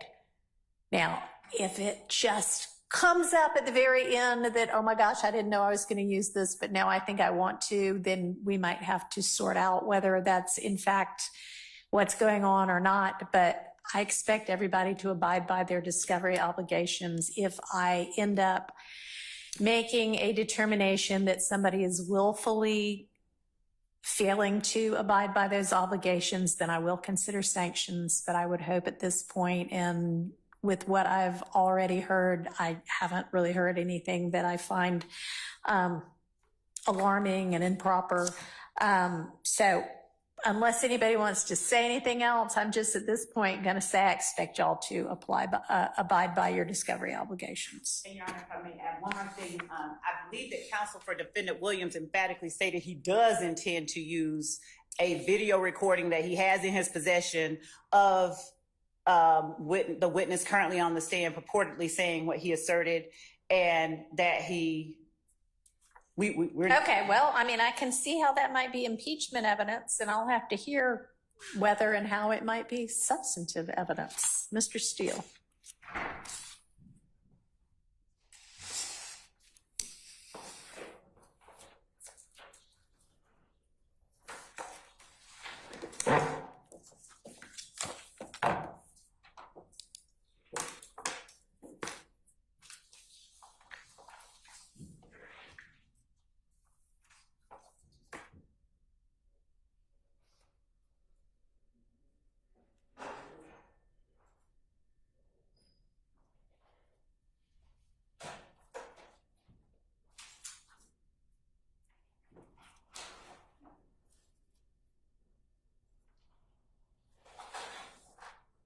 May I have 1 second, Your Honor? Sure. Thank you.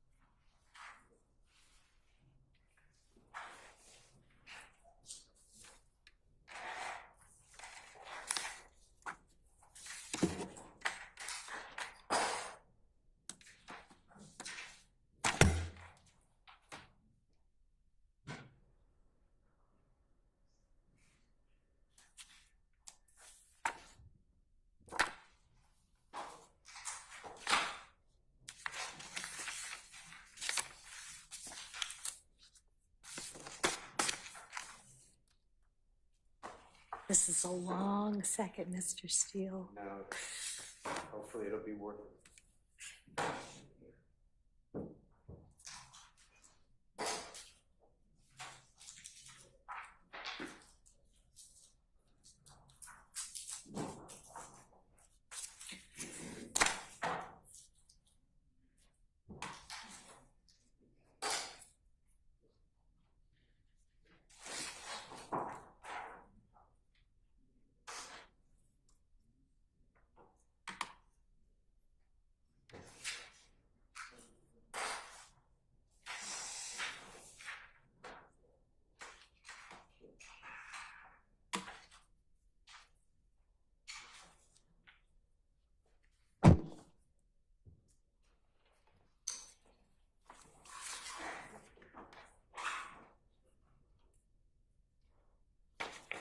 Your Honor, may I approach? Yes.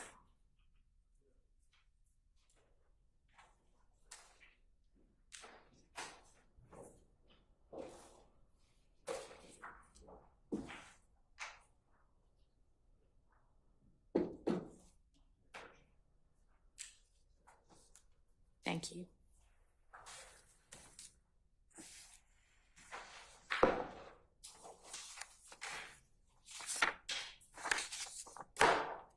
Thank you, Your Honor. So I believe that what the state has asked you to do and what you said from the bench about the law that will apply in this case is not accurate under Georgia law. Okay. I also, again, I'm not going to continue to repeat. I hope that you would take it the way Judge Glanville did. I have all objections to any proffer made by District Attorney Love.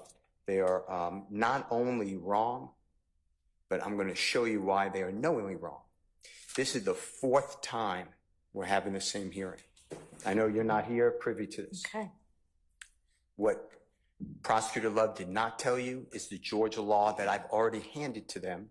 Judge Glanville has ruled on this 3 times. Okay. Every time telling the state the same thing, that they're wrong. So I'll go through it for the 4th time that Ms. Love intentionally, I assume, she has a memory of this because she was here. I handed her all these cases. So I assume that she's doing it intentionally. First of all, what she has told you about the case in your reading of Waddell is not accurate. The original case that the state is using is a case from the 4th Circuit called United States versus Young. Young is what Waddell talks about. Okay. If this honorable court would look at United States versus Harry, which should be in your package. I may not have put this in perfect order because one of them were not stapled, but you should have the United got it. States. Okay, and Harry is Harry, and it is 2014 U.S. District Lexus, which is Lexis 160233. And what happens in the Harry decision is the district court judge in New Mexico analyzed a beautiful analysis of the Young case. And that starts, Your Honor,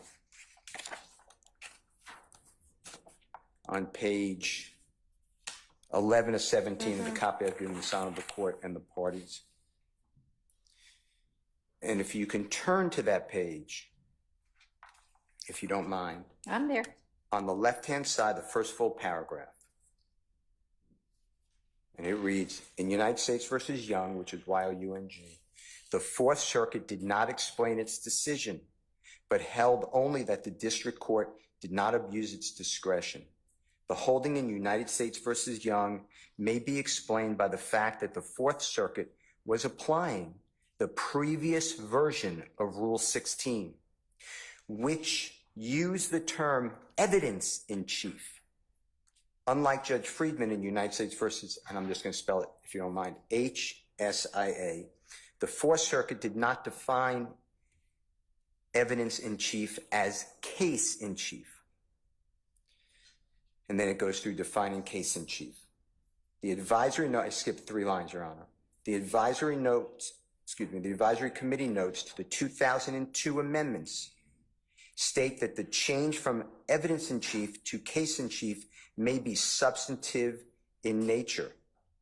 The term evidence in chief may have, as the 4th Circuit held, encompassed both the parties' case in chief as well as a party's non-impeachment cross-examinations. Even if the term evidence in chief encompassed all non-impeachment evidence, including cross-examination, this broad term does not mean that the term case in chief does as well. The 4th Circuit in United States versus Young indicated that a party's case in chief encompasses the time in which a party calls its first witness until it rests by repeatedly using the term case in chief in that manner. So I tell you this because the Waddell case goes back to the Young case. The Young case is a federal analysis of a rule that we don't have in Georgia. In addition to that, there have been 0 circuits following United States versus Young. Georgia has never cited Waddell or Young, but Georgia speaks directly on what our law is. And there's 2 different cases, Your Honor, with the same name of Green, Green. And if you can take a look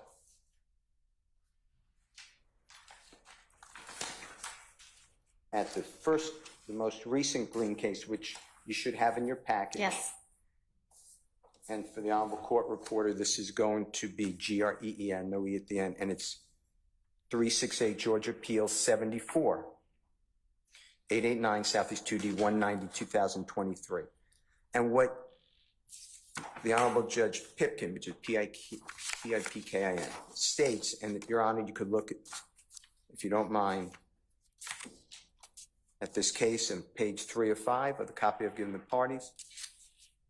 And this Honorable Court, footnote 3 is at the bottom left. And it reads, we also agree with appellant. This case was reversed. So let me just take a step back, if I may. What happens is the state did exactly in the Green case what Ms. Love's asked you to do here. They said that the lawyer for Mr. Green had evidence for a while, didn't turn it over until the day of trial. The judge excluded because the quote, and this is a quote, sat on it too long. Therefore, the state was prejudiced and excluded the evidence. And the Court of Appeals said, you know, there was no evidence of bad faith or prejudice analysis, so we're reversing. But they dropped this footnote. And the footnote they wrote, and I'm quoting, "We also agree with appellant that it is not at all clear that the defense failure to timely disclose," and I'll just tally them, but TALON''S note was in fact a discovery violation, given that Talent was a state's witness, see OCGA section 17-16-7, requiring the production of statements concerning the testimony of witness. That, and it's in italicized, so it's stressed, the party in possession, custody, or control of the statement, and then in italics, intends to call as a witness at trial. I didn't call these witnesses. I don't intend to call these witnesses. The next line goes further, and I'll explain it if you don't mind. It's very easy to explain. Yeah. However, we assume, I'm just reading the footnote, for purposes of this opinion, that the note was subject to discovery, and we need not resolve the question or address any possible tension between, and then it gives the two code sections that we're dealing with, OCGA 17-16-4, little b as in Barry 1, and OCGA section 17-16-7. So if we look now, and I should have given this honorable court and the parties a copy of both code sections, OCGA section 17-16-4. If you look at that first, assuming everyone has it, and it starts for the criminally accused obligations under the Discovery Act, and Mr. Williams did, in fact, opt into discovery. And if you look at the copy I've given this honorable court and the parties, it starts on the very bottom of page 2, but it just says B as in Barry, but it really goes over, Your Honor, to page 3. And that's where the 1 is in 17-16-4 in the copy I've given. And it says that the defendant, within 10 days of timely compliance by the prosecuting attorney, but no later than 5 days prior to trial, or otherwise ordered by the court, shall permit the prosecuting attorney at a time agreed to by the parties, or as ordered by the court, to inspect and copy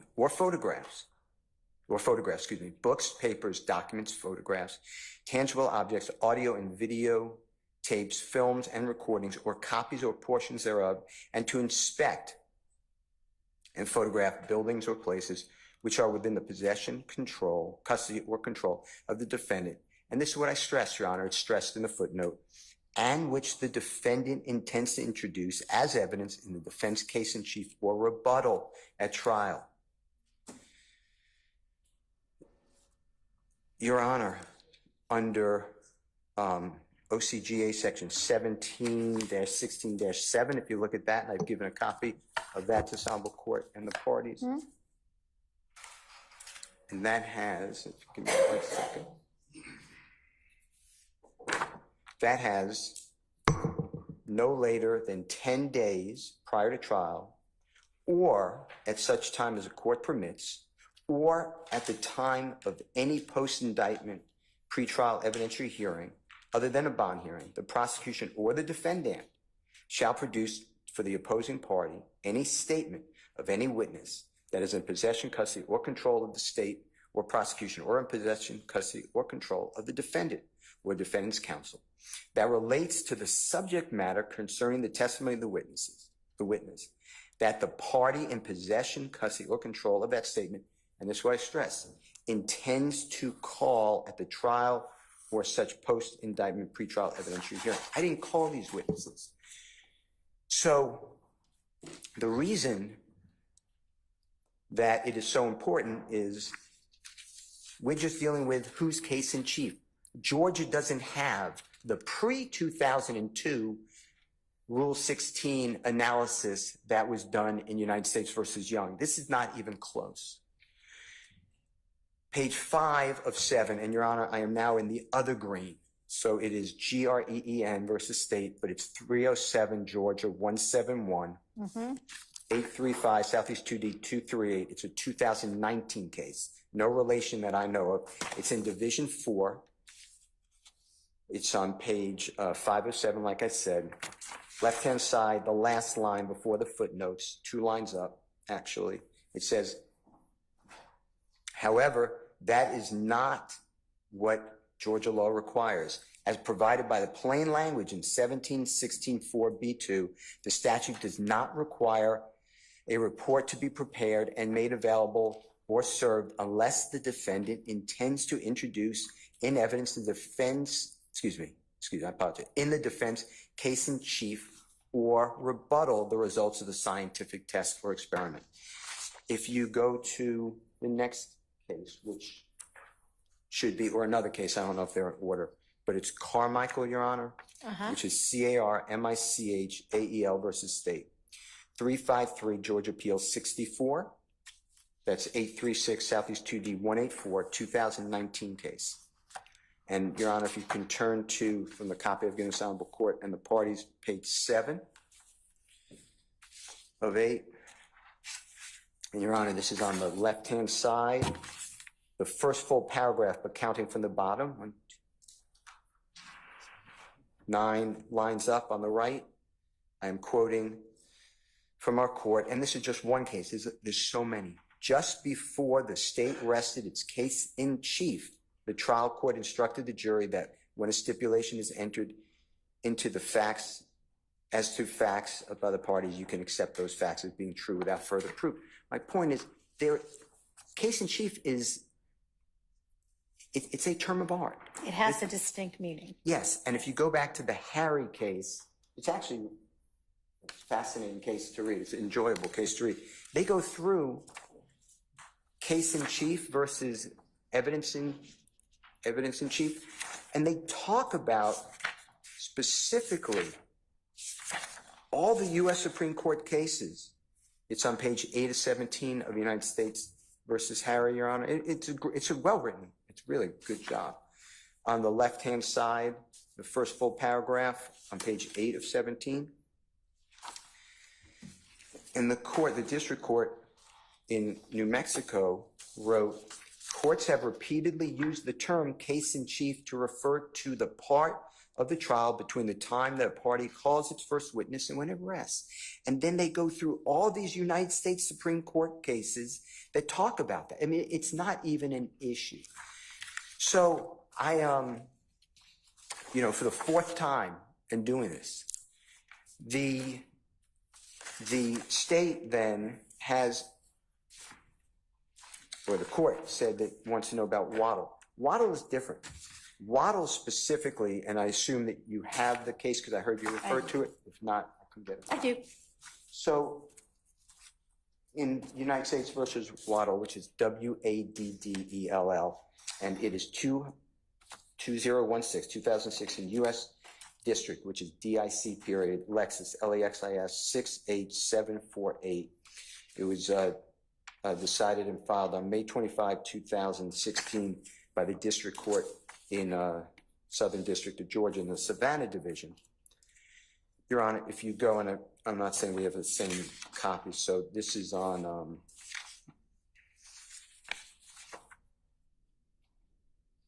I have page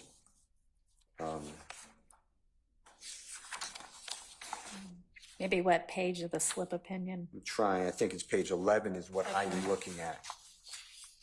It starts out with one final point. Okay. So the Waddell case, the judge said, no, you don't have to give it over. But if you're lying, that's, I think, I'm not saying that's Right. Now I read it. Yep. Then you're going to be in a lot of trouble or something to that effect. But what happened in the issue in Waddell was they were talking about a statement given to the accused before the indictment. So it wasn't done under the auspices of work product, where the lawyer goes out and interviews witnesses. What Ms. Love tries to do is, I would have a chilling effect. I interviewed every witness that would talk to me. I interviewed everybody. And what Ms. Love is saying is, give me your work product. If I'm not going to use it, The way I understand the law, unless you tell me differently, I'm not giving it to the state. So That's my understanding as well. So when she says, you know, Mr. White, and I heard what you said, they didn't use it, why would you ever get it? That's exactly right. I hardly cross-examined Mr. White. But the state is telling me to give it. They went so far as Ms. Love called our investigator and tried to get involved and break the attorney camp. She told our investigators, you can call me, give me any recordings that you have of Mr. Bean. Now, the investigator's skilled. So he must have said, I wasn't on the phone. But Ms. Love then reported it to Judge Glanville, who said that was appropriate. He shouldn't have given you anything. Said, Mr. Steele's investigator's obstructing us. This is so wrong of the prosecution. 4 times I've given the same case. 4 times I gave that Green case. 3 times Judge Glanville ruled. In addition to that, there's factual, not only, you know, am I rejecting, I am never taking Ms. Love's proffer. Okay, so she says that I said, I don't talk with Ms. Love, by the way, if you didn't know that. So I never said anything to her. But that I said. Is there somebody on the state's case that you are able to talk to? Yeah, Ms. Okay. Willis. All right. Well, okay. On Go ahead. the second page, and I'm just looking at the amendment to supplement, on page 2, in the center of the page. Right. And I should start above, but I'll get to that if you don't mind. For another example, Defendant Williams, it's me that she's talking about, has asserted verbally that he has a video recorded statement of Kenneth Copeland in which Copeland reportedly asserts we killed Nutt, referring to Donovan Thomas. Well, let me tell you how that happened. I never said that. Ms. Hilton sends an email and says, upon interviewing Kenneth Copeland, we found out that he put out a social media recording that he killed Nutt, or we killed Nutt. It's in writing. Can you please give it to us? We can't find it. The most I may have said, which I don't have a memory of saying anything, is I'm not giving you anything. If I use something, I'll use it in court. That sounds like something I would say to these prosecutors. To other people, I would say, you know, you're going to have to, I don't have to give it to you, and I'm not going to be able to talk about that. I never said, I verbally asserted that I have anything. But if I do, I'm going to say the same thing that I'd always say. I'm not giving it to them. If you tell me to do it, I'll do whatever. But I'm not going to give them anything because I don't have to. That would be impeachment. Mr. Copeland, before the 12th day of June of 2024, specifically was asked by Ms. Hilton, did you kill Nutt? And he said no. That would be impeachment. The next one, that I did not give over Mr. Copeland's jail calls until recently. Let me tell you the truth. October 2023, I gave jail calls of Mr. Copeland to the state. October 2023. The state doesn't raise this until more recently when Mr. Copeland is a witness. They want me to tell them which jail calls am I going to use to impeach the man. I said I'm not going to do it. Judge Glanville said you don't have to do it. I'm not going to do it unless you tell me to, but I don't understand how I'm doing this. Yeah. And then to stand here and say I just gave it to him is preposterous. In addition to that, then we go to the first one, Mr. Bean. Mr. Bean testified for days. This case, Your Honor, has taken so long. I don't know how long he was on the witness stand. It would not shock me if he was there for 3-4 days. All he said was, I don't recall. That's what he said. I don't recall. Did you say this? I don't recall. I don't recall. So the state got in his prior statements to Detective Quinn. Well, I impeached him. He gave me a statement on recording. The state then doesn't ask Mr. Bean in front of the jury, doesn't ask him in front when he's here to be cross-examined. They come up with the Judge Glanville ex parte, give him some sort of document that supposedly shows Mr. Bean is scared, which I doubt. This is just me doubt out of no evidence. And then in the middle of that document says that Brian Steele and his investigators, I'm not quoting, were in a car with Mr. Bean and his son, and Brian Steele was telling Mr. Bean what to say, and his son has that on recording. That never happened.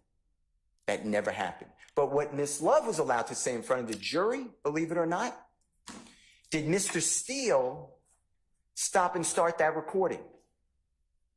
Mr. Bean said what he always says, I don't recall. I objected, outrageous, outrageous. It just flows right through. The same way Ms. Love stands here today and says it's hard to hear, or whatever her words are, hard to decipher on an Apple iPhone. That did not happen. It is offensive. The legal analysis is wrong. There is no distinction in Georgia on substantive or impeachment. What you were told is wrong. And this lawyer knows it because she sat here in court and I did the same thing without being tempered. All right. That's 4 times. Thank you for clarifying that. Your Honor, may I briefly respond? Yeah, when Mr. Steele clears the area. Yeah, go ahead, Ms. Love. Thank you, Judge. Do you have any Georgia law that represents what you have asserted in your motion and amended motion? Your Honor, that's just it. I have been clear in my amended motion, and Which to the I extent that just it got wasn't. a copy of. Yes. Okay. And also, I just want to say that no Georgia law that. right, Georgia law does not define. It does not define case in chief. It does not break it down. We all know what a case in chief is. Don't we? I think we all know what a case in chief is. Is there any support for your assertion that reciprocal discovery is required based on the concept of substantive evidence? Your Honor, what I have said and what I maintain is that, one, there is an absence, and I'll point the court to 3 different cases, Harris versus the state, 314, Georgia 238 as one. And these are just instances. 238? What did you say? Yes. Okay. What are the other 2, and what are they going to represent? 307 Georgia 171, which is the 2019 Green case that Mr. Steele cited for the court, and 146 Georgia App 423, which is Phillips versus the state. And When is that from? I'm sorry. What year? Just 1 second, Your Honor. That's a 78 case. Okay, so that one's not relevant at all. Old case. Because we have a new evidence code since 78, so, okay. And Your Honor, even with respect to the older case, the only thing that I was citing Phillips for was the proposition that in the absence of specific legislative or decisional case law on the particular issue that is at hand in Phillips, we commend the Federal Rules of Criminal Procedure, Rule 16, for guidance. Well, we've got a specific rule here now, don't we? Well, when you say we have a specific rule, is the court speaking of the discovery statute that says? That's what we're talking about in this motion, right? Right, yes, Your Honor. We are talking about that, and the state's position, the state maintained, first of all, let me be real clear, we didn't file a brief. This is the first brief that we have filed where we've asserted these things. We have asked that the court require Mr. Steele to turn this stuff over, but we've never argued it out. Mr. Steele has stood up and said he's not required to, and he has pointed to the discovery statute. The court has said, okay, yeah, he doesn't. And we put that in our motion to the court, that the court has previously made a ruling that we thought deserved a second look at. Defendant Williams has adopted as his witnesses all the state's witnesses in the witness list that he filed. And so, Your Honor, when we assert based on Waddell. And Waddell also speaks about work product, and it makes this distinction between factual history and work product and what the state or is and is not entitled. The state stands on its assertion regarding what the requirements are because of the fact that I understand the court's position that there is no misunderstanding about what case in chief means in Georgia. But as there was this expounding on its meaning in Waddell, I think it's important to recognize that there's not been a similar sort of expounding in Georgia, and we can all presume or take for granted that it just means when the defendant is putting up his particular case. Right. Okay, so do you have any case law in Georgia that supports the position you took in your motion that reciprocal discovery requirements are triggered based on whether you're presenting something as substantive evidence? That's my question to you. Your Honor, the only, what we have in support of the motion is cited in the amendment and in the motion itself. We have not ever presented or represented to the court that there was a Georgia case that addressed this issue, and the conclusion that is asserted in the state's filings are the result of the fact that, one, from our position, it's not addressed directly, that, you know, what case in chief specifically. So you are telling me that when our discovery statute says that the defendant is to produce or permit inspection and copying of whatever it is that they're in possession or control of, which the defendant intends to introduce as evidence in the defense case in chief or rebuttal at the trial, you think that there's some kind of lack of clarity about what that means? Is that what you're representing to the court? Your Honor, I'm representing that was the position that was taken. That was what was analyzed in the cases that we have cited in our amended amendment and supplement to our motion to compel. That is, in our position, a reasonable interpretation. And as we've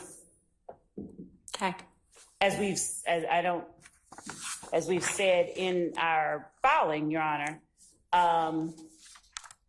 there was the requirement in Waddell that anything that was within the defendant's possession, custody, or control, where the defendant intended to use the item in the defendant's case in chief, that be turned over.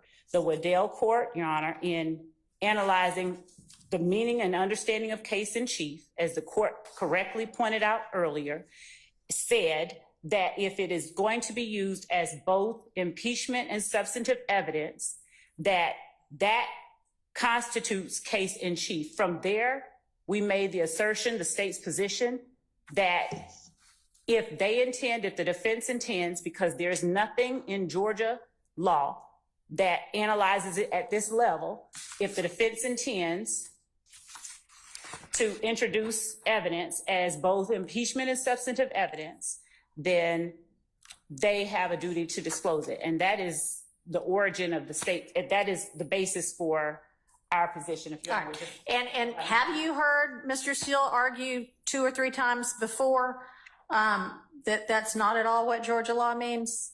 We've not made this argument before. So I don't mean in writing. Y'all have not had any discussion whatsoever in front of Judge Glanville about.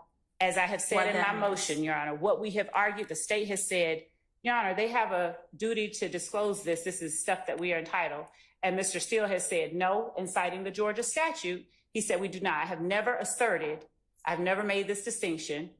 I've never said that case in chief means if it's being presented as impeachment as substantive evidence. I've never made that argument in a written or oral filing. Okay. All right. Well, I would like for you to take your duty of candor to the court with a little bit more seriousness in the future, Ms. Love. Respectfully, I take it very seriously.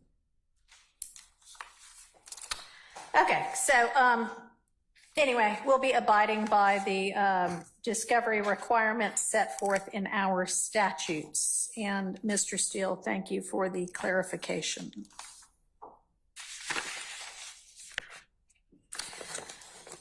All right, I think that brings us to the issue of when we first met, Mr. Shart had suggested that there might be, well, I don't know if it was Mr. Shart or Ms. Love, honestly, one or the other of you. We discussed the possibility that there might be outstanding discovery that maybe actually was required to be produced that either was missing or just hadn't been talked about. And I wanted us to kind of go through in detail what it is that everybody thinks maybe the other side has that they're entitled to that they haven't gotten yet. So are we in a position to be able to do that now?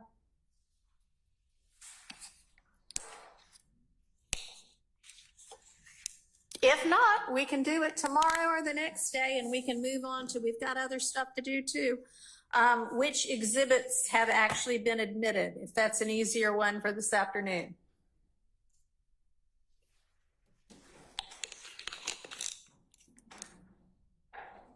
Which would y'all rather? We've got to do them both, so I don't really care which order we take them in. Speaking for the majority on this side of the room, we'd ask if we could take that up tomorrow. Okay, so can we do then today? I think Mr. Steele provided sort of as a starting point a list or a chart or a spreadsheet or something of his understanding of what exhibits have actually been admitted. And for us to take this pause is a good time to make sure we're all on the same page about that. And I know that Ms. Weaver, the court reporter, had at least provided to me, but I don't know whether she copied y'all or not, a couple of places based on that chart where she thought she wanted some clarification, or she thought maybe it had been talked about but not actually admitted, so we can go through all of those. Do y'all have that, or do I need to get y'all that? Your Honor, we have that. I believe that might be a rough draft. We have been keeping a list as well, and Okay. we've been referencing the recorded proceedings to ensure that we are accurately keeping note of what has been and hasn't been admitted. As I stated earlier, there have been instances where it has been proffered that evidence has been admitted, it has been tendered, Right. that has not been the case. So we are still, and we would ask that the court allow us to get a little bit further along in checking all of these exhibits. All right, so what has really and truly been admitted. so the question was, do y'all have the kind of response from Ms. Weaver about her take on a couple of discrepancies? Okay. Ms. Persfield, could you share that with everybody? And I was hoping that we could do this today. If the state is not ready to yet, you know, I want to try to take us to the end of the day because we have a lot of work to do. Maybe there's something else that we still need to cover that we could cover today. Judge, we are going through each piece of evidence, and we are comparing our record with the actual physical piece of evidence that we have submitted or the defendant has submitted. So that endeavor is I'm sure it's time consuming, voluminous. And we have endeavored to make certain that it's accurate. So, well, that'll be helpful. We would want that. All right. So, Ms. Persifield will email out to y'all all the couple of comments that Ms. Weaver, in her looking back, believes might be inaccurate on the chart that Mr. Steele has put together and shared with everybody. So y'all can take a look at that. We can deal with it tomorrow. I know one thing that we're going to need to sort out. Ms. Weaver had mentioned that there are times when, and I think she said it was, I don't know who, but somebody on the defense side, or maybe more than one person on the defense side. I don't know if the state's doing it as well or not, but you will approach a witness with a laptop and show them something on the laptop and ask them about it. And that it is difficult for the court reporter to then sort out what was that exhibit actually. And I don't know if anything has been admitted that way, but I do know that the prior judge, there is an administrative order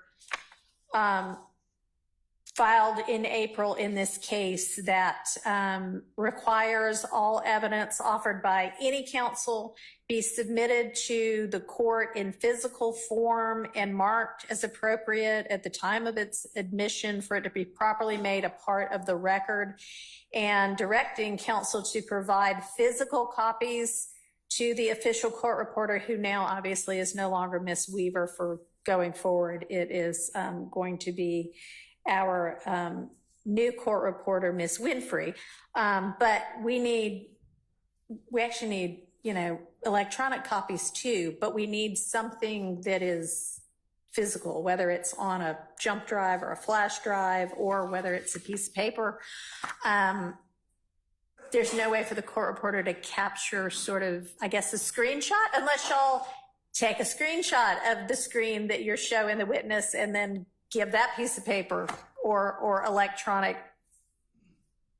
file to the court reporter. That would be fine, but there has to be something that represents whatever you showed the witness on the screen, okay? Does everybody understand? Anybody have any questions about that? Okay. So we can take up tomorrow, after y'all have had a chance to look at it, the couple of issues that Miss Weaver's got a different record than what Mr. Steele does. And then I would love for y'all to be able to get together on, if there's no discrepancy, then we don't have to worry about it if everybody's on the same page. But if there is a discrepancy, if y'all don't talk to each other, maybe you could just email each other.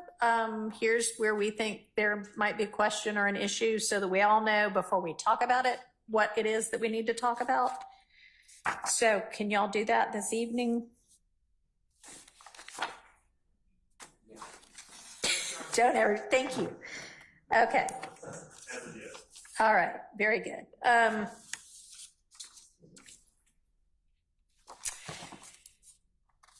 right, the state has provided an updated witness list, which is still fairly long. And I would like to know from the state, does that list include, is that just the witnesses that have been called yet that still need to be called, or does that include everybody, the witnesses who have been called and those who are still to be called? Your Honor, that includes the witnesses that need to be called. Some have already been called, but those are everyone moving forward. There were a few you highlighted and said we may recall these. So that is 105 or so witnesses still to go, though? Yes. Okay. And is that with y'all narrowing it down and picking only the witnesses y'all need? Yes. Okay. Well, we'll see. But, all right, are there any other, we've got to figure out how we're going to deal with Mr. Copeland's sort of redo, but are there any other motions that I haven't gotten to yet today or mentioned today that are outstanding? I emailed Your Honor's chambers regarding motions that I filed in because I did not have access to Odyssey and I could not pull them off the internet, and I did not have the file copies on my computer.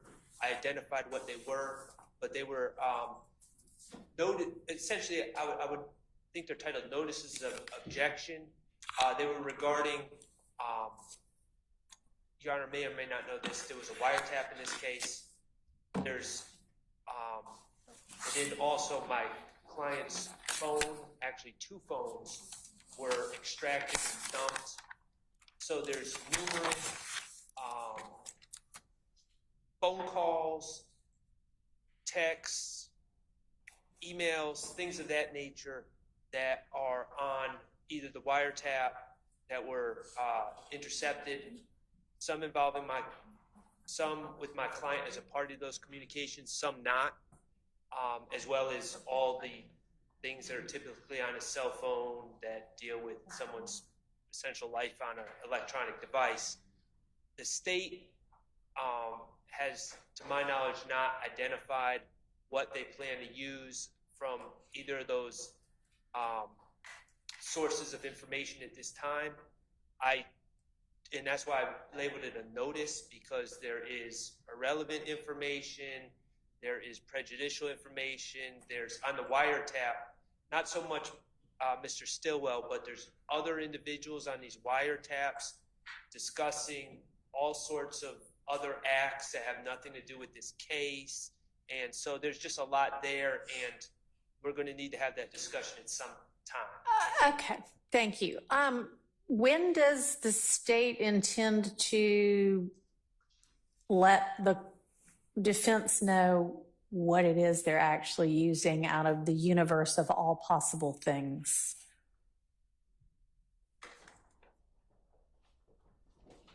Your Honor, what I think that we have represented to the court previously is that prior to, I believe we had said at least a week before, because there is a large volume, to say the least, of calls within the jail calls and within the wiretap that are that have been turned over in discovery. And I believe that we had previously said that did we say the week before? 2 weeks before we intend to use them, we would apprise defendants of which ones. Can y'all explain to me how you are dealing with a large volume of what ought to be motions in limine while in the midst of trial?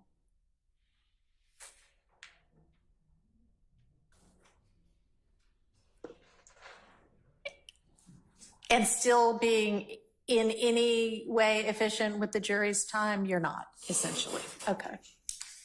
All right.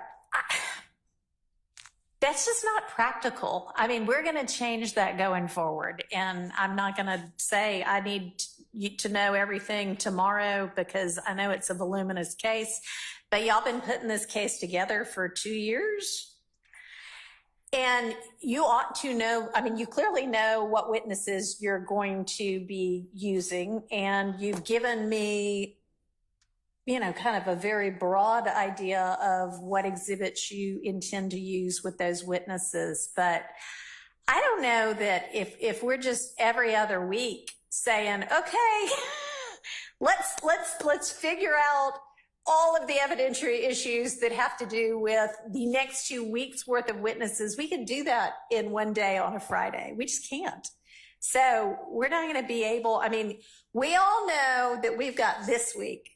And we know that the jury has already been told before I became involved that they essentially have the week of, what is it, August 19th out. So, you know, this week might be taken up pretty much with sorting out the 2 things I just mentioned, and then sorting out all of the evidence that goes along with Mr. Copeland, because he's our next witness up. But the week of August 19th, we need to be plowing through a whole lot of other evidence, not just what's coming up in the next 2 weeks. We need to be covering the next several months, which ought to be, frankly, the end of this trial by then. I mean, it should not take another 7 months. It shouldn't. Whether it does or not, I don't know. But so the state needs to produce in much more detail a much more winnowed down but comprehensive list of what the evidence they intend to use with each witness is going to be, so that the defense can see it, evaluate it, make whatever evidentiary objections they have to it, and the court can have some time to view the evidence, listen to the evidence, whatever the evidence is, and evaluate the evidentiary issues, so that we know by the time the witness gets on the stand, here's what is coming in. I mean, for the most part, it's a trial, but what's coming in and what has already been excluded. So do I need to be more explicit about that? Or do y'all understand your marching orders? Yes, we understand what the court is asking. All right. So I feel like I need to be more explicit about it, even though I know y'all understand. By the beginning of next week, I want to see, at least the next 30 witnesses worth of evidence, okay? And then maybe by the end of that week, the next 30. Okay? All right, and we're going to plan to be here all of the 19th, and I don't know when else we're taking breaks, but okay, so that's that. Can I ask a clarifying question, Your Honor? Yes. And Mr. Adams and Attorney Adams and I filed, I think that motion, it was not helpful just say witness Kenneth Copeland, jail calls, social media. I think you just covered that though. Well, in fairness to the state, I do think that when I asked them for that, I said kind of broadly, let me know what evidence. And now I'm asking for it in more detail, just because practically speaking, in the middle of a trial, we've got to sort out what evidence is admissible, and ideally not while the jury's sitting there waiting on us. No, that's perfect. Okay. We appreciate it. The specifics will make us roll better anyway. Yeah. Thank you. All right. So any other motions that are still needing to be addressed?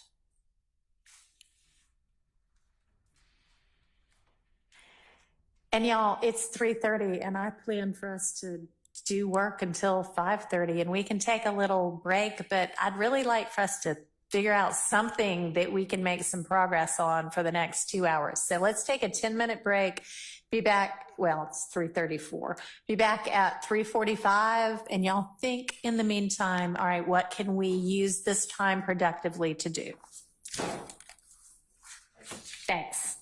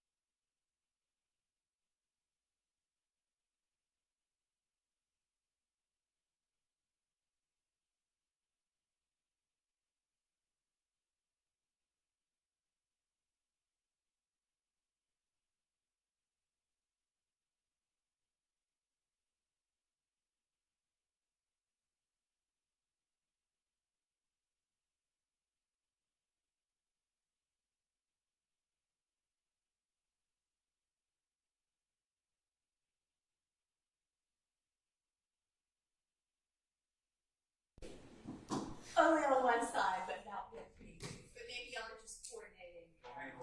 If somebody on this side of the courtroom actually has some kind of a speaking relationship with somebody. Your Honor,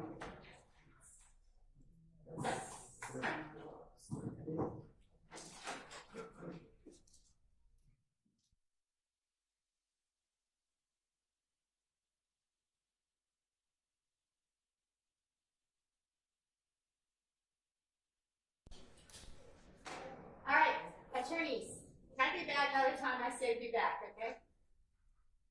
Try to be back by the time that I say to be back. Yes, Your Honor. Thank you. There we go. Because I want to be efficient with y'all's time too. Okay, did anybody come up with anything else that we can be productive about today?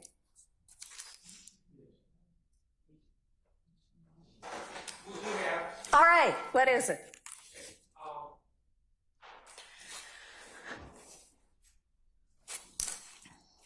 I don't think my mic works that well, so I'm going to come up here. There are, way back when, and we're looking for the filing right now, Okay. there's back in, I would estimate, June of 2023, maybe. There was discussion that we needed to know all the alleged co-conspirator statements that the state intended to use, as well as any and all extrinsic acts that the state intended to introduce evidence of at trial. My recollection, and I would defer to that filing, was that there was only 3 801D2E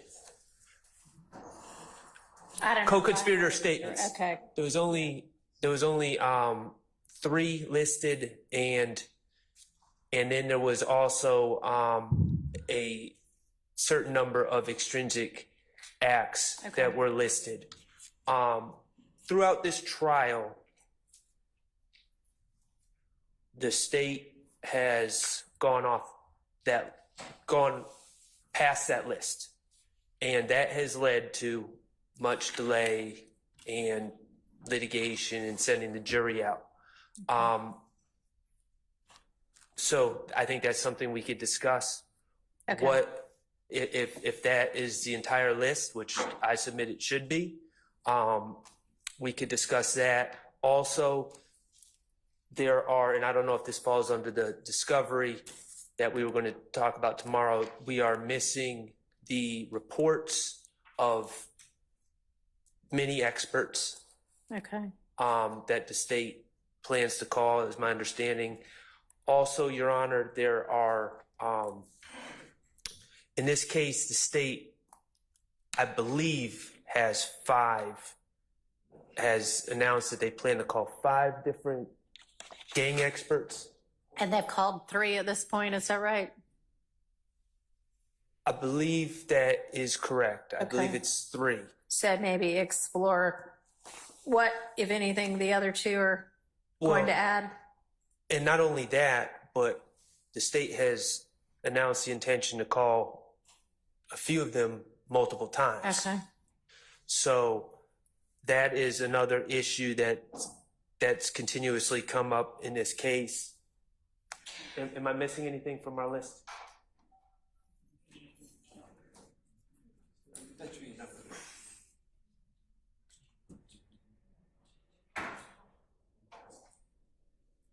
That was it?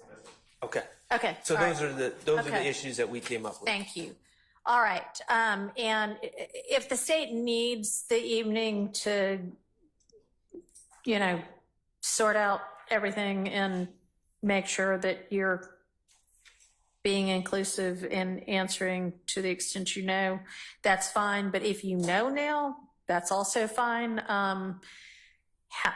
Do they have notice of all the different co-conspirator statements that the state intends to use and the extrinsic acts the state intends to use? Y'all can answer now, or y'all can say, give us till the morning. Your Honor, I'd ask that the court just give me a moment. We're pulling up the. Okay, all right.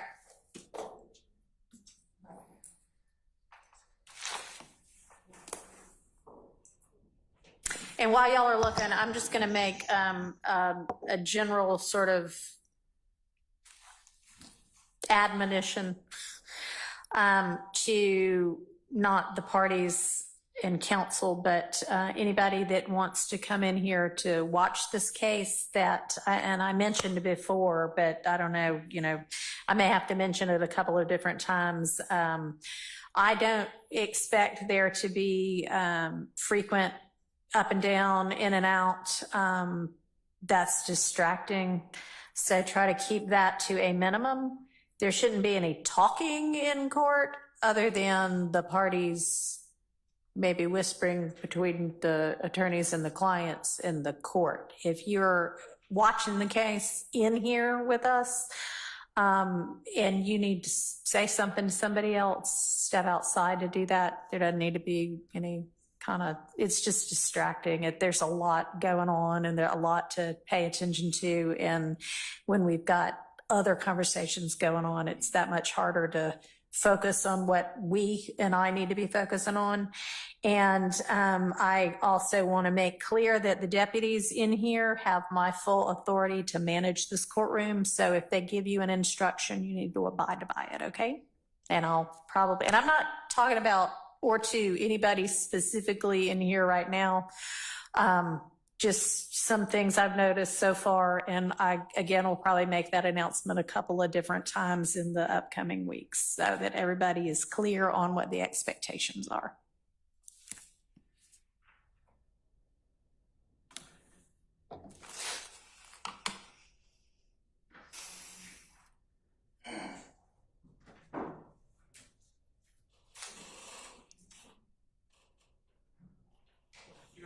Yeah.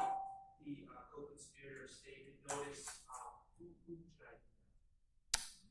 To whom should you what? Send it? Ms. Percifield.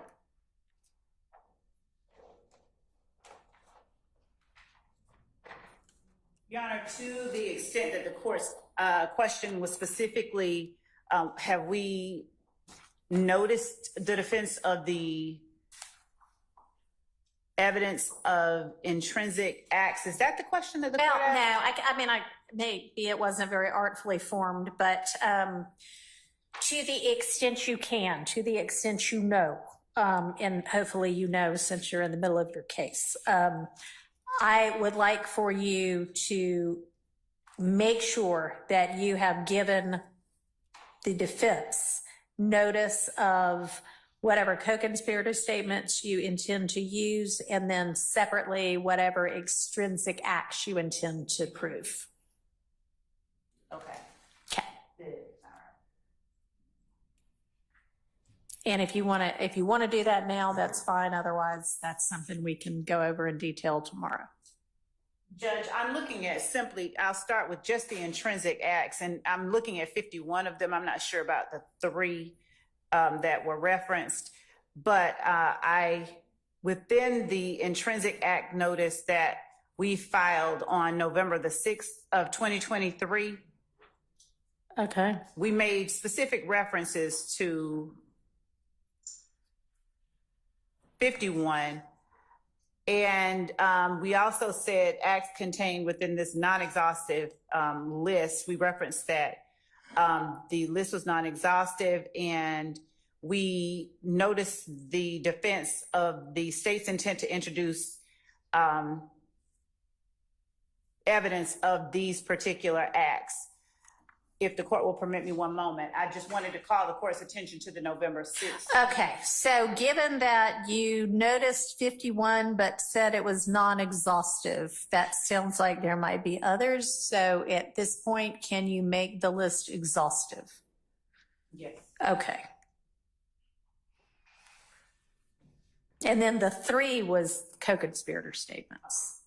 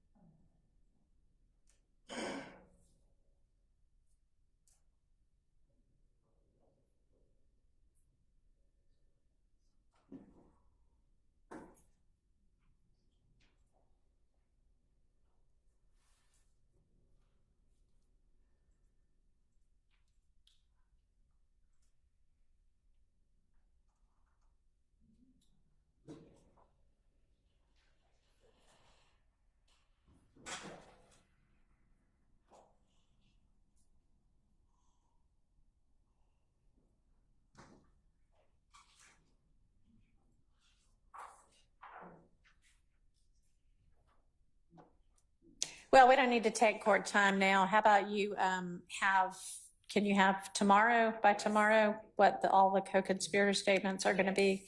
And then how much time do you need to make the other list exhaustive?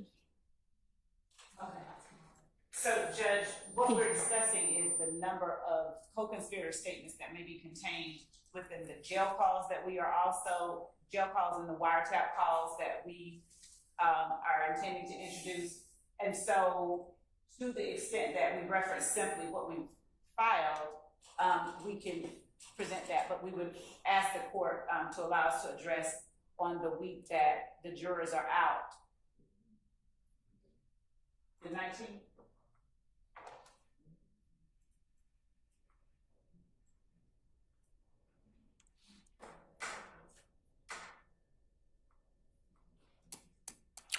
So if it's anything with Mr. Copeland, that needs to get dealt with this week. So with respect to Mr. Copeland, Sure. Go ahead.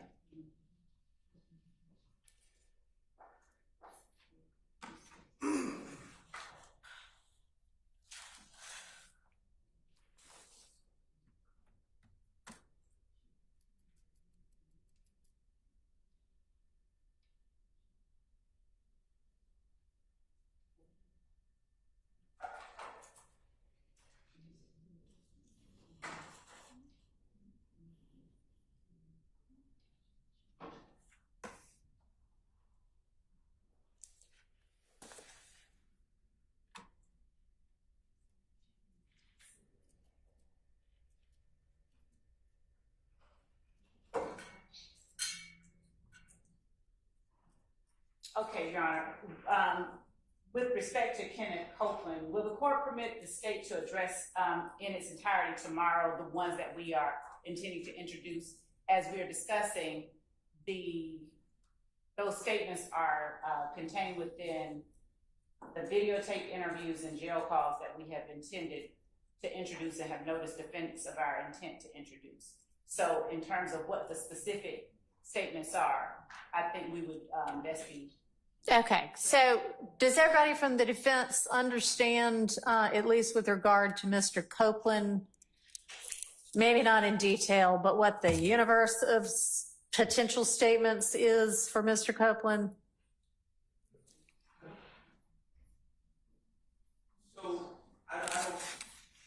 I mean, y'all had gone through a lot of this and hashed it out once already, and you might not have gotten through everything, but y'all had done various statements and gone through in detail on what was in and what was out. And I know we might have to do that over again, and then there are jail calls that y'all had not reached yet, but I think the state had represented, there were 5 or 6 of them, and y'all know which ones they are. So that y'all all know, right? So we know about the jail calls. Okay. That assuming that the state's not expanding that list. They're not going to be expanding that list, are you? And Not the jail calls for Mr. Copeland, no. Okay. And when they say noticed of things that are in a statement or as past statements, I am aware that I'm not aware of any co-conspirator statements by Mr.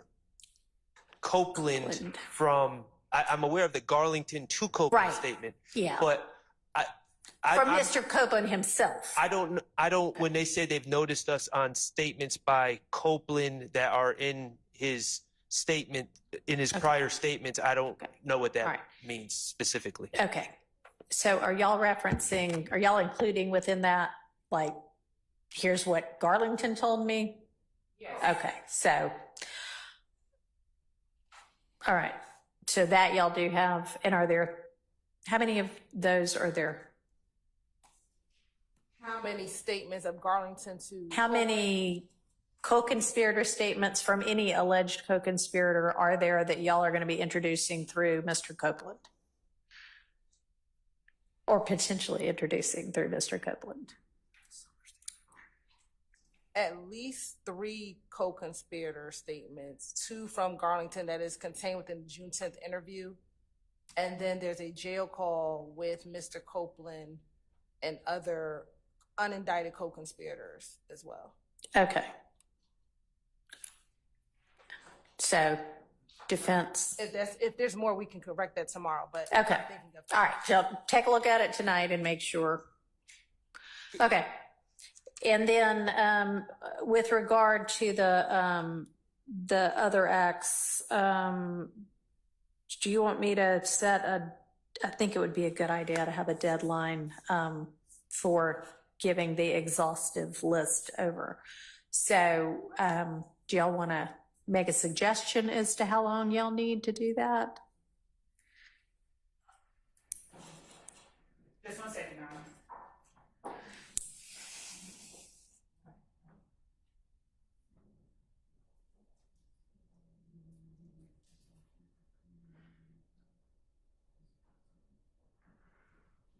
Monday, Your Honor, is that? That's great.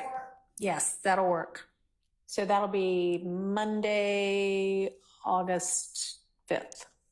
For the intrinsic act. Yes. Okay. Moving on to discovery reports of state's experts. Did you know specifically which reports or which experts you feel like you're missing reports from? Yes. Okay.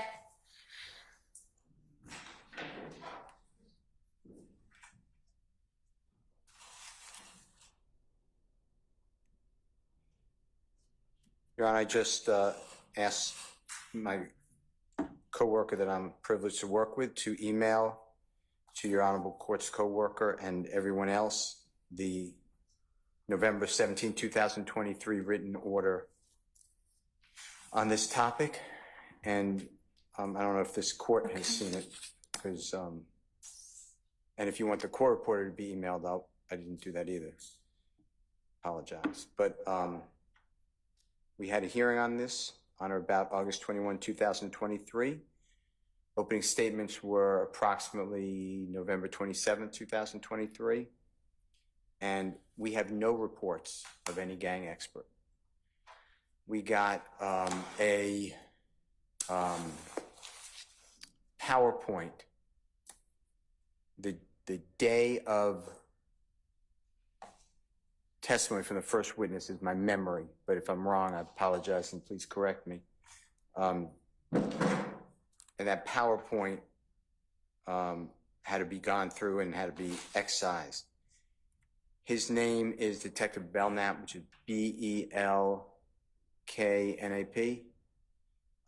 Then Detective Dennis testified.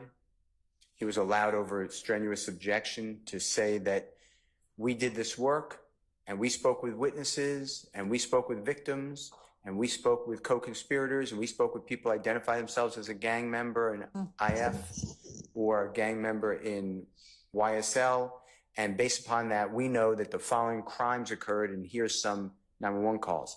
I don't know who these people are. We have no background. That's a in my opinion, that's a confrontation clause violation, because it's the police officer doing the work. We never got any reports. When I've asked for the reports, I was told that that's under lock and key by the City of Atlanta Police Department. And he, meaning Detective Dennis, no longer works there and cannot get, they have a gang book. He described it as a gang book, but they can't get it. Detective Belknap said he cannot get access to give out that gang book.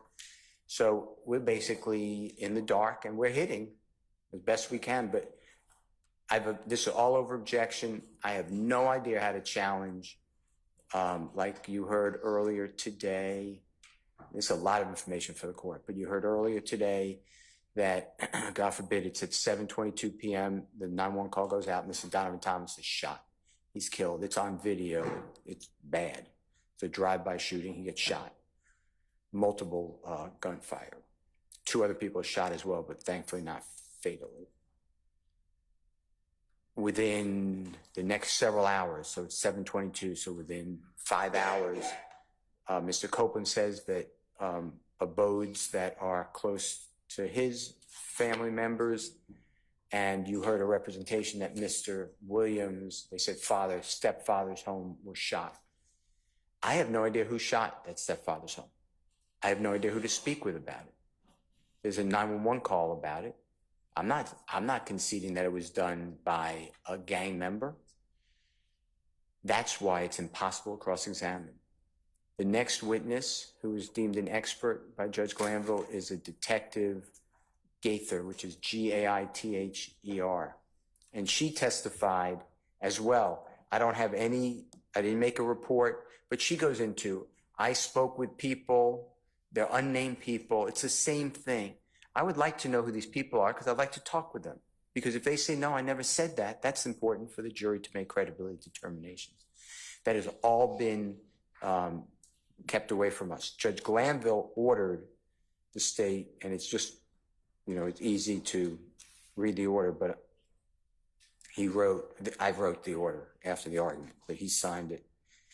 In order to permit a meaningful opportunity to cross-examine, all expert notes, reports, documents, statements, basis of opinion are required to be disclosed by each expert for the prosecution as to the underlying facts or data so cross-examination can properly, lawfully, and constitutionally occur. And that's right out of the case of Harris, Harris versus State, which is 314 Georgia 238. It's in Division 6A, is in Elisa 875 Southeast 2D 659 2022 case, where our Supreme Court said that is not the rule in Georgia, but we encourage trial judges who can control the proceedings to order that to be done, and Judge Glanville ordered it.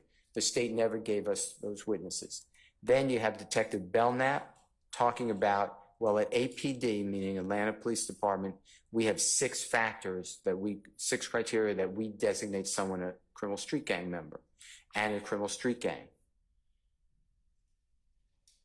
Then you have Detective Dennis. He gave those same policy requirements. Then you have Detective Gaither. She gave the same ones. Mm-hmm. It is my understanding that the next two, which is Detective Underwood, which is UNDERWOOD, and she's going to testify, I assume, I don't know because I have no reports, similar policy. And then you have Investigator Viverito, which is VIVERITO, also with the City of Atlanta Gang Division of their policy.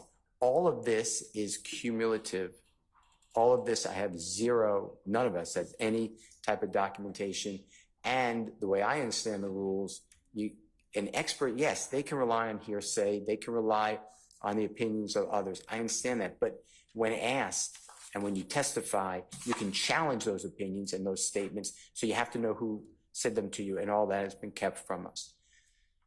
So that is, I filed a subsequent motion that it's cumulative, that how many experts you need. Judge Glanville said, it may be getting cumulative, but he did not rule that way. But he said this could be getting cumulative, but he allowed the next expert to testify, which was Detective Gaither.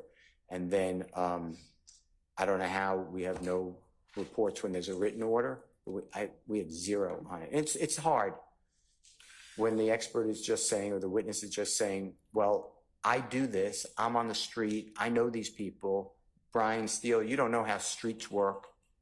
And I go out and this is how I get information. People will talk to me because they know that I won't put it in a report.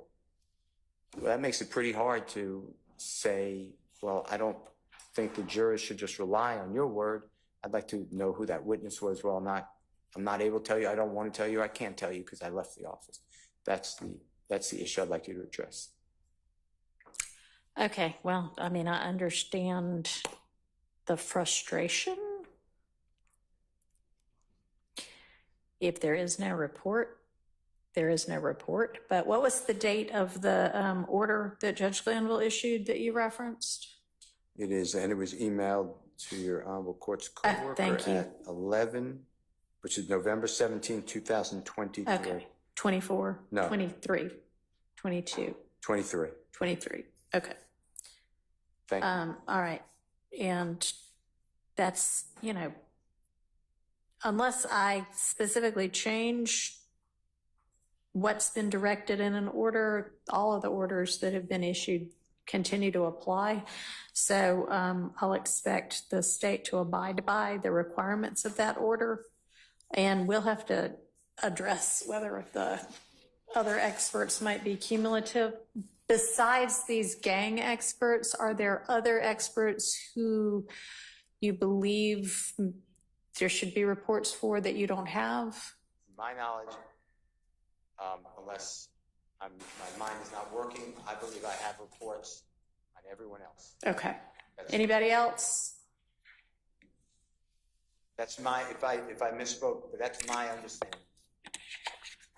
For any of the other defendants, anybody believe there are other outstanding expert reports that you don't have? Hearing silence, I assume it's just those. Okay. Your Honor, Yes, may I briefly address the court related to this matter? you may. And one thing before you start, I want to ask, and I could be entirely wrong, but with regard to the experts that are being recalled, I would assume y'all are trying to present your case kind of in some semblance of order. So it may be that right now they're testifying as to ABC count and later they'll testify to XYZ count. Correct, Your Honor. Okay. There's some witnesses who were fact witnesses, so to speak. Okay. So a specific part of the investigation. And then they also may testify down the road about another. Okay. All right. Is that all? Yeah, go ahead. And if there was something else you wanted to say, yes. Your Honor, just briefly, I wanted to kind of orient that as different gang experts that the state have called to the stand, this argument has been addressed or raised to Judge Glanville. And part of it is gang experts, unlike GBI experts on blood or touch DNA, the police reports that the state has related to the underlying crimes. This is obviously crimes that span a decade. So the gang detectives, specifically Detective Gaither, Detective Dennis, they worked, I think, approximately 26 retaliatory shootings after the January 10th murder of Donna Thomas. So they worked as the lead detectives. For example, we have put evidence, you've heard about D'Angelo White.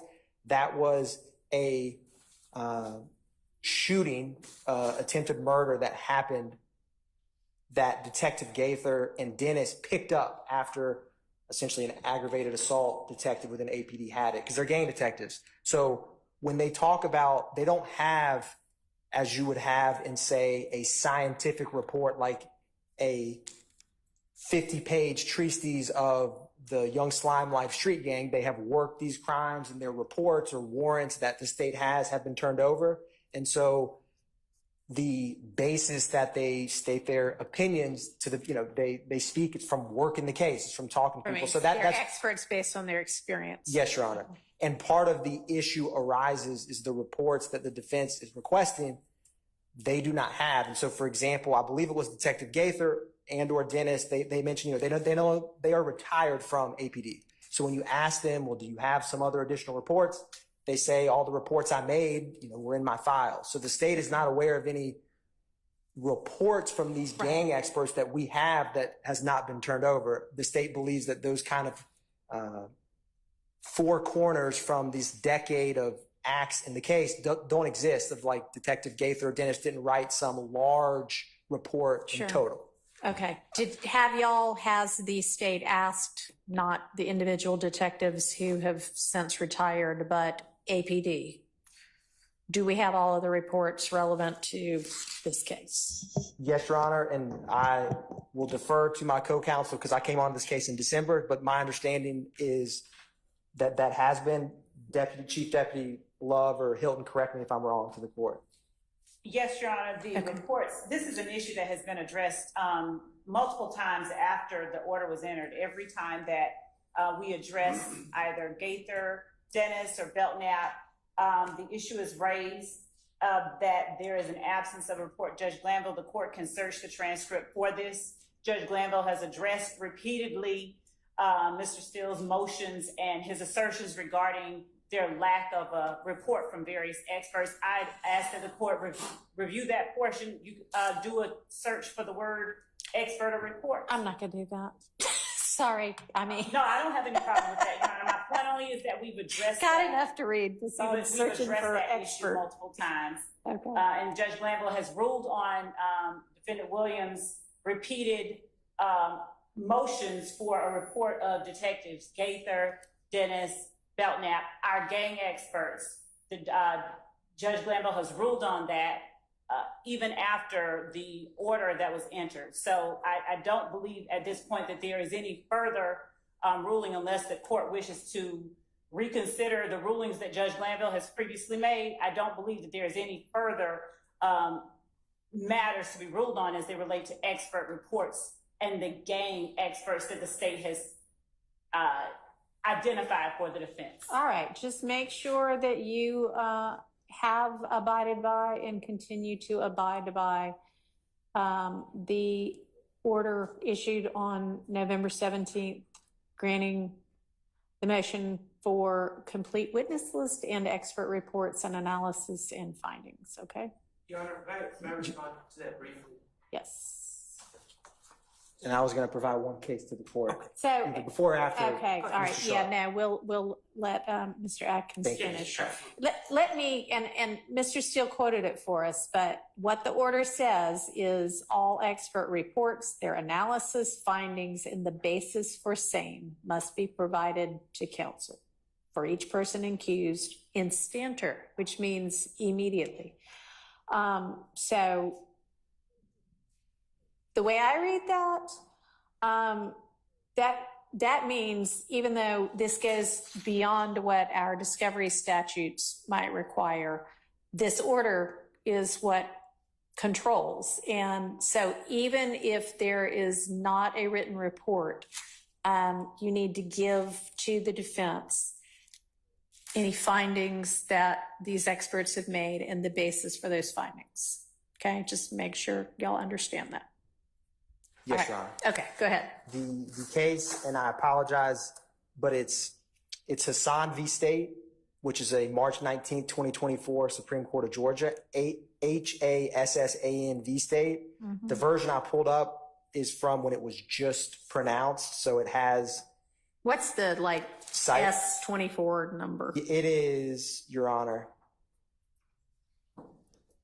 So I need to pull up another version. I have the version I saved when Okay. it first got published. So I have a 2024 Georgia Lexus 7.4. Well, that'll work. 2024 Georgia Lexus 7.4, and then it gives a Westlaw. 7.4. Yes, Your Honor. All right, I don't use Whistle. But what I I wanted used to. I just don't anymore. I've only used primarily Lexus, Your Honor. All right. What has came up briefly in defense counsel argument, but gets brought up is this case is important because it discusses when, for example, gang detectives are speaking about. Typically, experts can talk about or rely on hearsay Right. to make their expert opinion. So when you have gang investigators who have spoken, talked with a number of people, part of their response or expert opinion on XYZ is based on years of experience. And so this case has an important holding in relation to specifically, neither witness expressly repeated the out-of-court statements of any other person, although the detective testified that he was familiar with the Ramsey investigation, which was some other investigation he was talking about, and referred to speaking with another detective who worked on it. He did not specifically state what the other detective told him or how he developed his familiarity. So it was not obvious that the evidence was hearsay, such that the trial court should have sua sponte excluded it. And this was a gang case where, kind of like how Detective Gaither, Dennis, and then Detective Viverito down the road, they reached their conclusions. And so if they are not directly deriving what their statement is from hearsay, as an expert, this case is helpful to illustrate in the context of a gang expert, how that can come up. So I just wanted to share that, Your Honor. Appreciate it. Thank you. All right. Thank you, Mr. Sharp. Okay.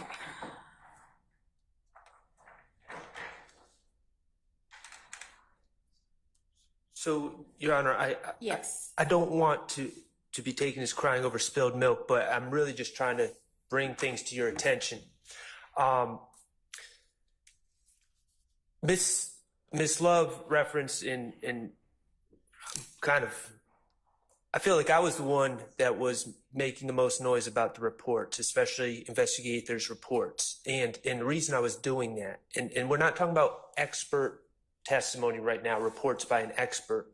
These experts were also testifying as fact witnesses. Right. And there were several times, it was Investigator Gaither, and I believe it was Investigator Dennis. I could be wrong on that, but it was definitely Investigator Gaither and another investigator. I think it was Dennis.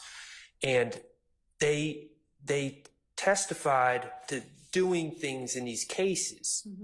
And we're looking at a lack of reports indicating that these tasks were done, showing photo lineups to certain people, interviewing witnesses. And I complained about that. And I said, well, where are the reports? Because at first I was, in cross-examination, well, wouldn't that have been something you would write a report about? And they said, well, we did write the reports. And so we met out in that side room with Investigator Gaither, but I believe Investigator Dennis, we also talked to him, and they insisted that they wrote reports about this work. And it is correct when they said, when we left, we're retired, we cannot access the reports, but we left them with APD. Okay. The state has stated that they don't have these reports. All right, that should not be happening. We'll take that back up when she comes back in here, whoever she is. The state has stated repeatedly that they don't have the reports, and I think all of us are left in this quandary where the state's saying they don't have reports, but the witnesses are saying we wrote reports. And Okay, do you have dates for any of that? Or have you previously discussed with counsel for the state well, when I brought this up to what you think is missing?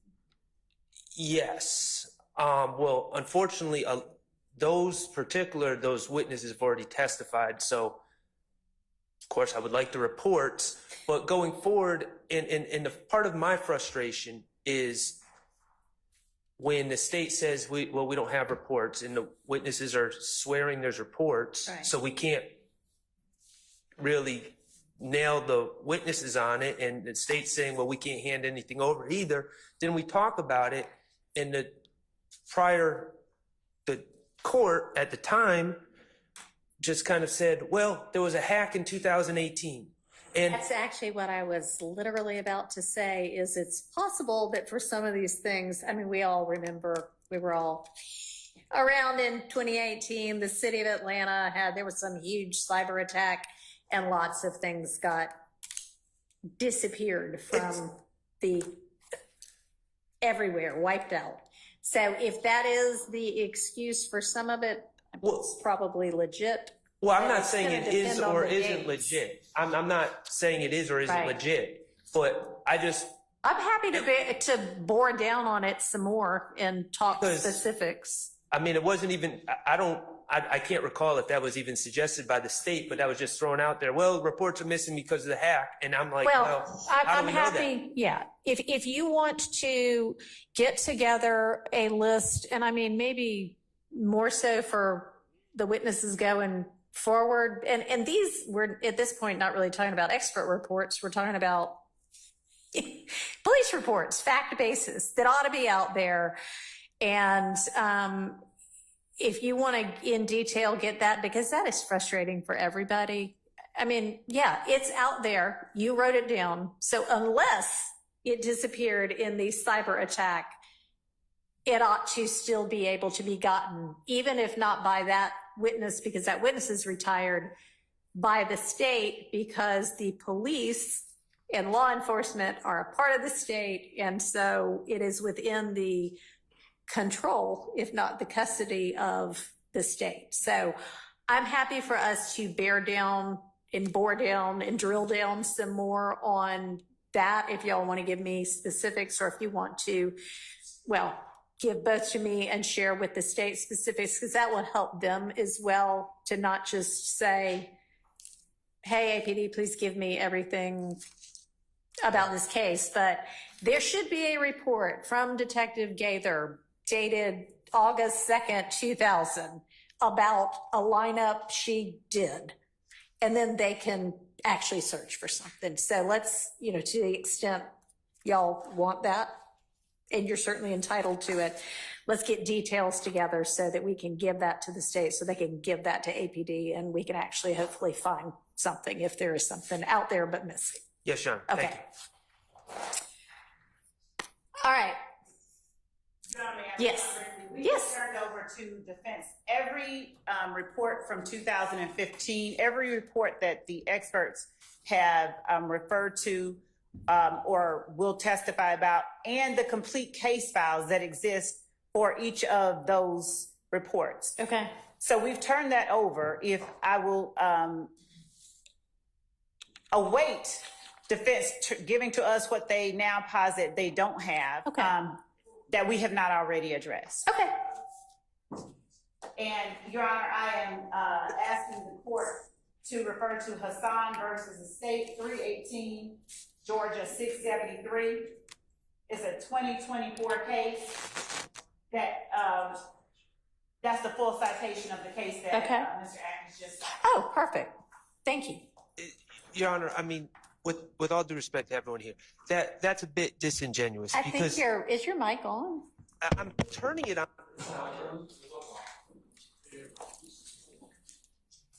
Maybe we need to take a look at that and see if it's still working.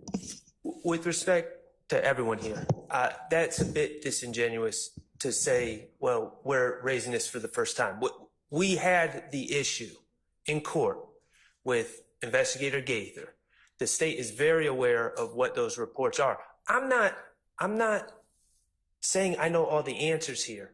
All I'm saying on those previous occasions, there wasn't, in my estimation, from my vantage point, there wasn't a lot of effort, and it was just blame the hack.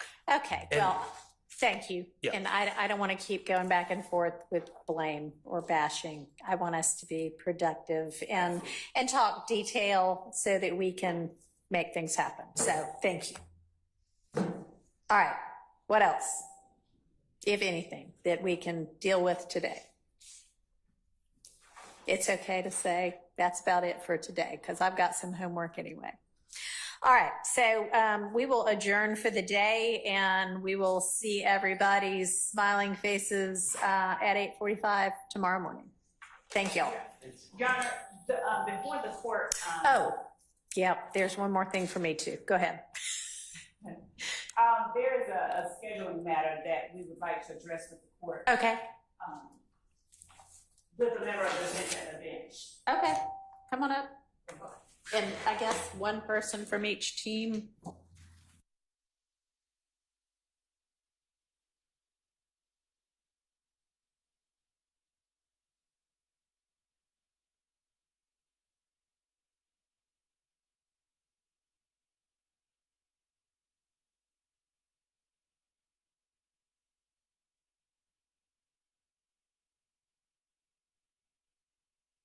Earbuds and what have you over here that I have never used before. And if we're going to be using those during the trial, I would like a little bit of practice on them before we get in front of the jury. So maybe, the next day we end at 4:30. Y'all remind me and let's all figure out how those work because I don't know yet. All right. Are you just going to be representative of everyone? Yes. Sounds good.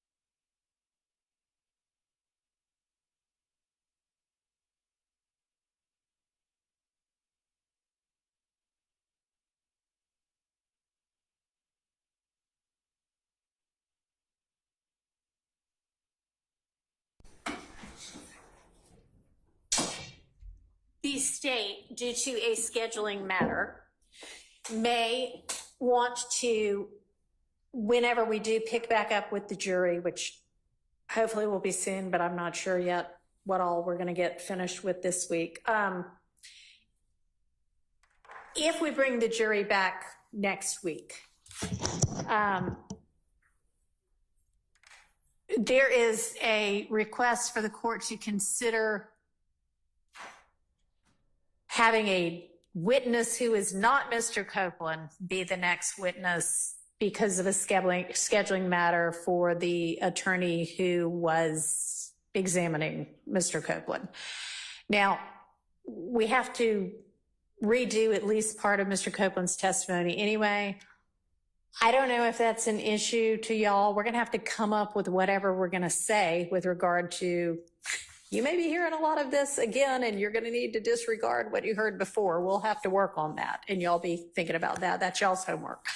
But is there objection to moving to another witness and coming back to Mr. Copeland? And if so, what is it? And then I'll consider whether I'm going to permit it or not.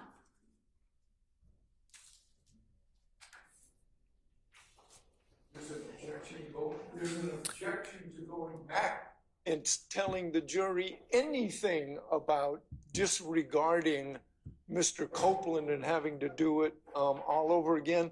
It's impossible. There's no way in the world. All right. Well, the jury yeah. Just disregard Mr. Copeland.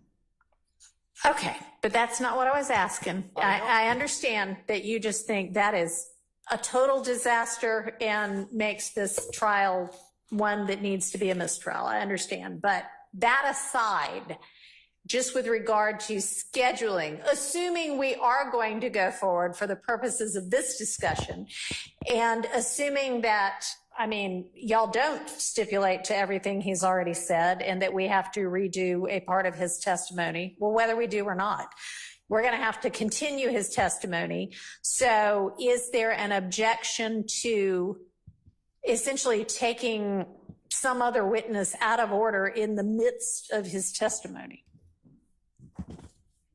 Your Honor. Yes. Keith Adams on behalf of Mr. Williams. Mr. Steele and I have consulted about that.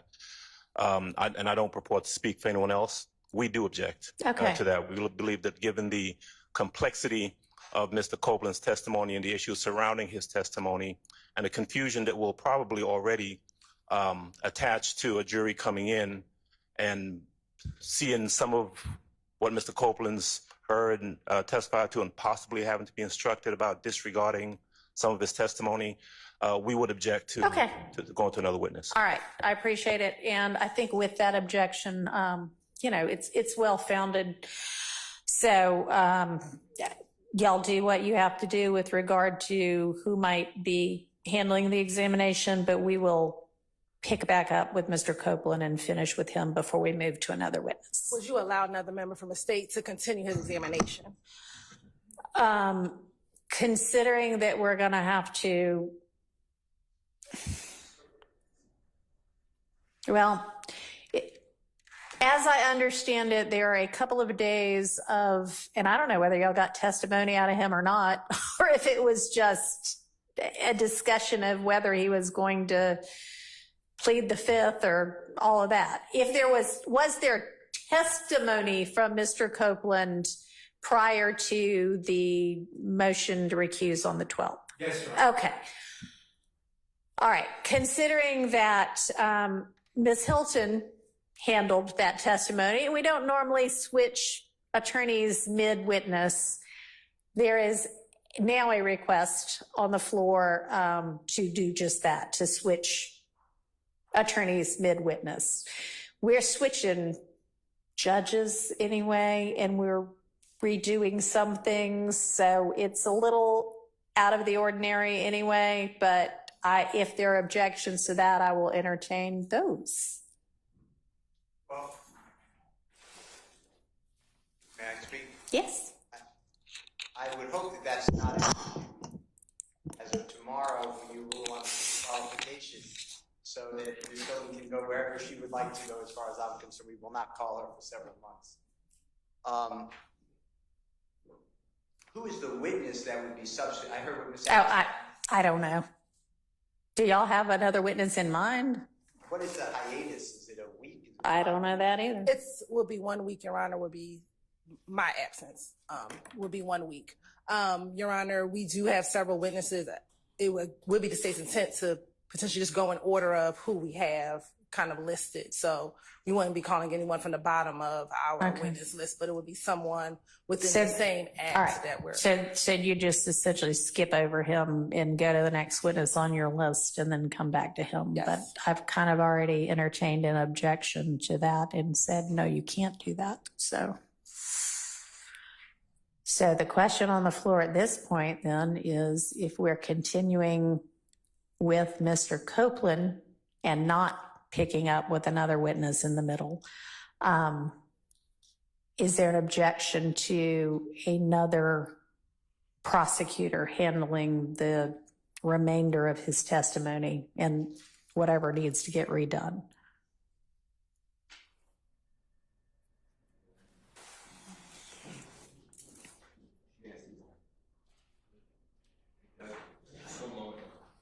We just have a moment. Sure.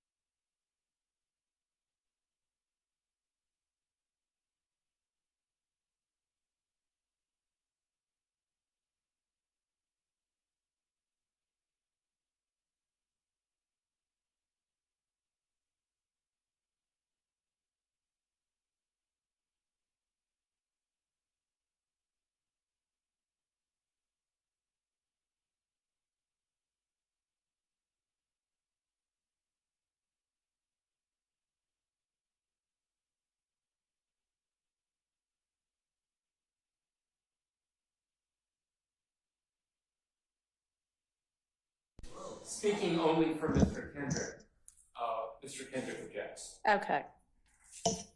And on what basis? Because you want to make it difficult for the state. No, Which is fair. Well, no, Your Honor. This whole thing is messed up. All right. We've got to redo this witness. We All right. can't redo the witness. Okay. I don't even want to get started. So switching out the questioning attorney All is right. just even more complicated. Okay. So let me take that part of this under consideration. All right. Okay. So the other thing that I had Your Honor. is I Your Honor. asked. Judge, Yes. I'm sorry. yes. I'm sorry. Didn't speak Oh, I'm quick- sorry. No, that's Did you- okay. I didn't speak quickly enough, or my microphone didn't come on quickly enough. We'll blame it on that. Yeah, it's the microphone. Just to be clear, on behalf of Mr. Williams, we don't have an objection. Okay. And I don't believe, I'll let everyone else speak for themselves, but I don't believe there are any other objections back here. Other than the one already voiced by Mr. Harvey. All right, right. so that's just us. Okay. I object to Mr. Adams making me look bad. Okay. Well, so noted. All right. Well, I'll think about that one. Okay. So there had been Miss Love put on the record this morning that she had made the request for the Monday morning meeting. That was the June 10th meeting with Judge Glanville and Miss Bumpus and others at some point in the afternoon of the Friday the 7th. And I said I would get that ex parte because it did get taken down. And so I reached out to the court reporter who handled that, and she has given me a rough. Now this, and I'm going to share it with each of you. It's a rough, so this is not the official transcript, but I mean, she's an experienced court reporter, and this is probably pretty close to what it's going to be officially. But anyway, I'll just share that with each of y'all so that everybody's on the same page about everything, okay? So if y'all all want to come up here and get a copy from Ms. Bursfield, after that, we will be in recess for the day. Thank you.